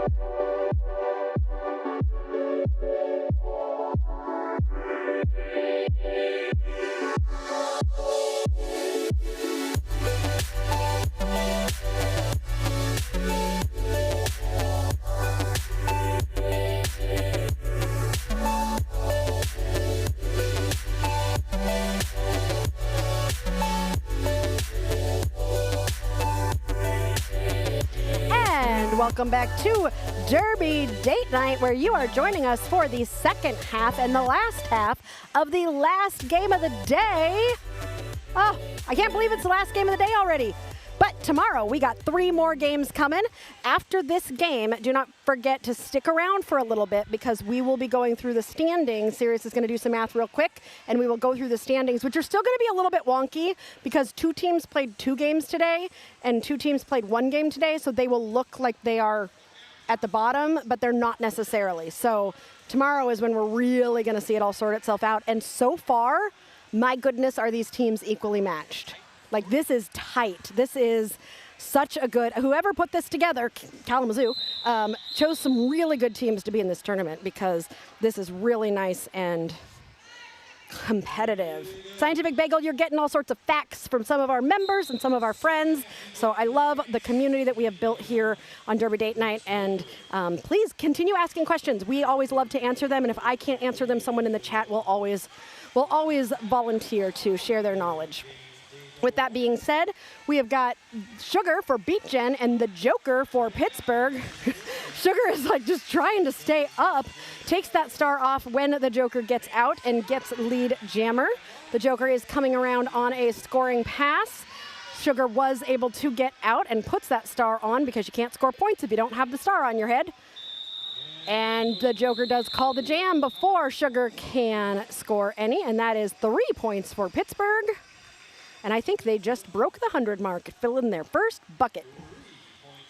Joyce is cheering on Beat Generation from Calgary. I love that there's so many different. We need to go on a trip to Canada, serious. Our youngest son, he really wants to go to Canada. He doesn't care where in Canada. He just wants to go to Canada. I'm not sure what he thinks is in Canada, but he just really wants to go to Canada. So we gotta make it happen at some point. Punch Buggy and what is that? Dead Velvet. Oh. Diablo was, I don't know what was going on. Diablo was upset about something or excited about something. They look kind of the same. Dead Velvet is your lead jammer. Punch Buggy was able to get through, is about half a track behind. Dead Velvet controls this jam right now. Punch Buggy is also scoring points. Punch Buggy takes a tumble at the front of the pack. Dead Velvet is able to get through. That pack swallows Punch Buggy back up. Pittsburgh coming in to provide some offense on the outside line. Dead Velvet coming around hoping to score a few more points here before Punch Buggy can get out. Dead Velvet comes into the pack and hits those hips.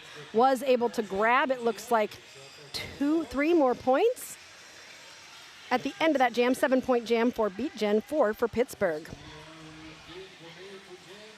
Eric, that is something we say in the adult derby when we hit 100 points, but in the junior derby, we're going to keep it with filling buckets because we're going to keep it, well, first base is PG. So I guess we could still say first base, but no more bases. No more bases with the juniors. You can get to first base, but no more bases. Then it becomes buckets. I just totally did what Sirius told me not to do. Yep. Shout out GeForce22, cheering Beat Generation on from Airdrie, Alberta. Go Addislam. And we have got Addislam, speaking of, is your lead jammer for Beat Gen and trying to score 4 points right now. Deer Dance jamming for Pittsburgh. Addislam getting some help from a fellow blocker. Addislam is through for 4 points. The star was passed to GeForce. A big hit and a big fall. And we are going to have a timeout called. The skater is already up and seems to be doing okay. So it was kind of called for an injury. Okay, well, while they figure that out, everyone is telling me why to go to Canada. I love you guys. You're the best chat. Poutine. Oh, poutine. I've never had real poutine. I've only had Steak and Shake's poutine, which is... That sounds like that's an abomination. I know, it probably is an abomination. Ketchup chips? Ketchup chips? When Now, I did go to Canada last year, but on the other side of Canada, like on the west side, because we took a cruise to Alaska, and we did get to cross the border into Alaska, and we were able to get some really good chocolate. Yep. Seriously, I thought you were going to say something. You just said, yep. Let's see what else. Good poutine. My daughter said great maple syrup. Okay, we got to make a trip. Maybe, because Sirius and I, you know we like to travel for Derby, so maybe we could just travel to, like, watch the Beat Generation, where they play. That'd be fun. That would be fun. Okay, we have to vote on our skater of the game. Sirius and I chose 4. Sirius was busy. I chose 4 skaters that you are going to choose from to vote for skater of the game. For those of you who don't know Derby Date Night, these stickers are so coveted. There are skaters who want this sticker so badly, but it is so incredibly hard to get because 1, we have to be streaming your game. 2, you have to get nominated, and only 4 people get nominated. And 3, you have to win the vote by the chat to be able to become skater of the game. You can vote once. You cannot change your vote once you have voted, and we will close this poll when there is 5 minutes of game time remaining. Here are your nominees. And you can only get it once a year. That's true, too. Sugar, speaking of one of your nominees, is lead jammer for Beat Gen. Meanwhile, Pound Cake is trying to pull the pack apart at the front, and Sugar is through for 4 points. Beat Gen doing a really nice job in this as the second half gets going of chipping away at that lead that Pittsburgh has established. The score is pretty, but it's not a palindrome, but it's pretty, and it's about to change again. Ooh, a little bit of a tumble up between a few people.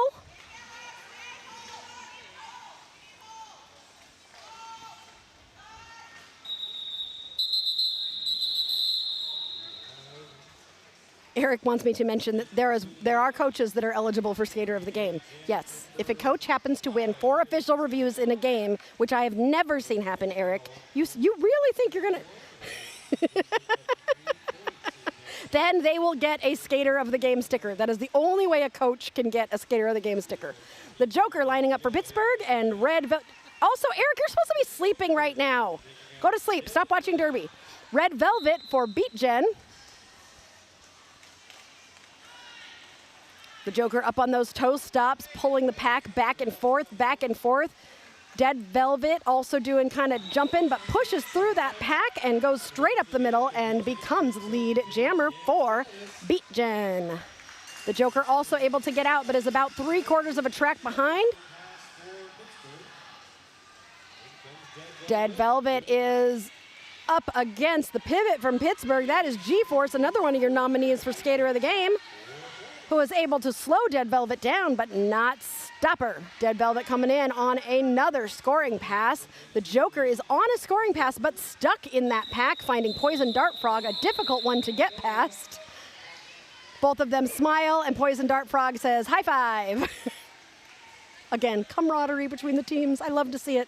One of my favorite things that happens in Derby is when somebody just lays you out with a huge, giant hit, and you go down and you look up at them and they're like all concerned, and then you go, good job. That was a great hit. Because I always felt so horrible when I hit people out, and then sometimes they get up and be like, yeah, that was great. And I was like, okay, you're okay? Good. Timeout being called by Pittsburgh, which means I get to tell you more jokes. Eric, you can go to sleep now.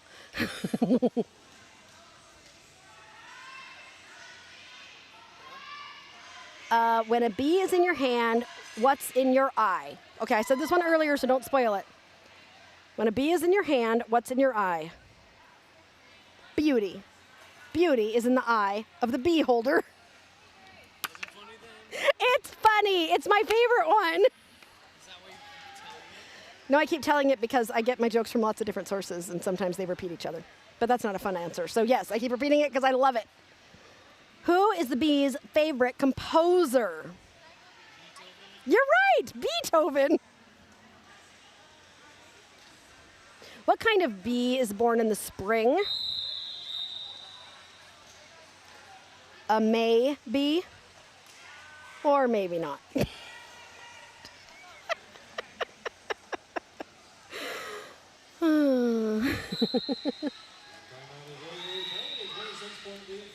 Okay, back to the game.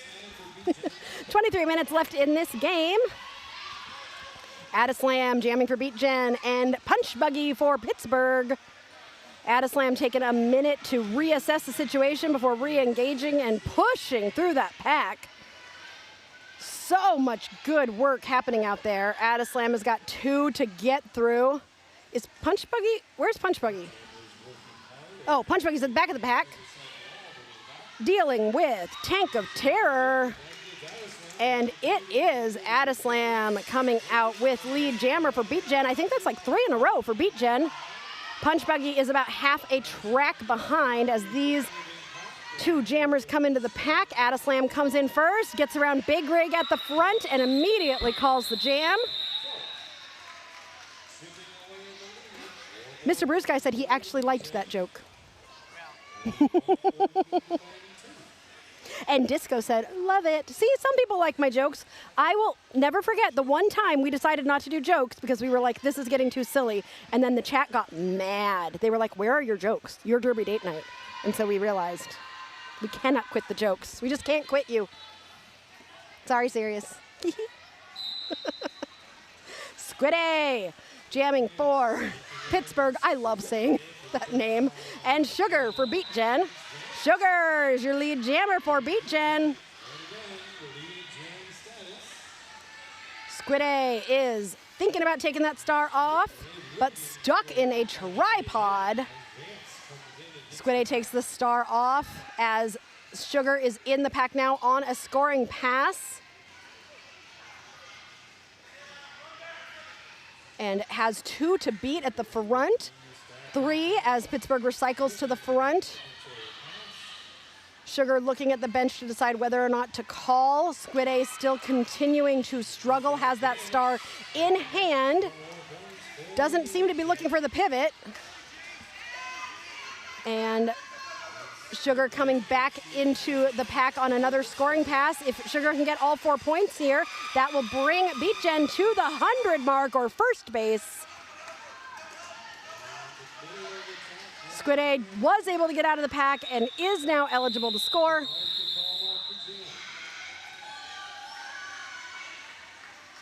And forces that call off.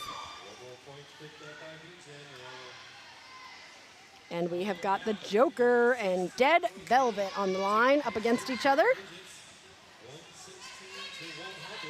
100 to 116. Beat Jen has worked on those. Chipping away to get close to Pittsburgh. We haven't had any really big jams.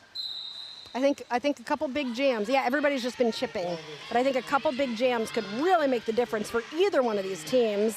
That was a really nice hit. It did not look very big, but it was enough to change the trajectory of the Joker. And again, okay, which skater is that with those hits? What is the number? She-Hulk. That was so good. And the Joker cannot get through. Dead Velvet is in the pack on a scoring pass. The Joker usually, oh no, Dead Velvet got a penalty. So this will now be a power jam for the Joker, who is still on his initial, but is able to get out with the advantage of that power jam of having no other blocker out there. So all the blockers can focus on helping with their offense. Dead Velvet is still sitting in the penalty box. The Joker battling Tank of Terror at the back. Diablo coming back in from the penalty box to help out, tries to break apart that tripod to help the Joker get through. Dead Velvet is out of the penalty box and back in the pack. The Joker continuing to try and work through. One hit Willow and She-Hulk. Diablo looks like headed back to the penalty box. Tank of Terror being a terror on the Joker as Dead Velvet comes out of the penalty box and through the pack for 4 points for Beat Jen. 22 seconds left in this jam. We are going to go the full 2 minutes as no one is lead jammer right now. Dead Velvet through for another 4, bringing them within 8 points of Pittsburgh. I love roller derby. Can I just say that? Dead Velvet back in the pack again. on another scoring pass, and that is another 4. Brings Beat Gen within 4 points. That's right, 4 points. I love a close game. And we have got us 2 jammers. Bean Lover says, yeah, you can't pass She-Hulk's inside line. No, and She-Hulk kind of hides in there too. And then when you try to get the inside line, it's like, boop, boop, gotcha. All right, Addislam up against Pound Cake. Pound Cake out as your lead jammer for Pittsburgh. This is the first lead jammer status for Pittsburgh in a while, and Pound Cake is racing around as Addislam is being guided to the inside line, to the outside line, and Addislam takes that star off just in case she wants to hand it to the pivot. Pound Cake getting slowed down in the pack, trying to pull that pack apart, forcing people to have to bridge because you have to keep a pack, and that jammer is going to try to pull that pack forward. Ooh, there's going to be a no pack called soon because that's a big space between those. Oh, never mind. They brought it back together, and in all of that, Addislam came out and will be chasing. No, Addislam didn't get out. Pound Cake did with 4 points. Did Addislam? They were forced to yield. Okay, but Addislam did get out after being forced to yield. Pound Cake goes into the pack to grab a couple more points and calls that jam before Beat Gen can score any points. Yeah, Beat Gen's blocking is on point. I love siblings on the track. Shout out to Joker and Mad Catter. I didn't know Joker and Mad Catter were siblings. Thank you. I know who the siblings are for IJRD, but not for other teams. So if there are any other sibling pairs out there besides Joker and Mad Catter, oh, that's great. Let me know who are the sibling pairs. Neither one of our kids wanted to play Derby, but wouldn't it have been fun to have them out there together? I don't think they would. I don't think they would like Derby. When Noah, when he played soccer, he would lay down on the grass and just like pretty much play dead. He just would lay completely spread eagle on the track. We call him OMG is his Derby name. And currently he's home playing Dungeons and Dragons. So even though Dungeons and Dragons is a popular sport with Derby players, we could never convince our children to actually become Derby players. We have a volleyball player and so much dancing. It is, oh, yeah. Coach is getting in on the dancing action. You know what that was? I'm older than you and I danced when dancing was dancing. That's what that is. Wait a second, She-Hulk, Addislam, and Speedy Petey are siblings? All 3? Oh, nice. Punch Buggy, lead jammer for Pittsburgh. And Sugar is coming out. Wow, all 3 are siblings on Beat Gen. That's awesome.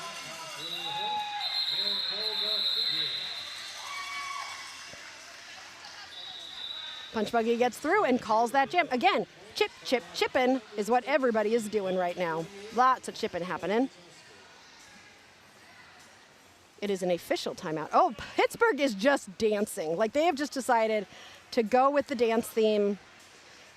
At least there's music being played when the dancing is happening. Because sometimes with juniors, it's not. Oh, we have gone into interpretive roller skating dance moves now with G-Force, who is currently leading your Skater of the Game poll. If G-Force wins, I would like this to be the celebratory dance of winning Skater of the Game. I love dancing. Oh, they're all having so much fun. Beat Gen's gonna have to get in on it at some point. But also, Beat Gen has a pretty short bench. They only have 13 people skating. You can have up to 15 on a roster. Oh no, they did turn down for what? And that's what's happening now. Of course. I don't think you can hear it on my... I can say the title of a song, right? I can tell you what they're dancing to. Have you guys ever been to a silent disco? It's so funny. When Sirius and I went on our cruise last summer, you can see by the colors of the earphones that people are dancing to a different song, and it is so obvious the different type, like everybody is dancing differently depending upon what color you are, and we just love it. Melissa says, shout out to the coaches, Cakes, Rennie, and Mal. Yes, we love our coaches, and we always want to shout them out because without them, well, we'd be in the penalty box a lot more for sure. And I don't know what this official timeout is about. Bum, bum. Okay, what? Do I have to tell more jokes? Oh no, I'm gonna run out of jokes. I have B jokes for today, and then I'm gonna have other things that sting tomorrow. So tomorrow we're gonna have jokes about manta rays. We're gonna have jokes about scorpions. We're gonna have jokes about pink eye. We're gonna have jokes about Sting, the singer. We're gonna have jokes about Bruce Springsteen. Is there other things that sting that I can find jokes about for tomorrow? If you guys can think of things that sting. A slap stings your cheek. Oh, Sirius said slap bet, which is from which TV show? Somebody, I'm not telling it. Somebody is gonna know. What is the slap bet from? Give me the TV show. This is trivia time. Trivia time with Aria.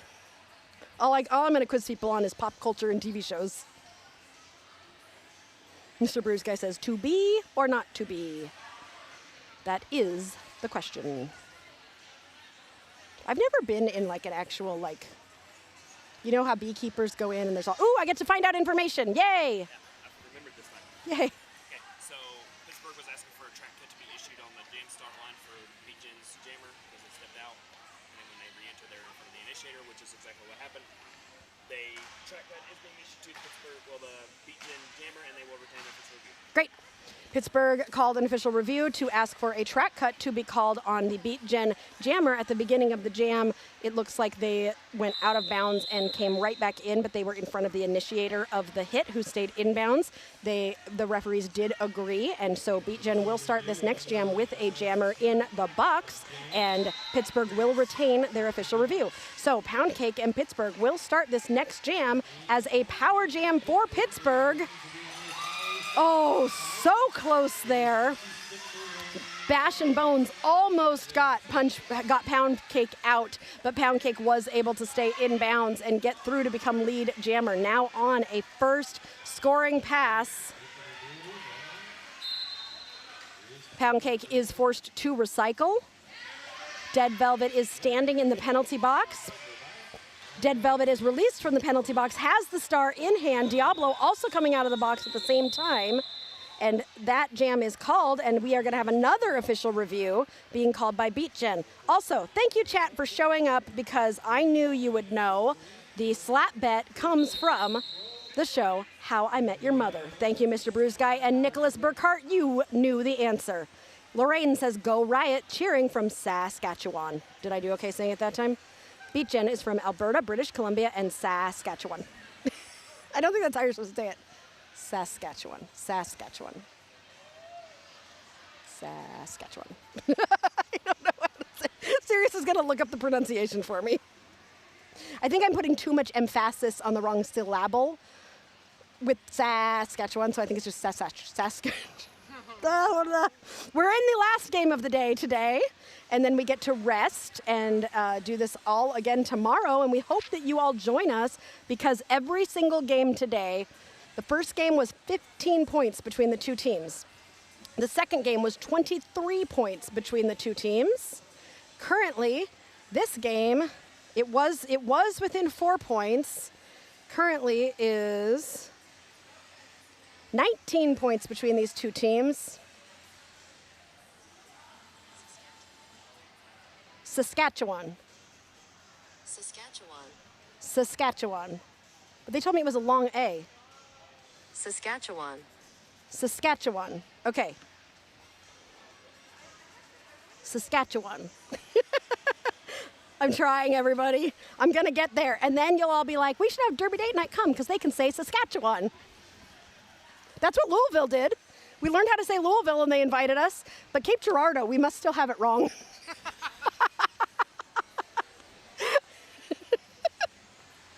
Okay, B jokes.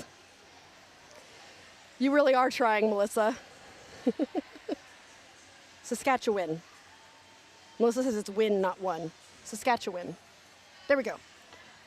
I'm gonna get it. Okay, fellow Derby kids, make some noise in the chat. Our resident NSO expert from Angel City Derby in California. You have to leave. I'm saying all these nice things about you. Tell the Beez kids to get their stuff together and win this one for me. No pressure. Saskatchewan. Got it, Melissa. Melissa has no idea. Melissa has no idea how serious I am. See, like you, seriously. I will go home and I will practice because I really do like to get these things right. And it's one of those things that's like an itch you can't scratch, you know? I have to figure it out. So don't worry, I'll be practicing. Ooh, Melissa said I got it. Yes, Saskatchewan. Because it's the Saskatchewan. Saskatchewan. Ha-ha, woohoo! I win. The last attempt was the best. Saskatchewan really has no emphasis on any letters. It's flat and boring. Oh no!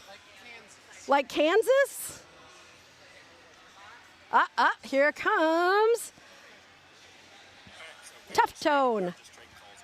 So Beat Jim was asking for a track cut at the end of the jam due to the skater going off the track, back onto the track, and then immediately calling it off. So oh yes. Immediate their reaction while standing upright resulted in a track cut. They will return their official review. Okay, so we're just trading official reviews here. This is from Tough Tone, our head skating official of the weekend. Beat Jen was asking for a track cut on the Pittsburgh jammer because at the end of the jam, they went out, they went back in, went out. A lot of stuff happened and a cut happened. And so they called the jam immediately, but there was a cut there, and so that cut will be assessed. And Pound Cake will start this jam in the box, and Beat Jen will now have their own, oh no, never mind. This is a jammer bounce where one jammer sits and the other jammer stands, and they are released from the penalty box. So Pound Cake comes out of the penalty box and gets lead jammer because Pound Cake started in the box, so still retained the ability to get lead jammer. And Dead Velvet will only sit in the penalty box for as long as Pound Cake sat, and now both jammers are out on the track, and the penalty box is not quite empty. There is a Pittsburgh blocker in there. So we only got 3 Pittsburgh blockers out there. Dead Velvet is working her way through. It's getting hotter, yeah, I can feel it. I'm kind of glad we're ending on earlier in the day because I wouldn't want to be here in like 3 hours when it's going to get real hot. Dead Velvet able to get through. That was an initial pass, not a scoring pass. Dead Velvet comes in on a scoring pass. Pound Cake still controls this game, is currently on a scoring pass, is able to get through to grab 4 points for Pittsburgh. Pound Cake currently on a scoring pass. Dead Velvet takes a little bit of a tumble. And Pound Cake up on those toe stops, goes to the outside line and is able to get through. Dead Velvet past the star to Tank of Terror, who is now your jammer for Beat Jen. Pound Cake comes in, goes to the outside line. Both jammers scoring points here. Pound Cake getting a little bit more stuck, and that jam comes to an end. 3 more points for Beat Jen. Lorraine says it is definitely not flat and boring. Just the pronunciation of it is. It is a beautiful province. Okay, now I'm gonna have to go. Bucket list added. Saskatchewan. I think I got it. Add a slam for Beat Jen. We are only 12 minutes left. The Joker for Pittsburgh. You only have 7 minutes left to vote for your skater of the game. G-Force is currently in the lead. Sugar is right behind. Killer Cupcake and Punch Buggy both with their own amount of votes as well. We got 44 votes, but 84 of you in here, so half of you have not voted yet. Go ahead and vote for your skater of the game. Punch Buggy. The Joker is your lead jammer for Pittsburgh, coming in hot to the pack, is able to bust through. Addislam takes that star off, might be looking for the pivot, but is also trying to get through. The Joker comes in on a scoring pass. And did the Joker call the jam, or is he just in the pack right now? Everybody stopped again. The whistle blew for a penalty and everybody stopped again.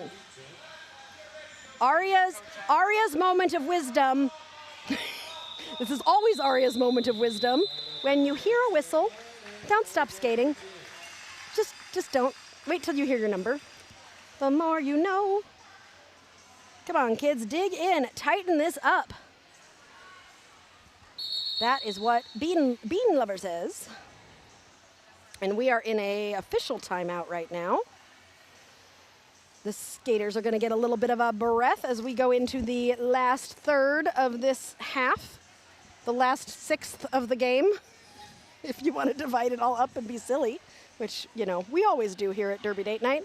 For those of you who are enjoying what we're doing and you haven't seen it before, we do have a membership program called the Third Wheels. You can come along and be a third wheel on our Derby Date Night.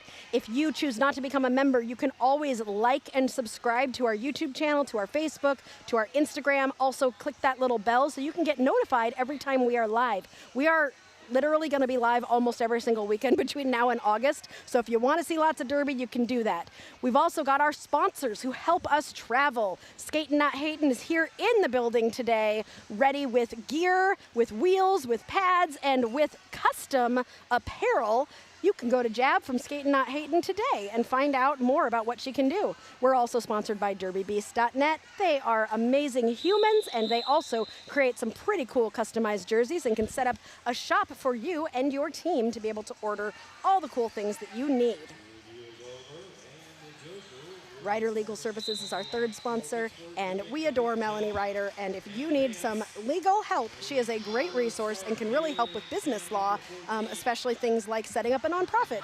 I know those skaters got all tangled up together, and it was like, if you don't move, I don't move, we're good. Okay, that pack is starting to speed up. Riot is literally just skating backwards during that whole thing, which I never would have been comfortable with. In a giant pack like that, the only person backwards, and Riot was just very comfortable doing that. Dang it, I said Riot's name and Riot went to the penalty box. Do not perceive them out loud or they will go to the penalty box. The Joker is through and is chasing down Sugar, who currently manages this jam. Sugar gets through, grabs all 4 points, and calls that jam, bringing Beat Gen to 127, Pittsburgh at 148. Beat Gen, okay, you're actually Coach Killerella, but you weren't able to travel this time. We are so happy to have you here and be able to watch even though you weren't traveling, so we'll just do a shout out for skaters who are re-watching. Coach Killerella was here the whole time cheering you on and ready to shout you out in the chat. Michi-chan recommends you to be a third wheel on Derby Date Nights. Even the third wheels can get lucky. The third wheels are so appreciated by us so much. We love our community. Punch Buggy is your lead jammer. There's only 4 minutes left to vote for Skater of the Game. Don't forget to vote. Punch Buggy through. Dead Velvet also able to get through. And these two, oh, some jammer on jammer. And Dead Velvet pushes Punch Buggy out of bounds, and Punch Buggy says, you know what, I'm just gonna call this. We're gonna call it good. Beautiful, oh, KFC. KFC. Hold on. KFC. Is there somebody who's KFC? Because earlier we were saying Kansas is its own province because they have KFC. Kansas, what did I say? You said Kansas right now. Yeah, Kansas. Somebody said Kansas is their own province. But Coach Killerella said, beautiful, oh, KFC. Okay, I'm going to guess. Killer Cupcake? KFC. Nope, I got nothing. You're going to have to tell me.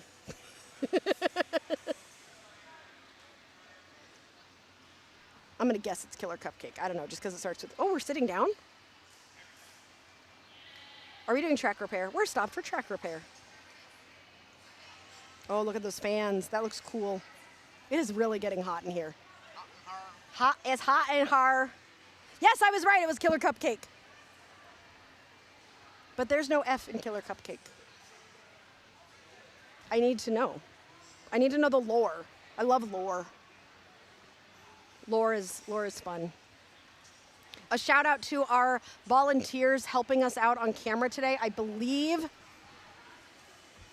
we've had Smooth for the first 2 games. We've had a Kalamazoo Killer Beez skater for 3 games today, helping us on camera. We could not, Derby Date Night is not as good when we don't have camera operators, and we really appreciate it when we can get camera operators to help us out. Yes, I love the jammer cover on Beat Gen too. The fact that they have a big old flower. Love it. I love it when jammer covers are a little bit different. It's always fun. Gives it a little personality. Pound Cake getting pushed to the outside and pulled back. Atta Slam at the front of the pack, trying to figure out how to break apart this tripod as they are doing some really nice recycling to the front. Pound Cake is at the back of the pack, hoping to get through, but it is Atta Slam who comes through first to become lead jammer. Rubinator with some offense to try and help Pound Cake, but Pound Cake is still stuck in the pack as Atta Slam comes around on a scoring pass. The star was passed to Deer Dance, who was able to get out of the pack, but Atta Slam is going to have at least some points here. Atta Slam calling for some offense as Deer Dance comes around. Deer Dance will not be able to score any points, though, as Atta Slam got 3 points. I love it when jammers put up their hands to say how many points they got, and then they look at the ref kind of like, I dare you. I dare you to put up a different number than I just did. And then I really like it too when the announcer puts up a different number. And the announcer is like, no. It's like this silent battle between the jam ref and the jammer. When the jammer is like, I got 2. And then the jammer's like, the ref is like 1.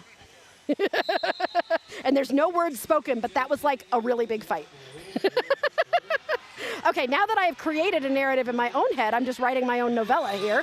Sugar and El Diablo taking a star for the first time today and coming out with lead jammer status with 7.5 minutes left in this game. El Diablo coming in on a scoring pass.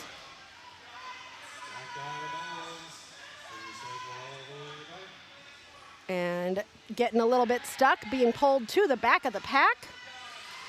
And El Diablo is able to get through. Sugar, I believe, has the star.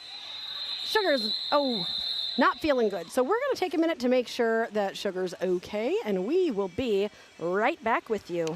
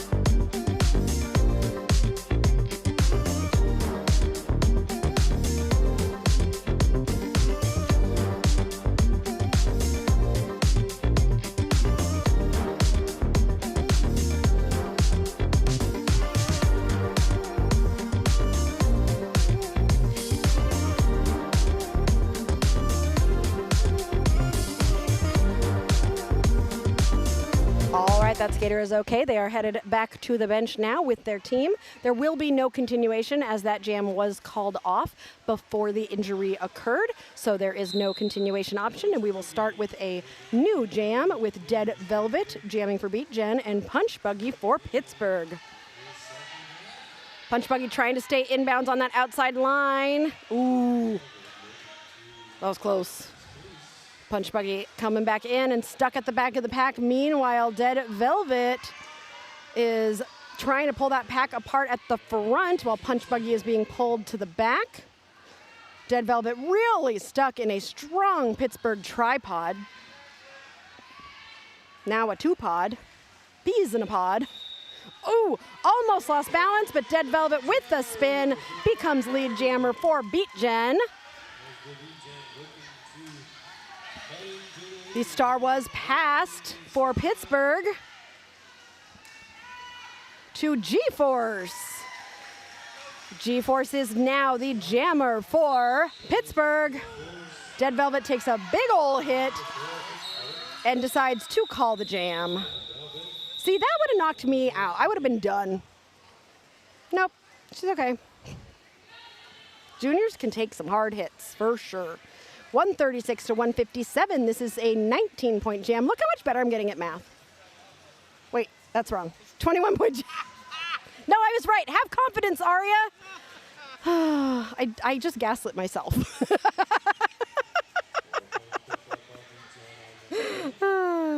Michi-chan says, even though they're outside of your districts, you've become a fan of nuclear free roller derby. Well, Michi-chan, we're going to get you to become a fan of a lot more teams if you keep watching Derby Date Night, and I know you will. And maybe we can get you some Midwest districts, too.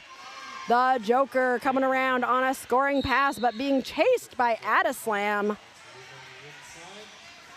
The Joker takes a little tumble, but is able to get back up and get through for 4 points for Pittsburgh. Meanwhile, Adislam got a penalty and is currently in the IJRD penalty box. The Joker hoping to take advantage of this power jam, but takes a giant ol' hit. Oh, it was a beautiful hit. What was that? Was that Grease Lightning? Nice hit there to slow down the Joker, but he is able to get up and recover. Adislam is standing in the penalty box, about to be released. The Joker has scored 8 points and is on his third scoring pass. Adislam is through the pack on that initial, so not yet scoring any points. So let's see if the Joker's gonna keep it going. Looks like, nope, Joker's gonna call it. After scoring 12 points for Pittsburgh, bringing them to 169. Pterodactyl says, yes, Velvet, good fight. And we have 4 minutes left in the jam, which means we get to close our Skater of the Game poll. Let's see who is our Skater of the Game is G-Force from Pittsburgh. Congratulations to G-Force, who will get the Skater of the Game sticker after the game. Congratulations. All right.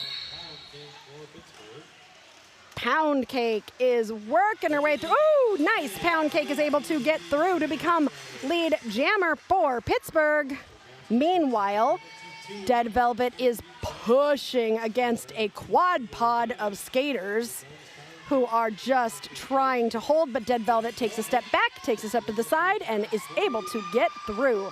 Meanwhile, Pound Cake is in the pack fighting, takes a little bit of a tumble and finds Killer Cupcake at the front and says, no thank you, I'm just gonna call the jam. Michi-chan says that they already referred to me as the Michi-chan of the Midwest. I will even license the red plaid skirt to you. Oh, oh. We love our roller derby community. There are so many people who are as passionate about roller derby as we are, and we love to work with them and support them and celebrate them at all times. And we are coming down to the end of this game. I'm so sad. Like, I love tournaments, but I always get sad when a day is ending. But I'm not too sad because tomorrow we have 3 more games. We will be starting at 9 o'clock a.m. Eastern, and we will have more games at 12 o'clock and 2 o'clock. So I hope that you join us again tomorrow for more derby here on Derby Date Night. Sugar jamming for Beat Gen, Punch Buggy for Pittsburgh. Sugar getting pulled to the back, Punch Buggy stuck in a tripod of doom at the front. Sugar getting pushed to the outside and pulled back by Pittsburgh. Nobody's making really any motion here. Punch Buggy waiting for the offense from Pittsburgh, who comes in to clear that outside line. And Punch Buggy takes the inside, but She-Hulk is there to push Punch Buggy to the inside, and Sugar comes through, grabbing, no, not grabbing lead jammer, that was Punch Buggy, but getting out of the pack and forcing the call-off. So Pittsburgh grabs maybe some points, and we go into a 1.5 minutes left. This could be the last jam of the game, but who knows? There could also be 3 more jams. You never know with roller derby. Sometimes with junior derby, they let it go a little bit more than WIFTA. WIFTA is like, done, done, done. Oh, a time, never mind. I cursed it. I said, sometimes juniors let it go. Timeout. All right, I can finish off my jokes for the day. I think I have just a few more left. Okay, serious. Why do bees hum? They don't know the words. That got an eye roll. When talking to your friends about bees, don't exaggerate or they will think you're blowing smoke. And for goodness sake, keep it brief. Don't drone on and on. That wasn't a joke. That was just funny. Pun. That was pun fun. Pun fun. What do you call a bee that lives in America? A USB? Come on, no, it was good. Get it? Serious. That was good. I know there's dancing happening, but that was a good joke. Oh, it was a joke. What channel do Canadian bees watch? Here, it's a joke for Canadians. CBC. Yep. CBC. Michi-chan, you are bedazzling me with your bee jokes. All right, here we go. Minute and 20 seconds left in this game. Add a slam for Beat Gen, and the Joker getting pulled all the way to the back by Bash and Bones, and the Joker gives Bash and Bones a thumbs up, like, good job. Oh, the Joker bending in all different directions like Gumby, as Addislam comes out with lead jammer for Beat Gen. We are under 1 minute left in this game. The Joker dashes through the inside line and will be chasing down Addislam. Addislam sees the Joker, and it looks like we're gonna keep on running. We have 4 points for the Beat Gen so far. The Joker currently in the pack takes a giant hit from, who was that, Tank? No, She-Hulk. That was a big old hit. Addislam is through, and the Joker's headed to the box. I would not be surprised if Addislam lets this game end with the Joker in the box and Addislam trying to score as many points. Oh no! Addislam is headed to the box, so this will be the last jam of the game because there no longer is a lead jammer, and we have a jammer. Bounce! As Addislam sits, the Joker stands. Addislam will only sit for as long as the Joker did. We have 6 seconds left in the period clock and 40 seconds left in jam time. We are now in jam time only. The Joker gets hit to the outside. Oh, I hate it when you have to work so hard to get all the way out and then you get pushed out at the end. Addislam comes out of the box, gets through the pack to score another 4 points. The Joker is currently in the pack on a first scoring pass. 17 seconds left. Addislam making a run for it here for another 4. We're gonna have another close game here. The Joker gets 4 points, 7 seconds left. Addislam trying to put just a few more points on the board here. 2 seconds, 1 second. The Joker is unable to score anymore. Addislam was able to get 3. 176 to 152. I just picked up the sound effects machine instead of the calculator. 176 minus 152. That is a 24-point spread. That is the biggest spread we've had today. These are not blowouts. I know we just listened on our way here. We listened to a podcast with Slice and Carnage who were talking about blowouts in Derby and how there are too many blowouts in Derby. Come watch more Juniors Derby. First game today, 15 points. Second game, 23 points. Third game, 24 points. Come again tomorrow to see how close these next 3 games are gonna be. Pittsburgh takes the win with this one. Can't wait to see what we're gonna see tomorrow. Sirius wants me to wait because he wants to talk about the standings. Congratulations to the Pittsburgh Derby Brats. Congratulations to G-Force for winning Skater of the Game. Here are your standings right now, except for Killer Bees and Beat Generation have only played 1 game. So right now, in terms of points, this is what we're looking at. Indianapolis and Derby Brats have both played 2 games. Indianapolis has a little bit higher of a point differential, so they are in first right now. And so we will see how tomorrow shakes out with these standings here on Derby Date Night. I am Aria Kidding Me, and don't forget to let the kid in you smile.